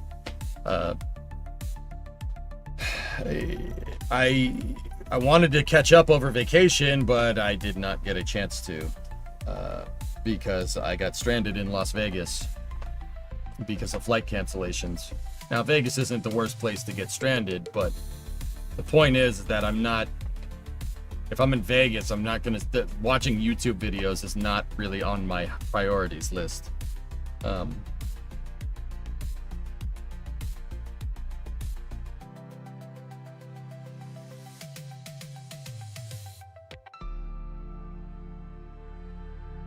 Flight cancel to Vegas sounds rare. Yeah, it doesn't happen a lot. Submit a Jira ticket. No. So I haven't even kept up with all the auto YouTubers that I watch. I'm so far behind. I don't even know which videos to watch and what not. That's awesome. Oh. Sea Kraken, that's pretty cool.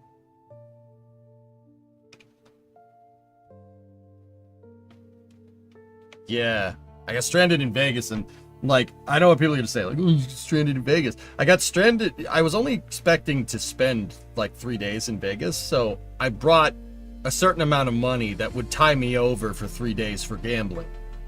And my rule of thumb is that if you're gonna go to a casino, you only use the cash that you bring with you. That really is a good way to just prevent, you know, gambling addiction, right? And me, I gotta be careful. I can lock in on something and then that's it. You know, like what we do with KSP.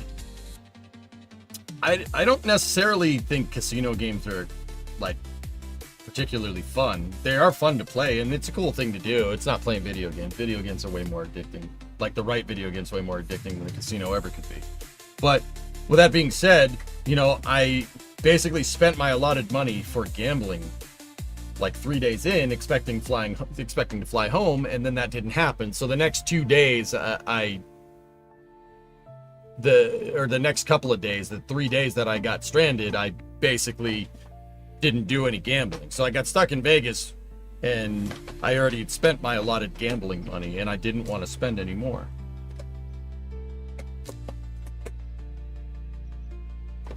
Well, just got a flat tire and waiting on getting your car towed. How's your day going? Fine. You don't have a spare 95? Or a jack? You just released yesterday, so it wouldn't have been available on your vacation.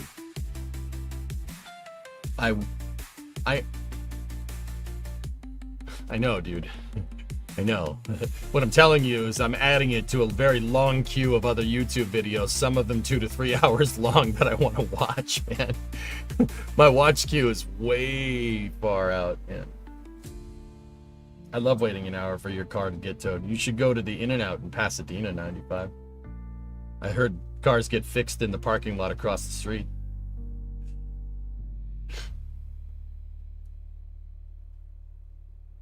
Oh, yeah, that checks out. Yeah, no, it's all good, man. All good. All right, so R5.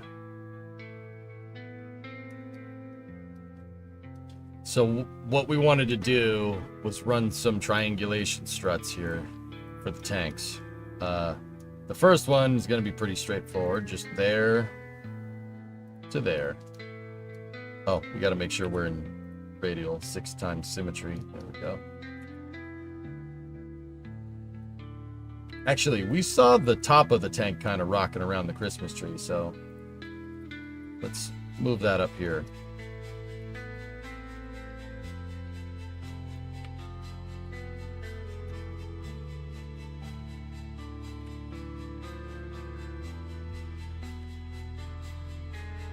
All right.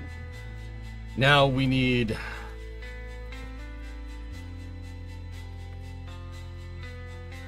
I've had 2 coffees and nothing else today. It's also after a workout, you're wiped. Alright, whatever.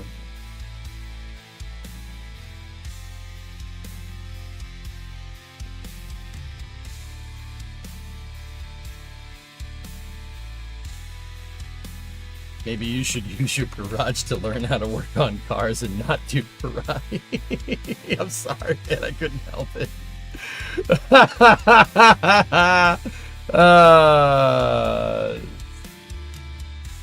Sorry.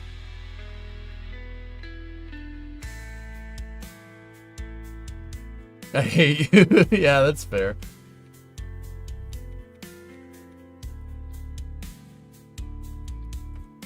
Actually, no. Let's go with my minimum amount of struts. Yeah, that's all right. Yeah, that beats. That tracks.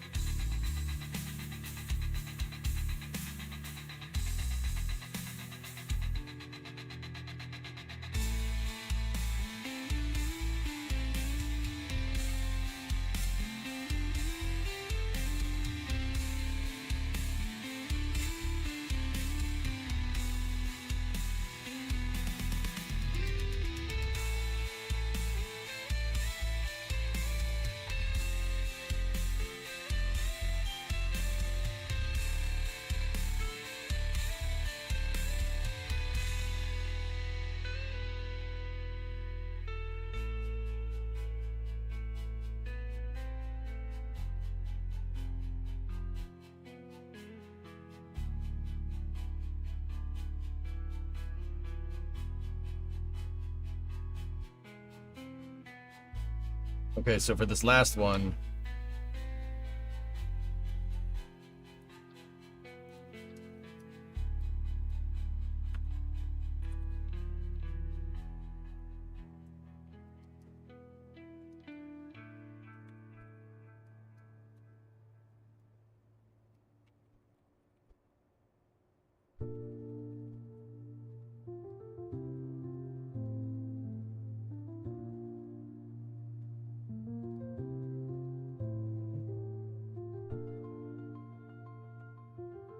now right in front of those,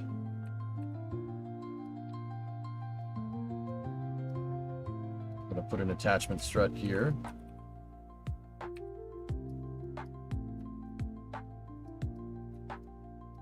Make sure it's rotated in the right direction. Get rotated, idiot.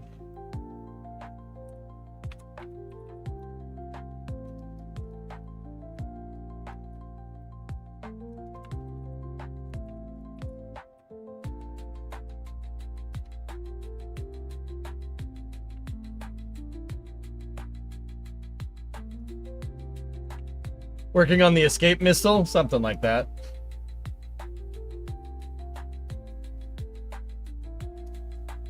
All right, dudes. First stage test. Overwrite. Let's put it out on the test stand in the same way we've put all the other ones out there. Get rid of the master graph file after we saved under a different name. Go. Batteries on it.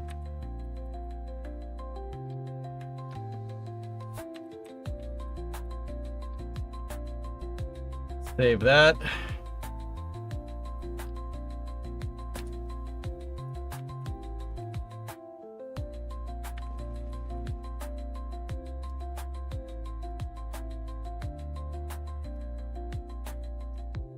Struts need to be in 8 times symmetry for the test to be analogous to all the other ones. Okay, heaviest part auto strut.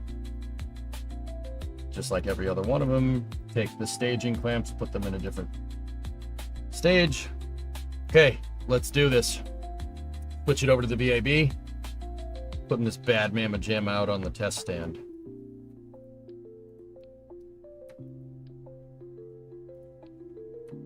All right.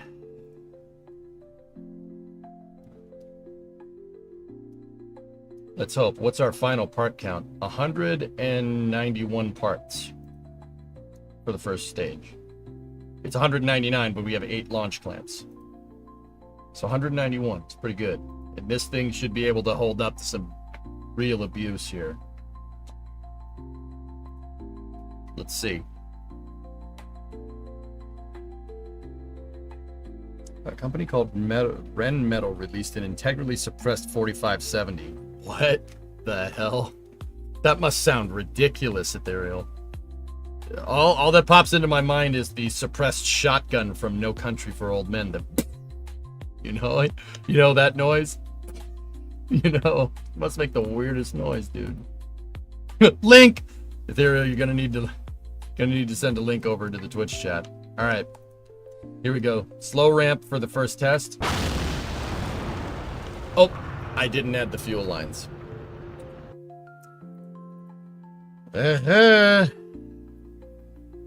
Link, Zelda! No.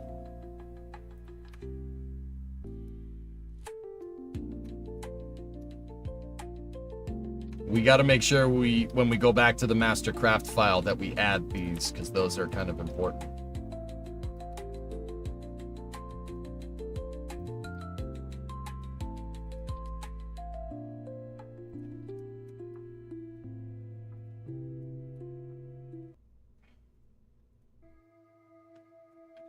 Hey, we didn't blow up the booster on our first test. That first test of this booster. We didn't blow it up, so, Hitting the steel target with the thing impacts louder than the gun. I just saw Jim Bridenstine on Tori Bruno's newest podcast. Really? Huh. Mastercraft, what are you building a boat? Maybe. No. No!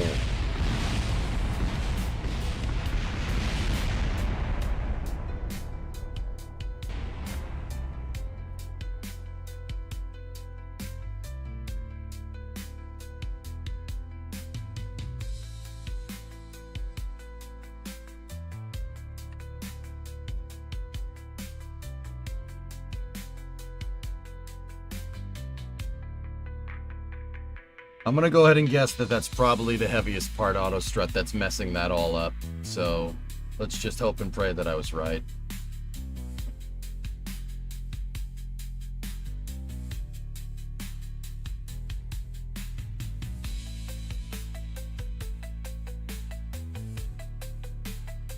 Check out the last page. I'd like to focus on testing right now, dude.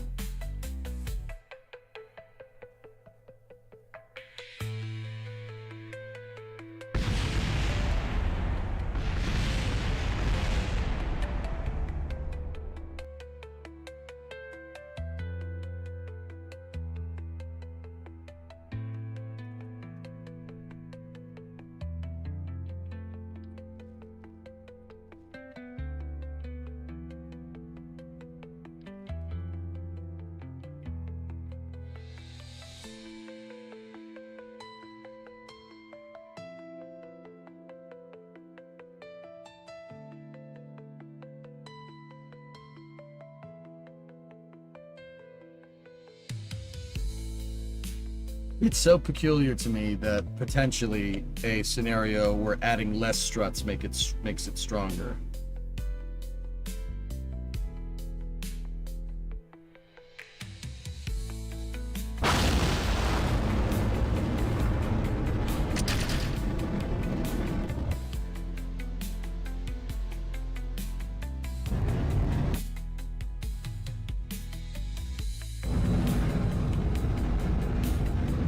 Those fairing struts, dudes. The strutting fuel tank to fairing is making it angry. I don't know why. This is honestly new behavior for me. I've never encountered a scenario where that is the case.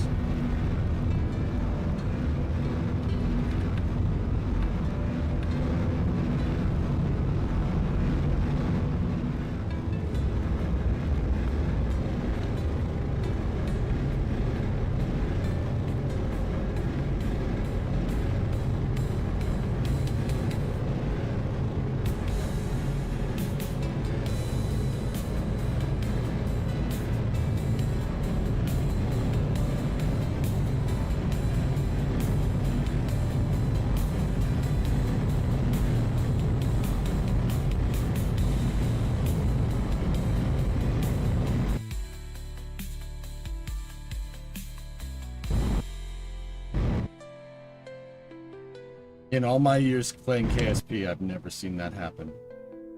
It actually is better if those tanks can, like, kind of move around a little bit.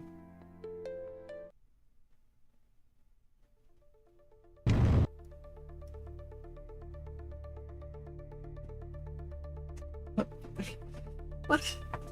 I've never seen that. Ever. I've never seen that. Making the tanks more rigid actually made it blow up.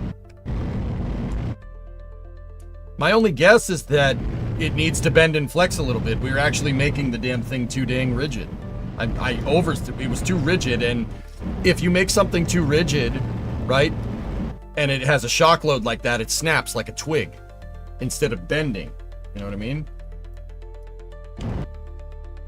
An engineer, you have to allow for some wiggle. No, I know that, absolutely. I just didn't... Dude, that tank, each one of these tanks fully filled is 288 tons. I didn't think one strut would freeze it up that much, you know? Oh, we are A-okay here. We're good, dudes. The tanks kind of moving around like that are gonna really piss me off, but...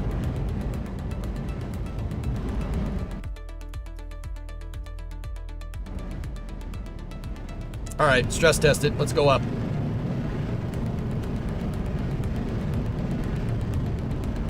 5 Gs of acceleration.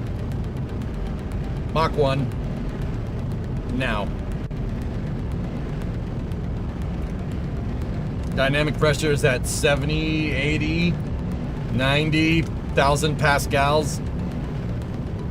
100, 101. We have 14 psi at dynamic pressure on the front of the booster, which is, yeah, that's a little much. Past max Q.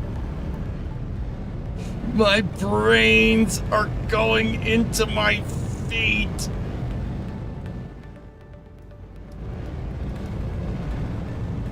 Dude, these overclocked mastodons are insane.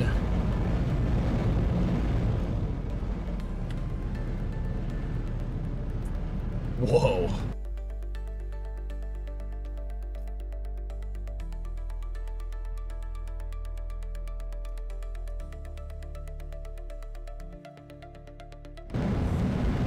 Turn around. I want to go back down.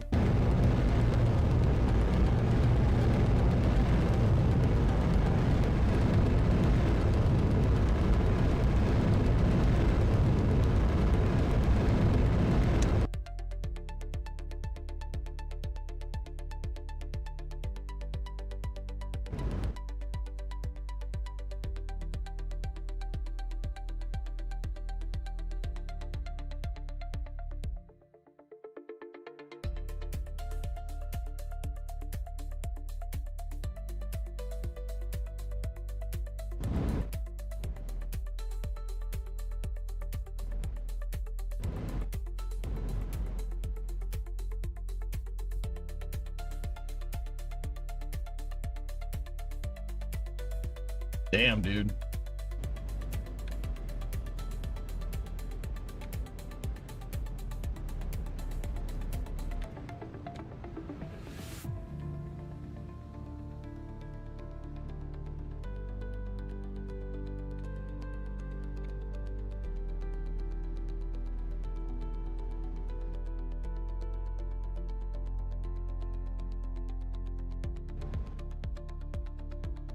Oh.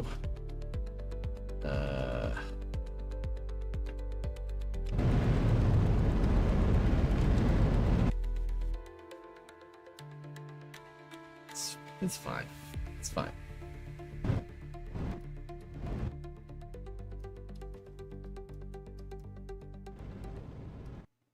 It's pretty good, thousands, right?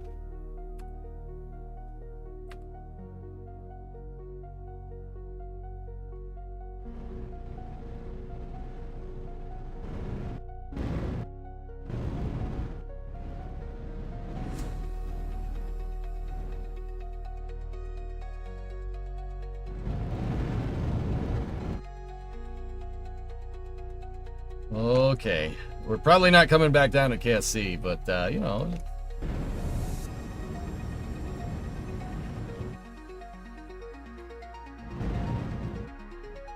Yeah, the arrow wants to make that skirt fly forward. We're gonna need some fins on this bad boy. Sorry, Twitch chat, I can't send you the link. Oh, okay. You can get permit, dude. How much drag? Total drag? 15, 16, 1700, 1800, 2000 kilonewtons. Yeah, who knew? That's not very aerodynamic, huh? Oh, we are breaking the sound barrier. Okay, yeah, we're going Mach 2. Actually, that's pretty damn stable. That's not bad. All right, shock load. Ready?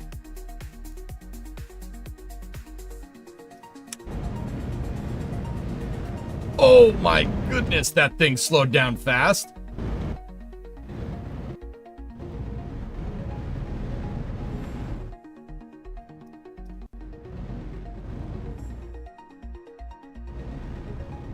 Yeah, we're going sideways.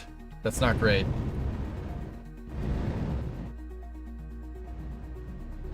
Yeah, we're out of fuel. Man, dude, did you see what I just did? We decelerated from 500 meters a second to 0 and very quickly. Yeah, okay. I'm pretty happy with this. Yeet! Trees, trees, trees, trees, trees, trees, trees. Hey, a fuel tank. Never mind.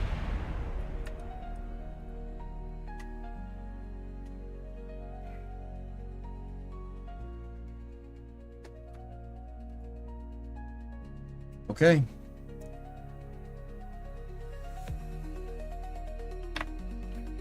I'm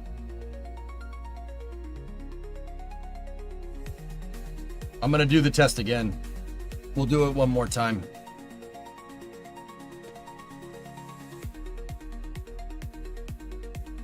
What did the G meter max out at? 20, I think. You think it'll buff out? No, that one won't. That one won't. In the future, though, yeah.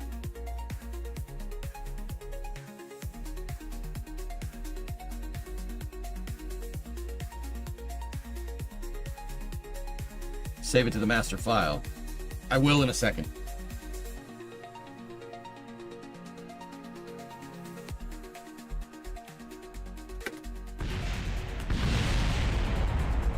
That's why I wanted to test it again. What the hell was that about?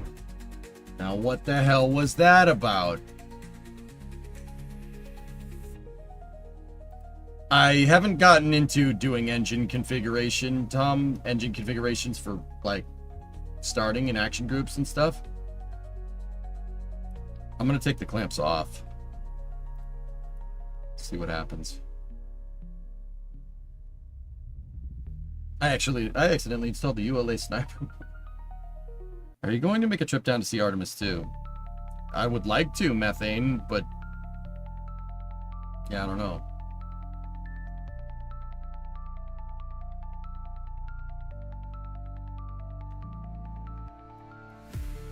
What the f...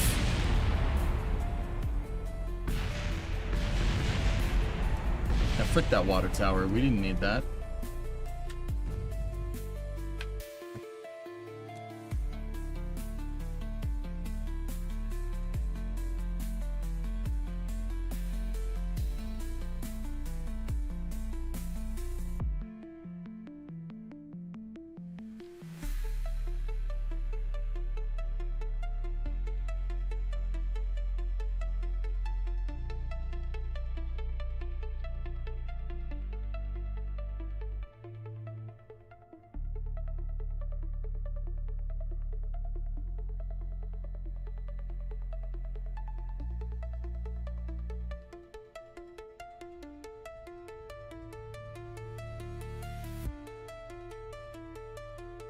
I don't like that. I don't like that it doesn't work all of a sudden.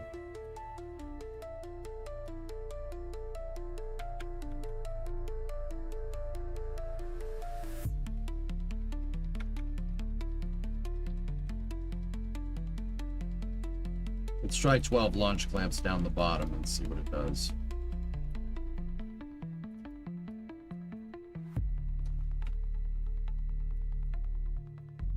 Instead of 8 launch clamps up at the top.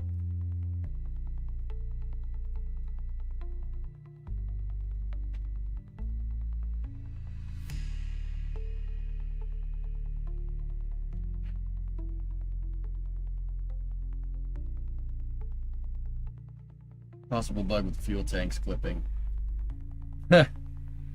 Yeah, Stu. I'll get back to you on that one.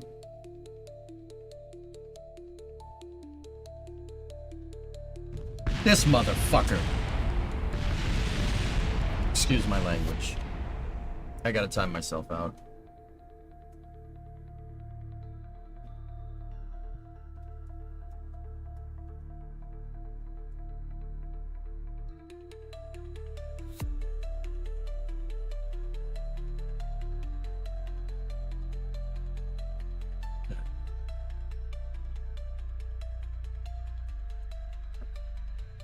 We didn't change anything and it's not working all of a sudden, which is it's a little surprising.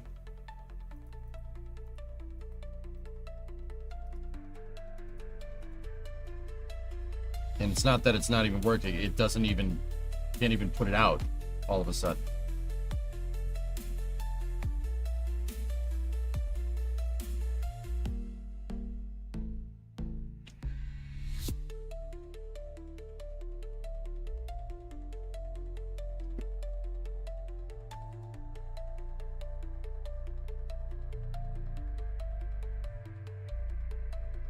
I didn't change anything, did I? I mean, I don't think I did. I mean, we changed the launch clamps around a little bit. Oh, look! Just, yeah, break it! Sure! Yeah, just explode! That's lovely. Just blow up! Sure!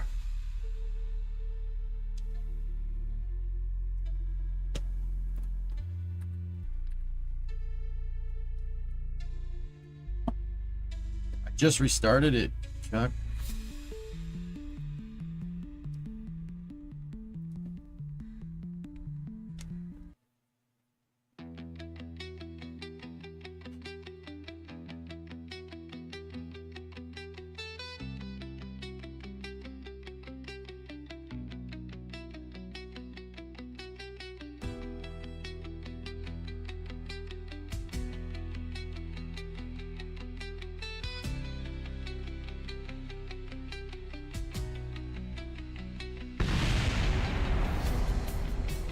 I didn't change anything. It's so annoying, dude. I didn't change a thing, and it just... What did we do? Like, did I do something different? I must have messed with something when I wasn't thinking about it. Because I've never seen Kerbal be inconsistent like that. It doesn't do that. Putting it in the exact same scenario every time. I don't understand. Let's... This is the configuration that it was in, non-auto strutted, and it would break off the clamps and land on the ground.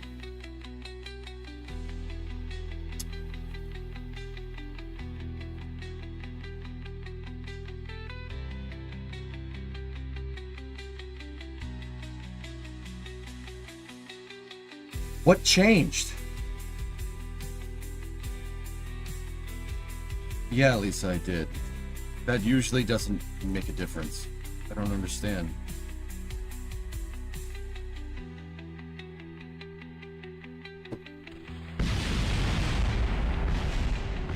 That exact test was working just a second ago. It was working just fine. Like, it was perfect. I don't understand what changed here. Could it be the height? What?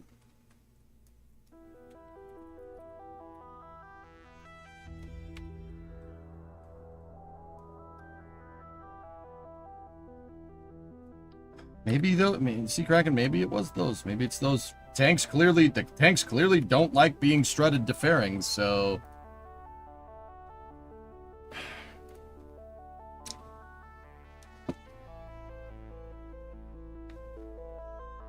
KSP usually isn't this inconsistent, dudes. I don't understand. I really don't get it. That doesn't.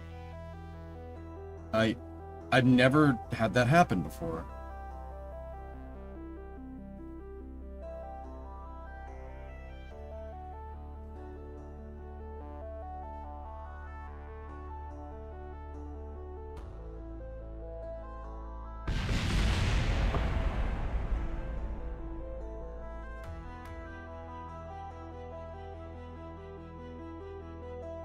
Structural failure on linkage between protective shell and EP50 engine plate. All right, let's put it out again. Blow it up.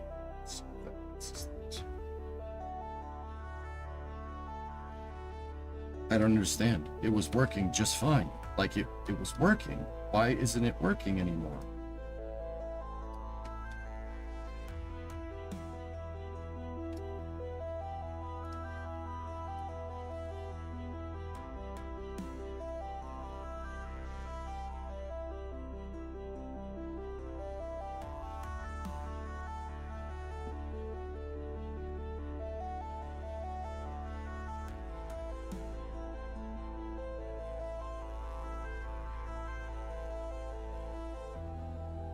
Get rid of all the struts that you added. Okay. All right. I will.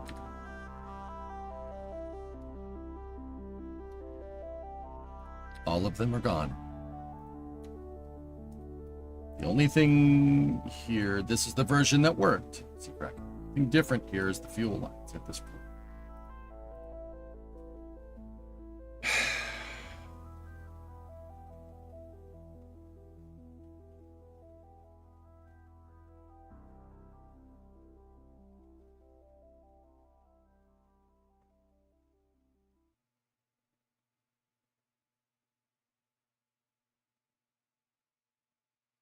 I don't get it, man. That's very strange. I've never seen Kerbal be inconsistent like that.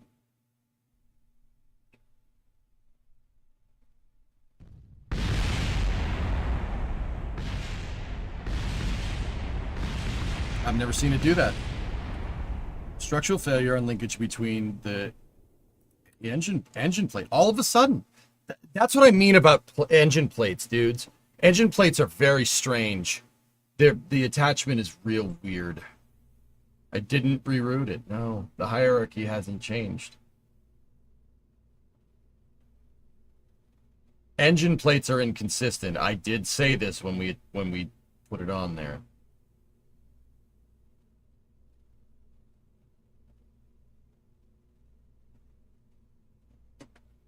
All right. Enable rigid on the engine plate. I don't trust rigid attachment, dude. If it's snapping, making it more rigid is going to make it not do that.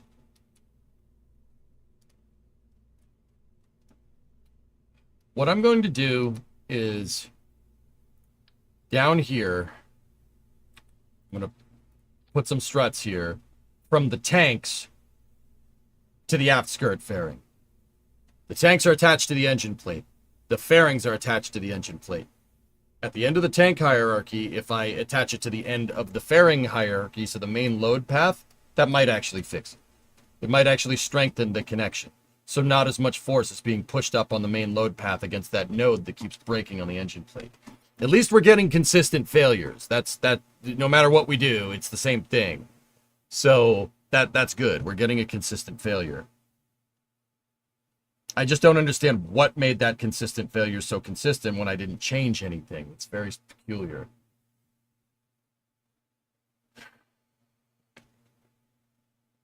We could strut. The other thing, conversely, Seacracken is strutting the...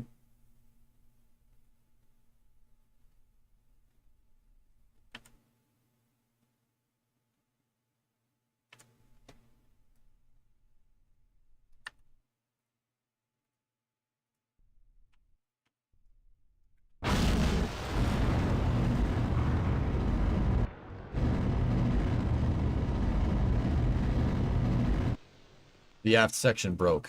It broke off. So we lost 12 of the engines. But the fuel tanks and the engines attached to said fuel tanks stayed rigid that time. They stayed strong. They didn't blow up.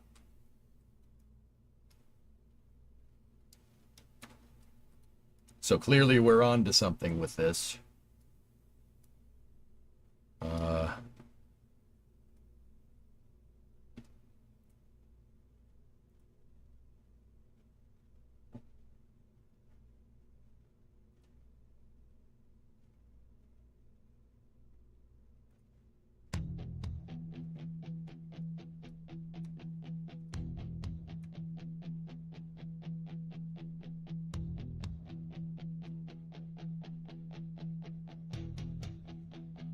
The thing might be too far away to attach the struts, but we'll see.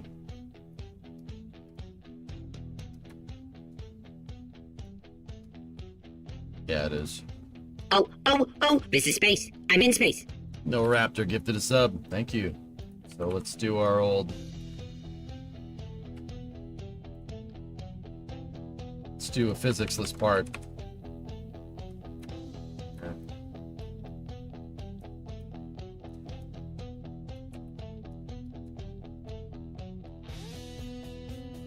So the physics-less part is attached to the end fairing, right? It's attached to the fairing piece that keeps breaking.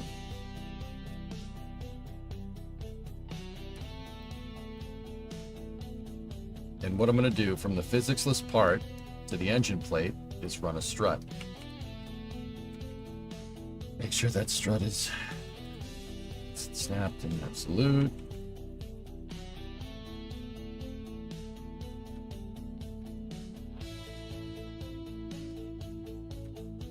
And then I will reinforce it by adding a pair of, another set of 6 struts to here, to the aft skirt.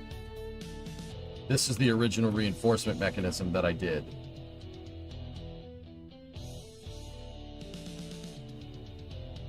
And then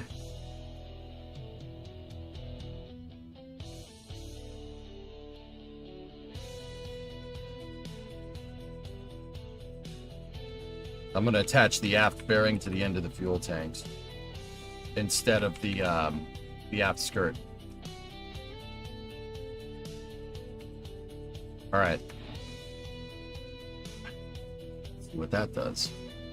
Question, what's the largest physics-less part? Can you use it as a load carrier for the thrust structure?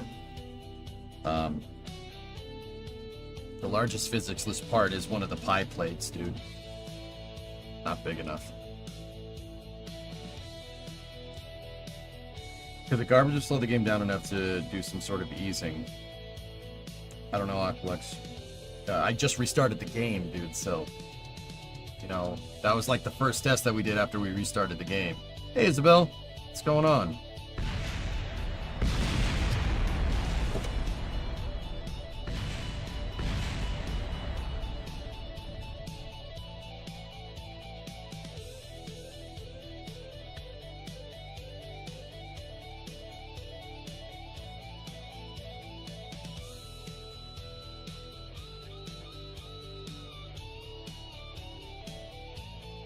Oh, I needed to check the failure mode.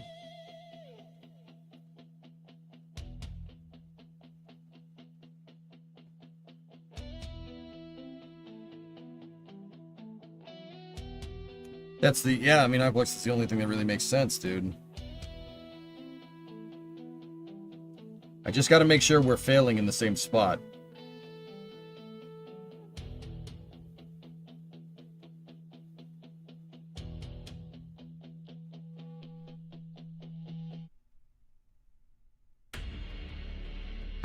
Physics easing in progress. Yeah, sure. Structural failure between AEFF5 protective shell and EP50 engine plate.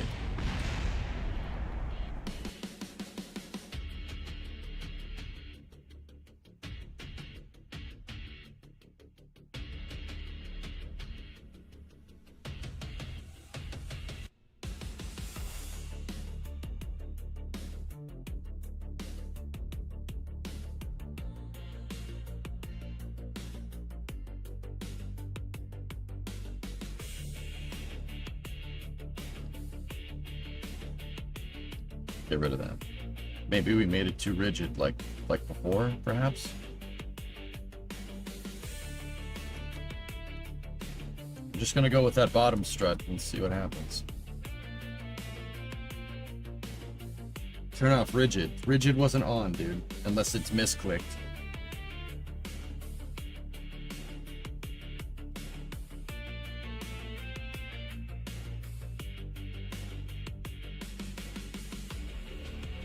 It just sucks to make all that really good progress and then I can't figure out why that we're not doing the progress thing anymore.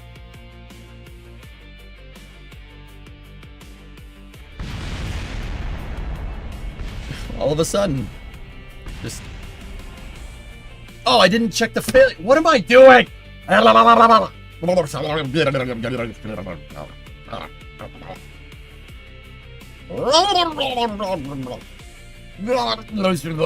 Doo-doo caca poo-poo.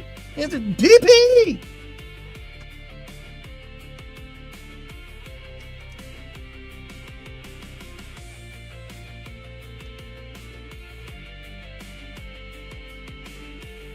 I like to do the cha-cha.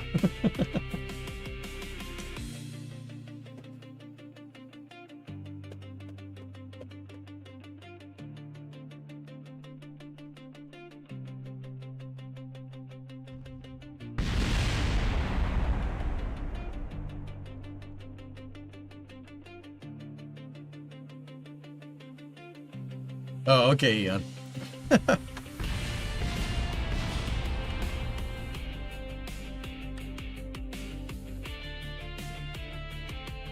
EJ, read the copy. Just the copy. Copy is good. Just read it. News! News! News!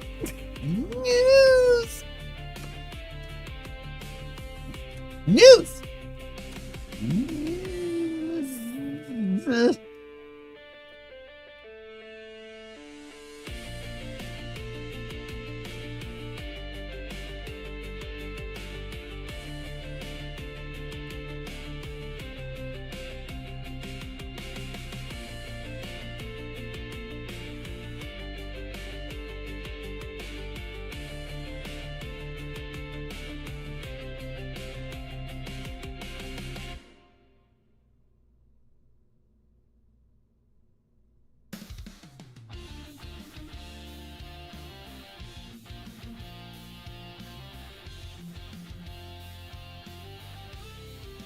Discovery. Hey, Low Hellbore. throttle up. 112-month resub. Thanks, man.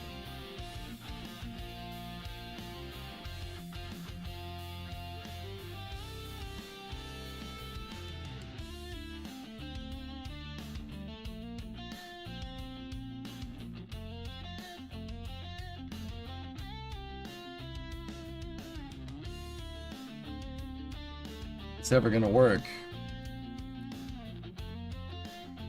No, it's not, and all my attempts are futile, Graham. Yeah, of course I'm gonna get it to work. It's just gonna take some time when you're doing something this complicated.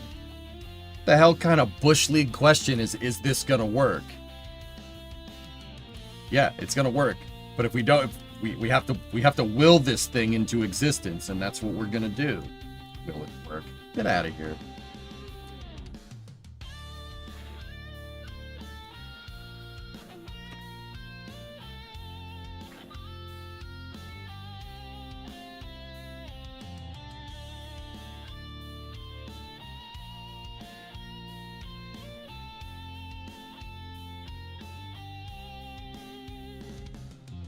Why not strut the tanks to the engine? Yeah, Graham, hold up. Graham, did you let go away and come back for a little bit? Did you just pop back in because you were doing something else? Yeah, okay. All right. You've missed a lot of troubleshooting. I would suggest going back into the VOD and checking that. We got the thing working, and then we didn't get it working right after that. Like, I put it out on the pad. I got it to work. It worked excellent. The stage was coming down at like Mach 2, and I fired all the engines at full blast, and the thing was fine.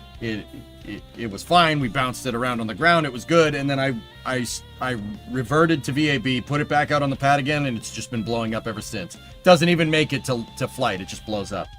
So I didn't change anything, and the craft just started exploding. It's failing at the attachment point for the engine section. So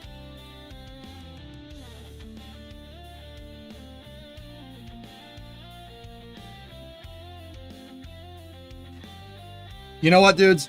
I'm gonna address the elephant in the room. It's the back fairing on this is attached in a really weird spot. It's attached to the big node on the engine plate. I'm gonna attach it to one of the engine mounts on the engine plate because I know for a fact, and I said this when we put it out, attaching to the back piece of the engine plate is that's a weird attachment point. I don't know what it is, but it does stuff like that. So, instead of trying to work my way around it, we're going to change it, and I'm going to attach the thrust structure of the vehicle to a different spot.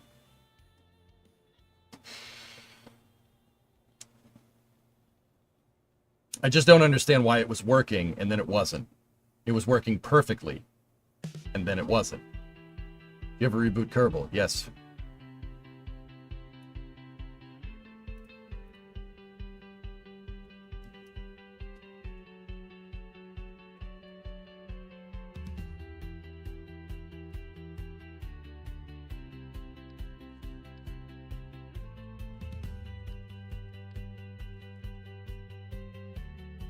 Something inconsistent was going on with the dang thing, and I have to do a couple of things here. Let's move those out of the way.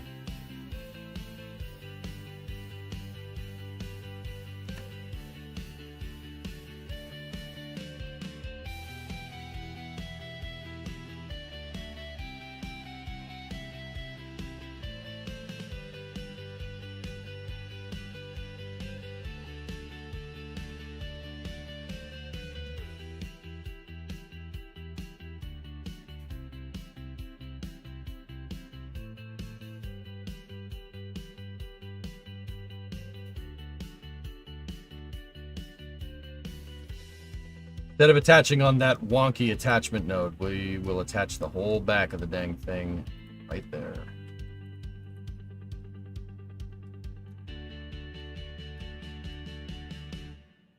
I tried to attach it to the weird node on the engine plate. I tried to do that because it's a bigger attachment node, and I would hope that we would get more structural rigidity from it, but that's not really how that ended up working.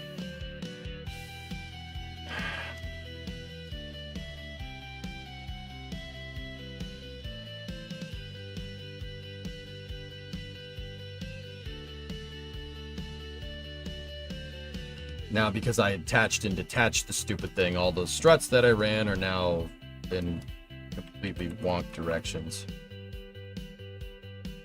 Oh, we fixed those ones.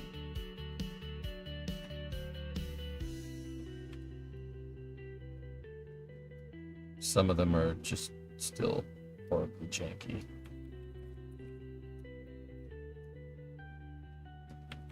There we go. That seems to have fixed that.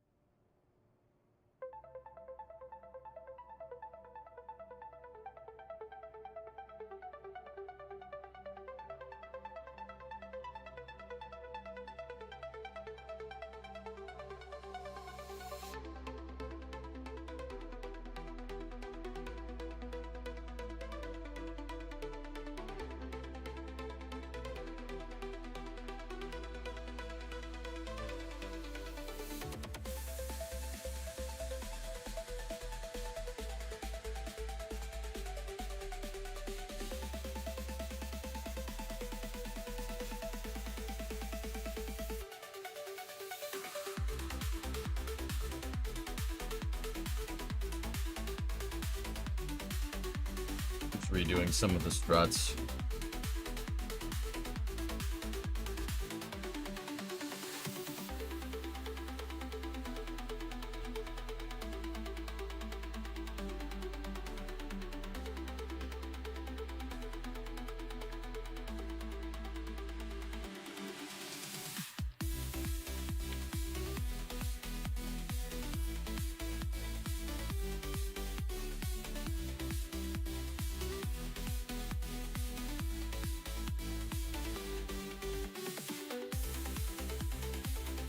Here's a silly thought. Do you ever have the resources to load a second instance of KSB in parallel?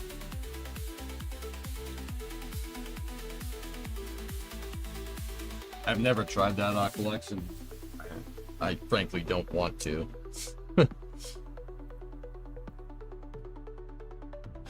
Yeah, I don't know, Redbeard. We have to figure it out. We got to prove it. When you're explaining things, can you put a subway surfers video above your head so we can focus up?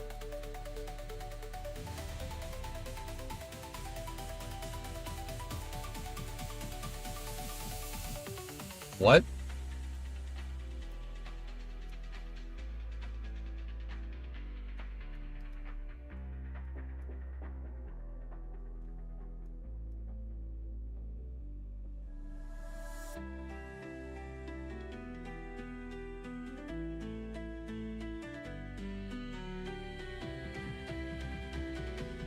Sorry, I forgot you don't understand it. Your UNC stats. Yeah, I know. You should be sorry. The adults are actually trying to do something here.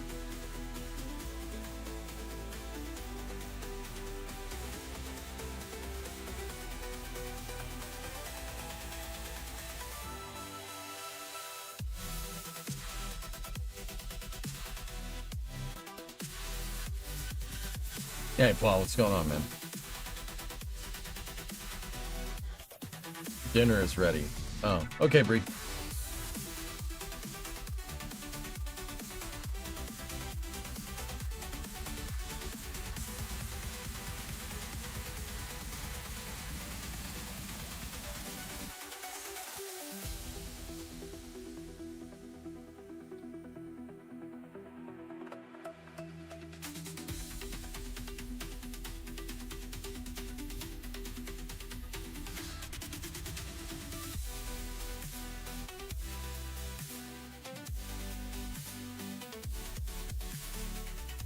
Discovery, go at throttle up.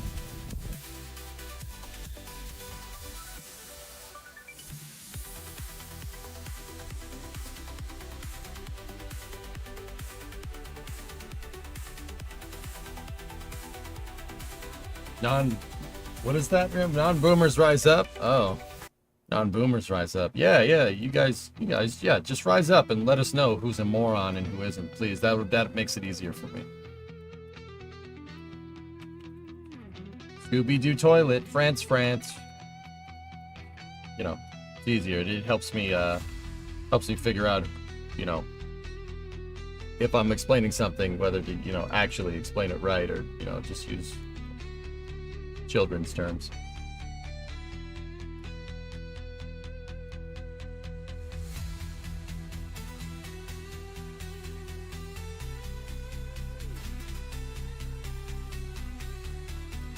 Man, we're gonna be the people doing jobs when you're in the nursing home.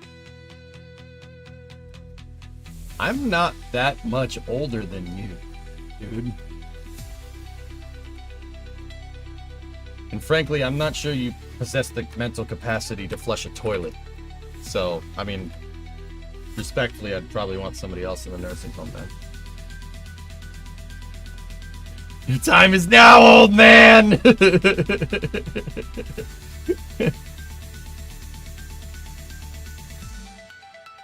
Oh, you guys don't know. You guys don't know. You guys don't know about that bullying, dude. I came from a time where bullying actually was a thing. Go eat? Nah, let me finish this and then we'll head out. You just landed the booster on the landing pad at KSC after 2 hours of attempts. Nice, Block. There you go. Bullying built character for me. That's right, man. All right. I don't know what struts we were running where. I forget.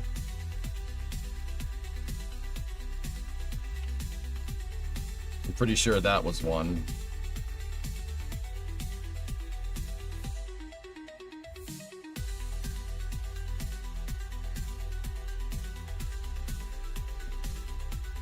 It's a yeah, that's a character.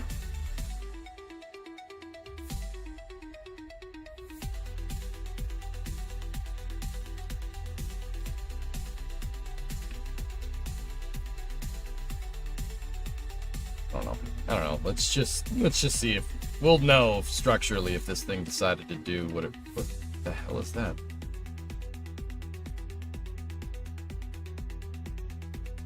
Where's that strut coming from?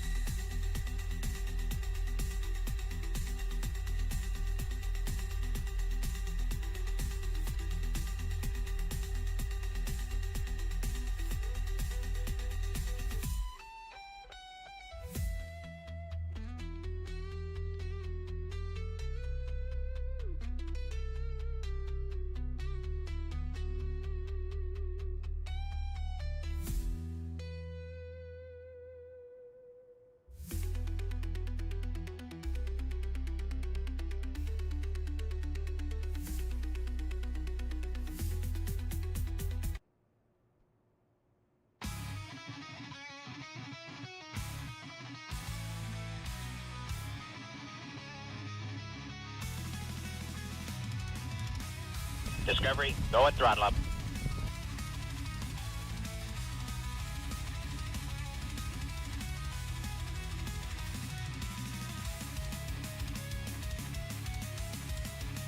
Alright, let's see what this does, dudes.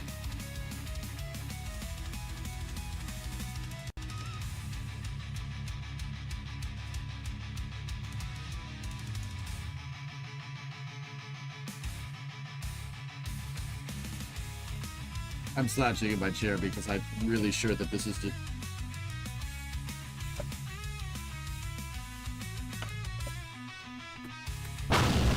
You! This freaking game, dude. This freaking game. Come on.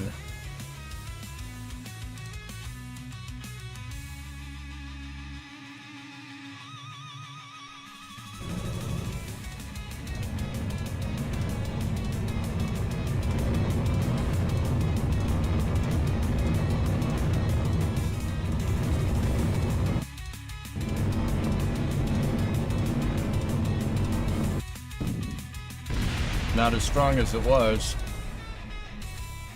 Same... What the hell, dude? Same failure point.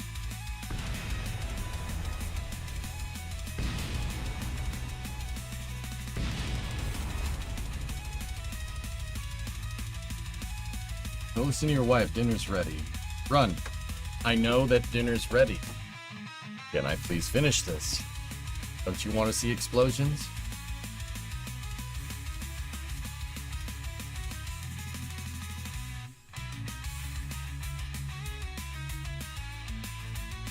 Let's see if that does it here, just out of curiosity. But dinner will get cold, dude. All I gotta do is put it outside, and it'll get warm. Trust me. It's really, really hot out again. Put it in the sun for a second, it'll warm up real good.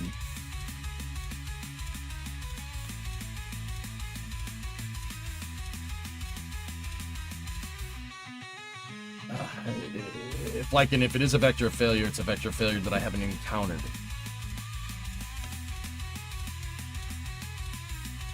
Hey, Elsters, I'm alright, man. Thank you for the reset, dude. How are you?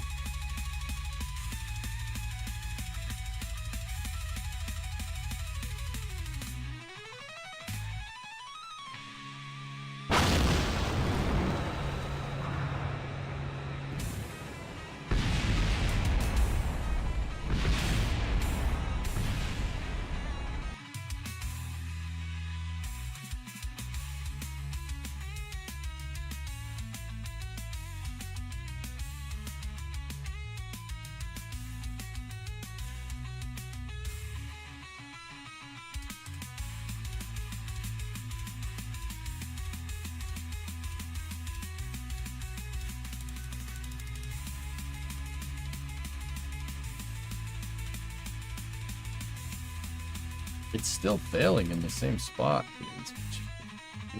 That's Piquet, your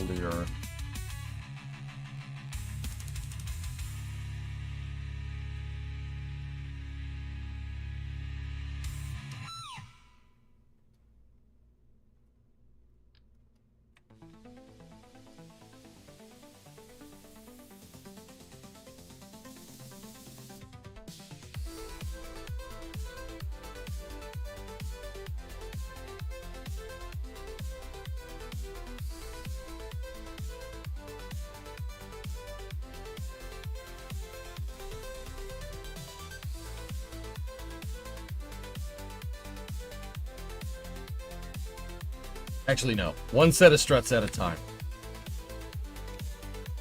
All right, couple more tests here, and at the top of the hour, I'm going to take a break, and then we'll come back for space news.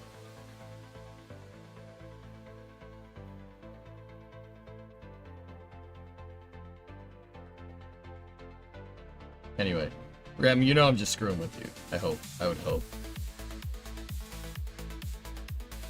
Believe me, I'm old enough to be able to say get off my lawn. And if I wanted you off my lawn, you'd know it. Guys, 2000 was 25 years ago. That's pretty cool. I'm old enough to be yo pappy.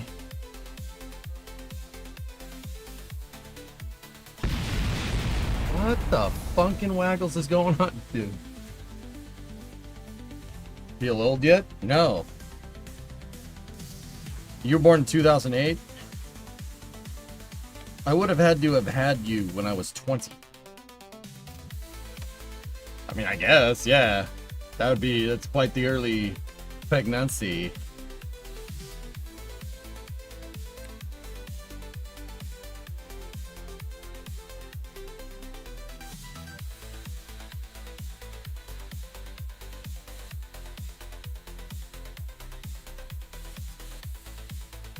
Hey Togo, what's up, man? Good to see some KSB. How you doing with the car? Go and throttle up. Slow progress, dude, but we'll work on the car tomorrow, dude. Tell people to get off your lawn. Don't Americans shoot first? Discovery, go and throttle up. Depends It depends on the state, man.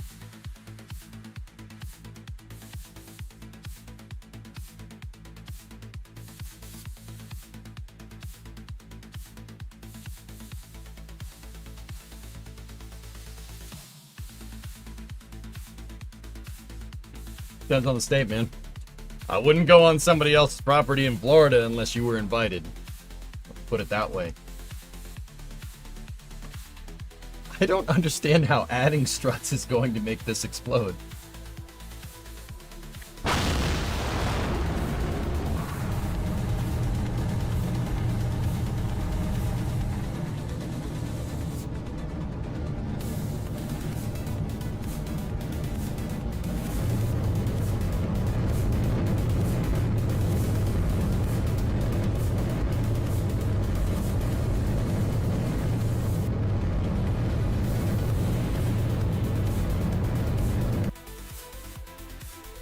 Oh no!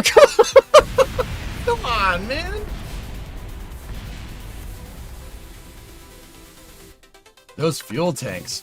I mean, the rocket really shouldn't be able to land on a full tank of gas. Falcon 9 wouldn't be able to do that. It would do the same thing for what it's worth, so.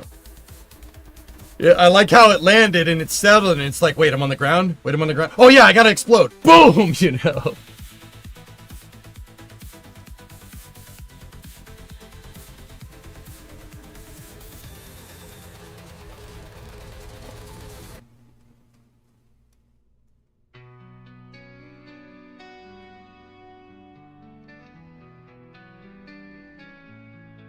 Okay, there's one more thing I want to check. Let's just move the tanks in one tick in and see if that makes it less angy.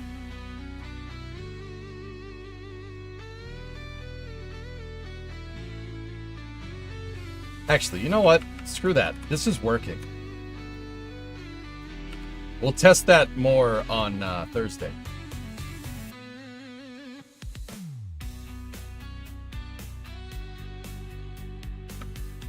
That might be it, home planet, yeah. We might just need less fuel. But see, what I'm worried about, dude, is that what happens when we go to put this thing out on the pad with full tanks of fuel? What's going to happen? What can lift more, this or super heavy? The real life version of this makes super heavy look like Falcon 1. Yeah. Actually, Falcon 9 would be a better analogy, dude. This rocket would have been insane. So super heavy makes 15 million pounds of thrust, roughly double a Saturn V. This makes... Don't explode. I didn't change anything. Oh, jeez. In the KSP version? I don't know. I don't know.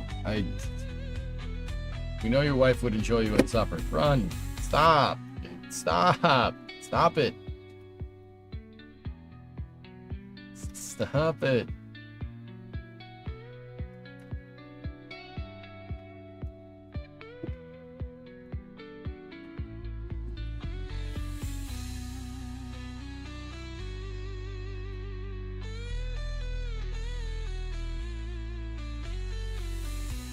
That's exactly where it was, dude. I'm gonna move it in one, just because it doesn't matter. Continuity is out the window. Is the gravity set back to 1? Yeah, Rarest, it should be. I'll double check.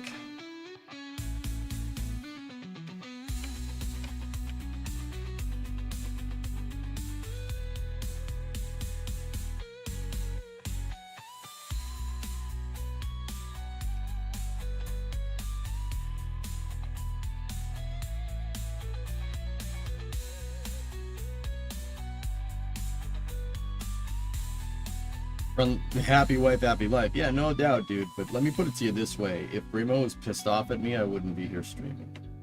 I would be immediately trying to figure out and fix whatever was wrong.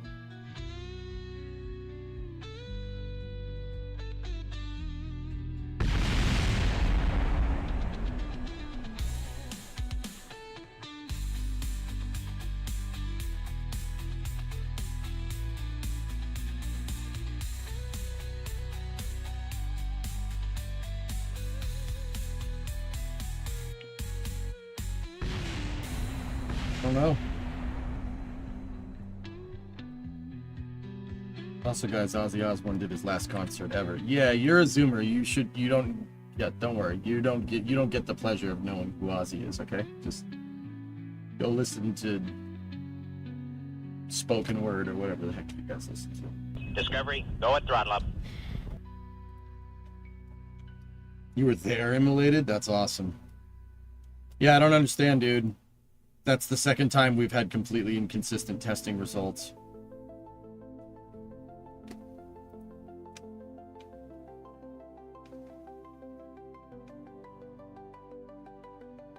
All right, well, we're just gonna have to test it more and figure it out another day.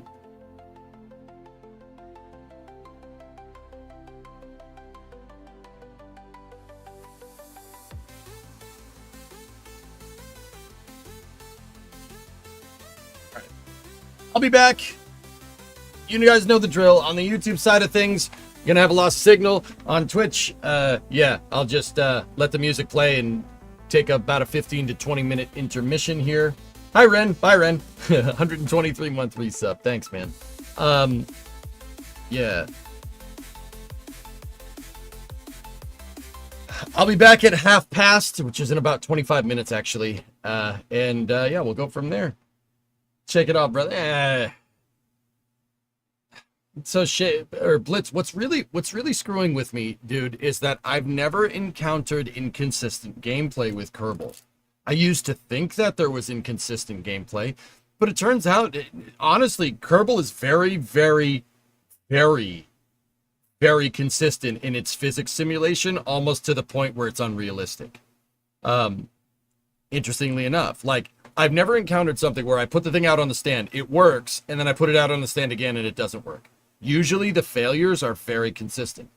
And now, what's screwing with me about this is that we are getting a consistent failure, but sometimes we're not. That's weird. something is weird here, and I'm not really sure what it is. We are refining the design, guys, and we are simplifying it, and we're at, like, we've lowered the part count by like 150 parts. But I need to understand the relationship between like an engine plate, fairing, fuel tanks, etc., etc. I have to understand what's going on, because to be honest with you, the inconsistency in the simulation it's happening for a reason. It's definitely the craft file. The craft file is doing something weird. We got to figure it out. But yeah, Kerbal is usually like super consistent in its failure. Like if you launch the same thing and it fails, right? If you launch the same thing 10 times and it fails the first time, if you do the exact same thing, it will fail the second, third, fourth, fifth, sixth, seventh, eighth time. That I've literally spent hours troubleshooting this and figuring it out before. I'm just not really sure what's happening here with this failure mode. It's very strange. It's a weird one because it's snapping the vehicle in half randomly. Like actually snapping the thing in half just at random times, which is very, very weird. I'm getting a total structural failure, which is, yeah, that's really strange, man. That's really strange. Anyway, I will be back in about 20 to 30 minutes. I'll see you guys at 1/2 for Space News on YouTube. Stand by for loss of signal as expected. Part 7 will be on Thursday. Part 7 for this will be on Thursday the 10th. And hopefully we can figure this problem out and then start working on the second stage. I really, really wanted this rocket kind of done by now, but usually when you encounter something like this, you end up learning a very, very valuable lesson in KSP, like for future builds, you know? So I'll see you guys then. Once again, you know the drill on YouTube. I'm going to jog the VOD here, and we'll go live right when I start Space News. On Twitch, just sit back, relax, and enjoy the Space Tunes. I will be back momentarily. Thank you.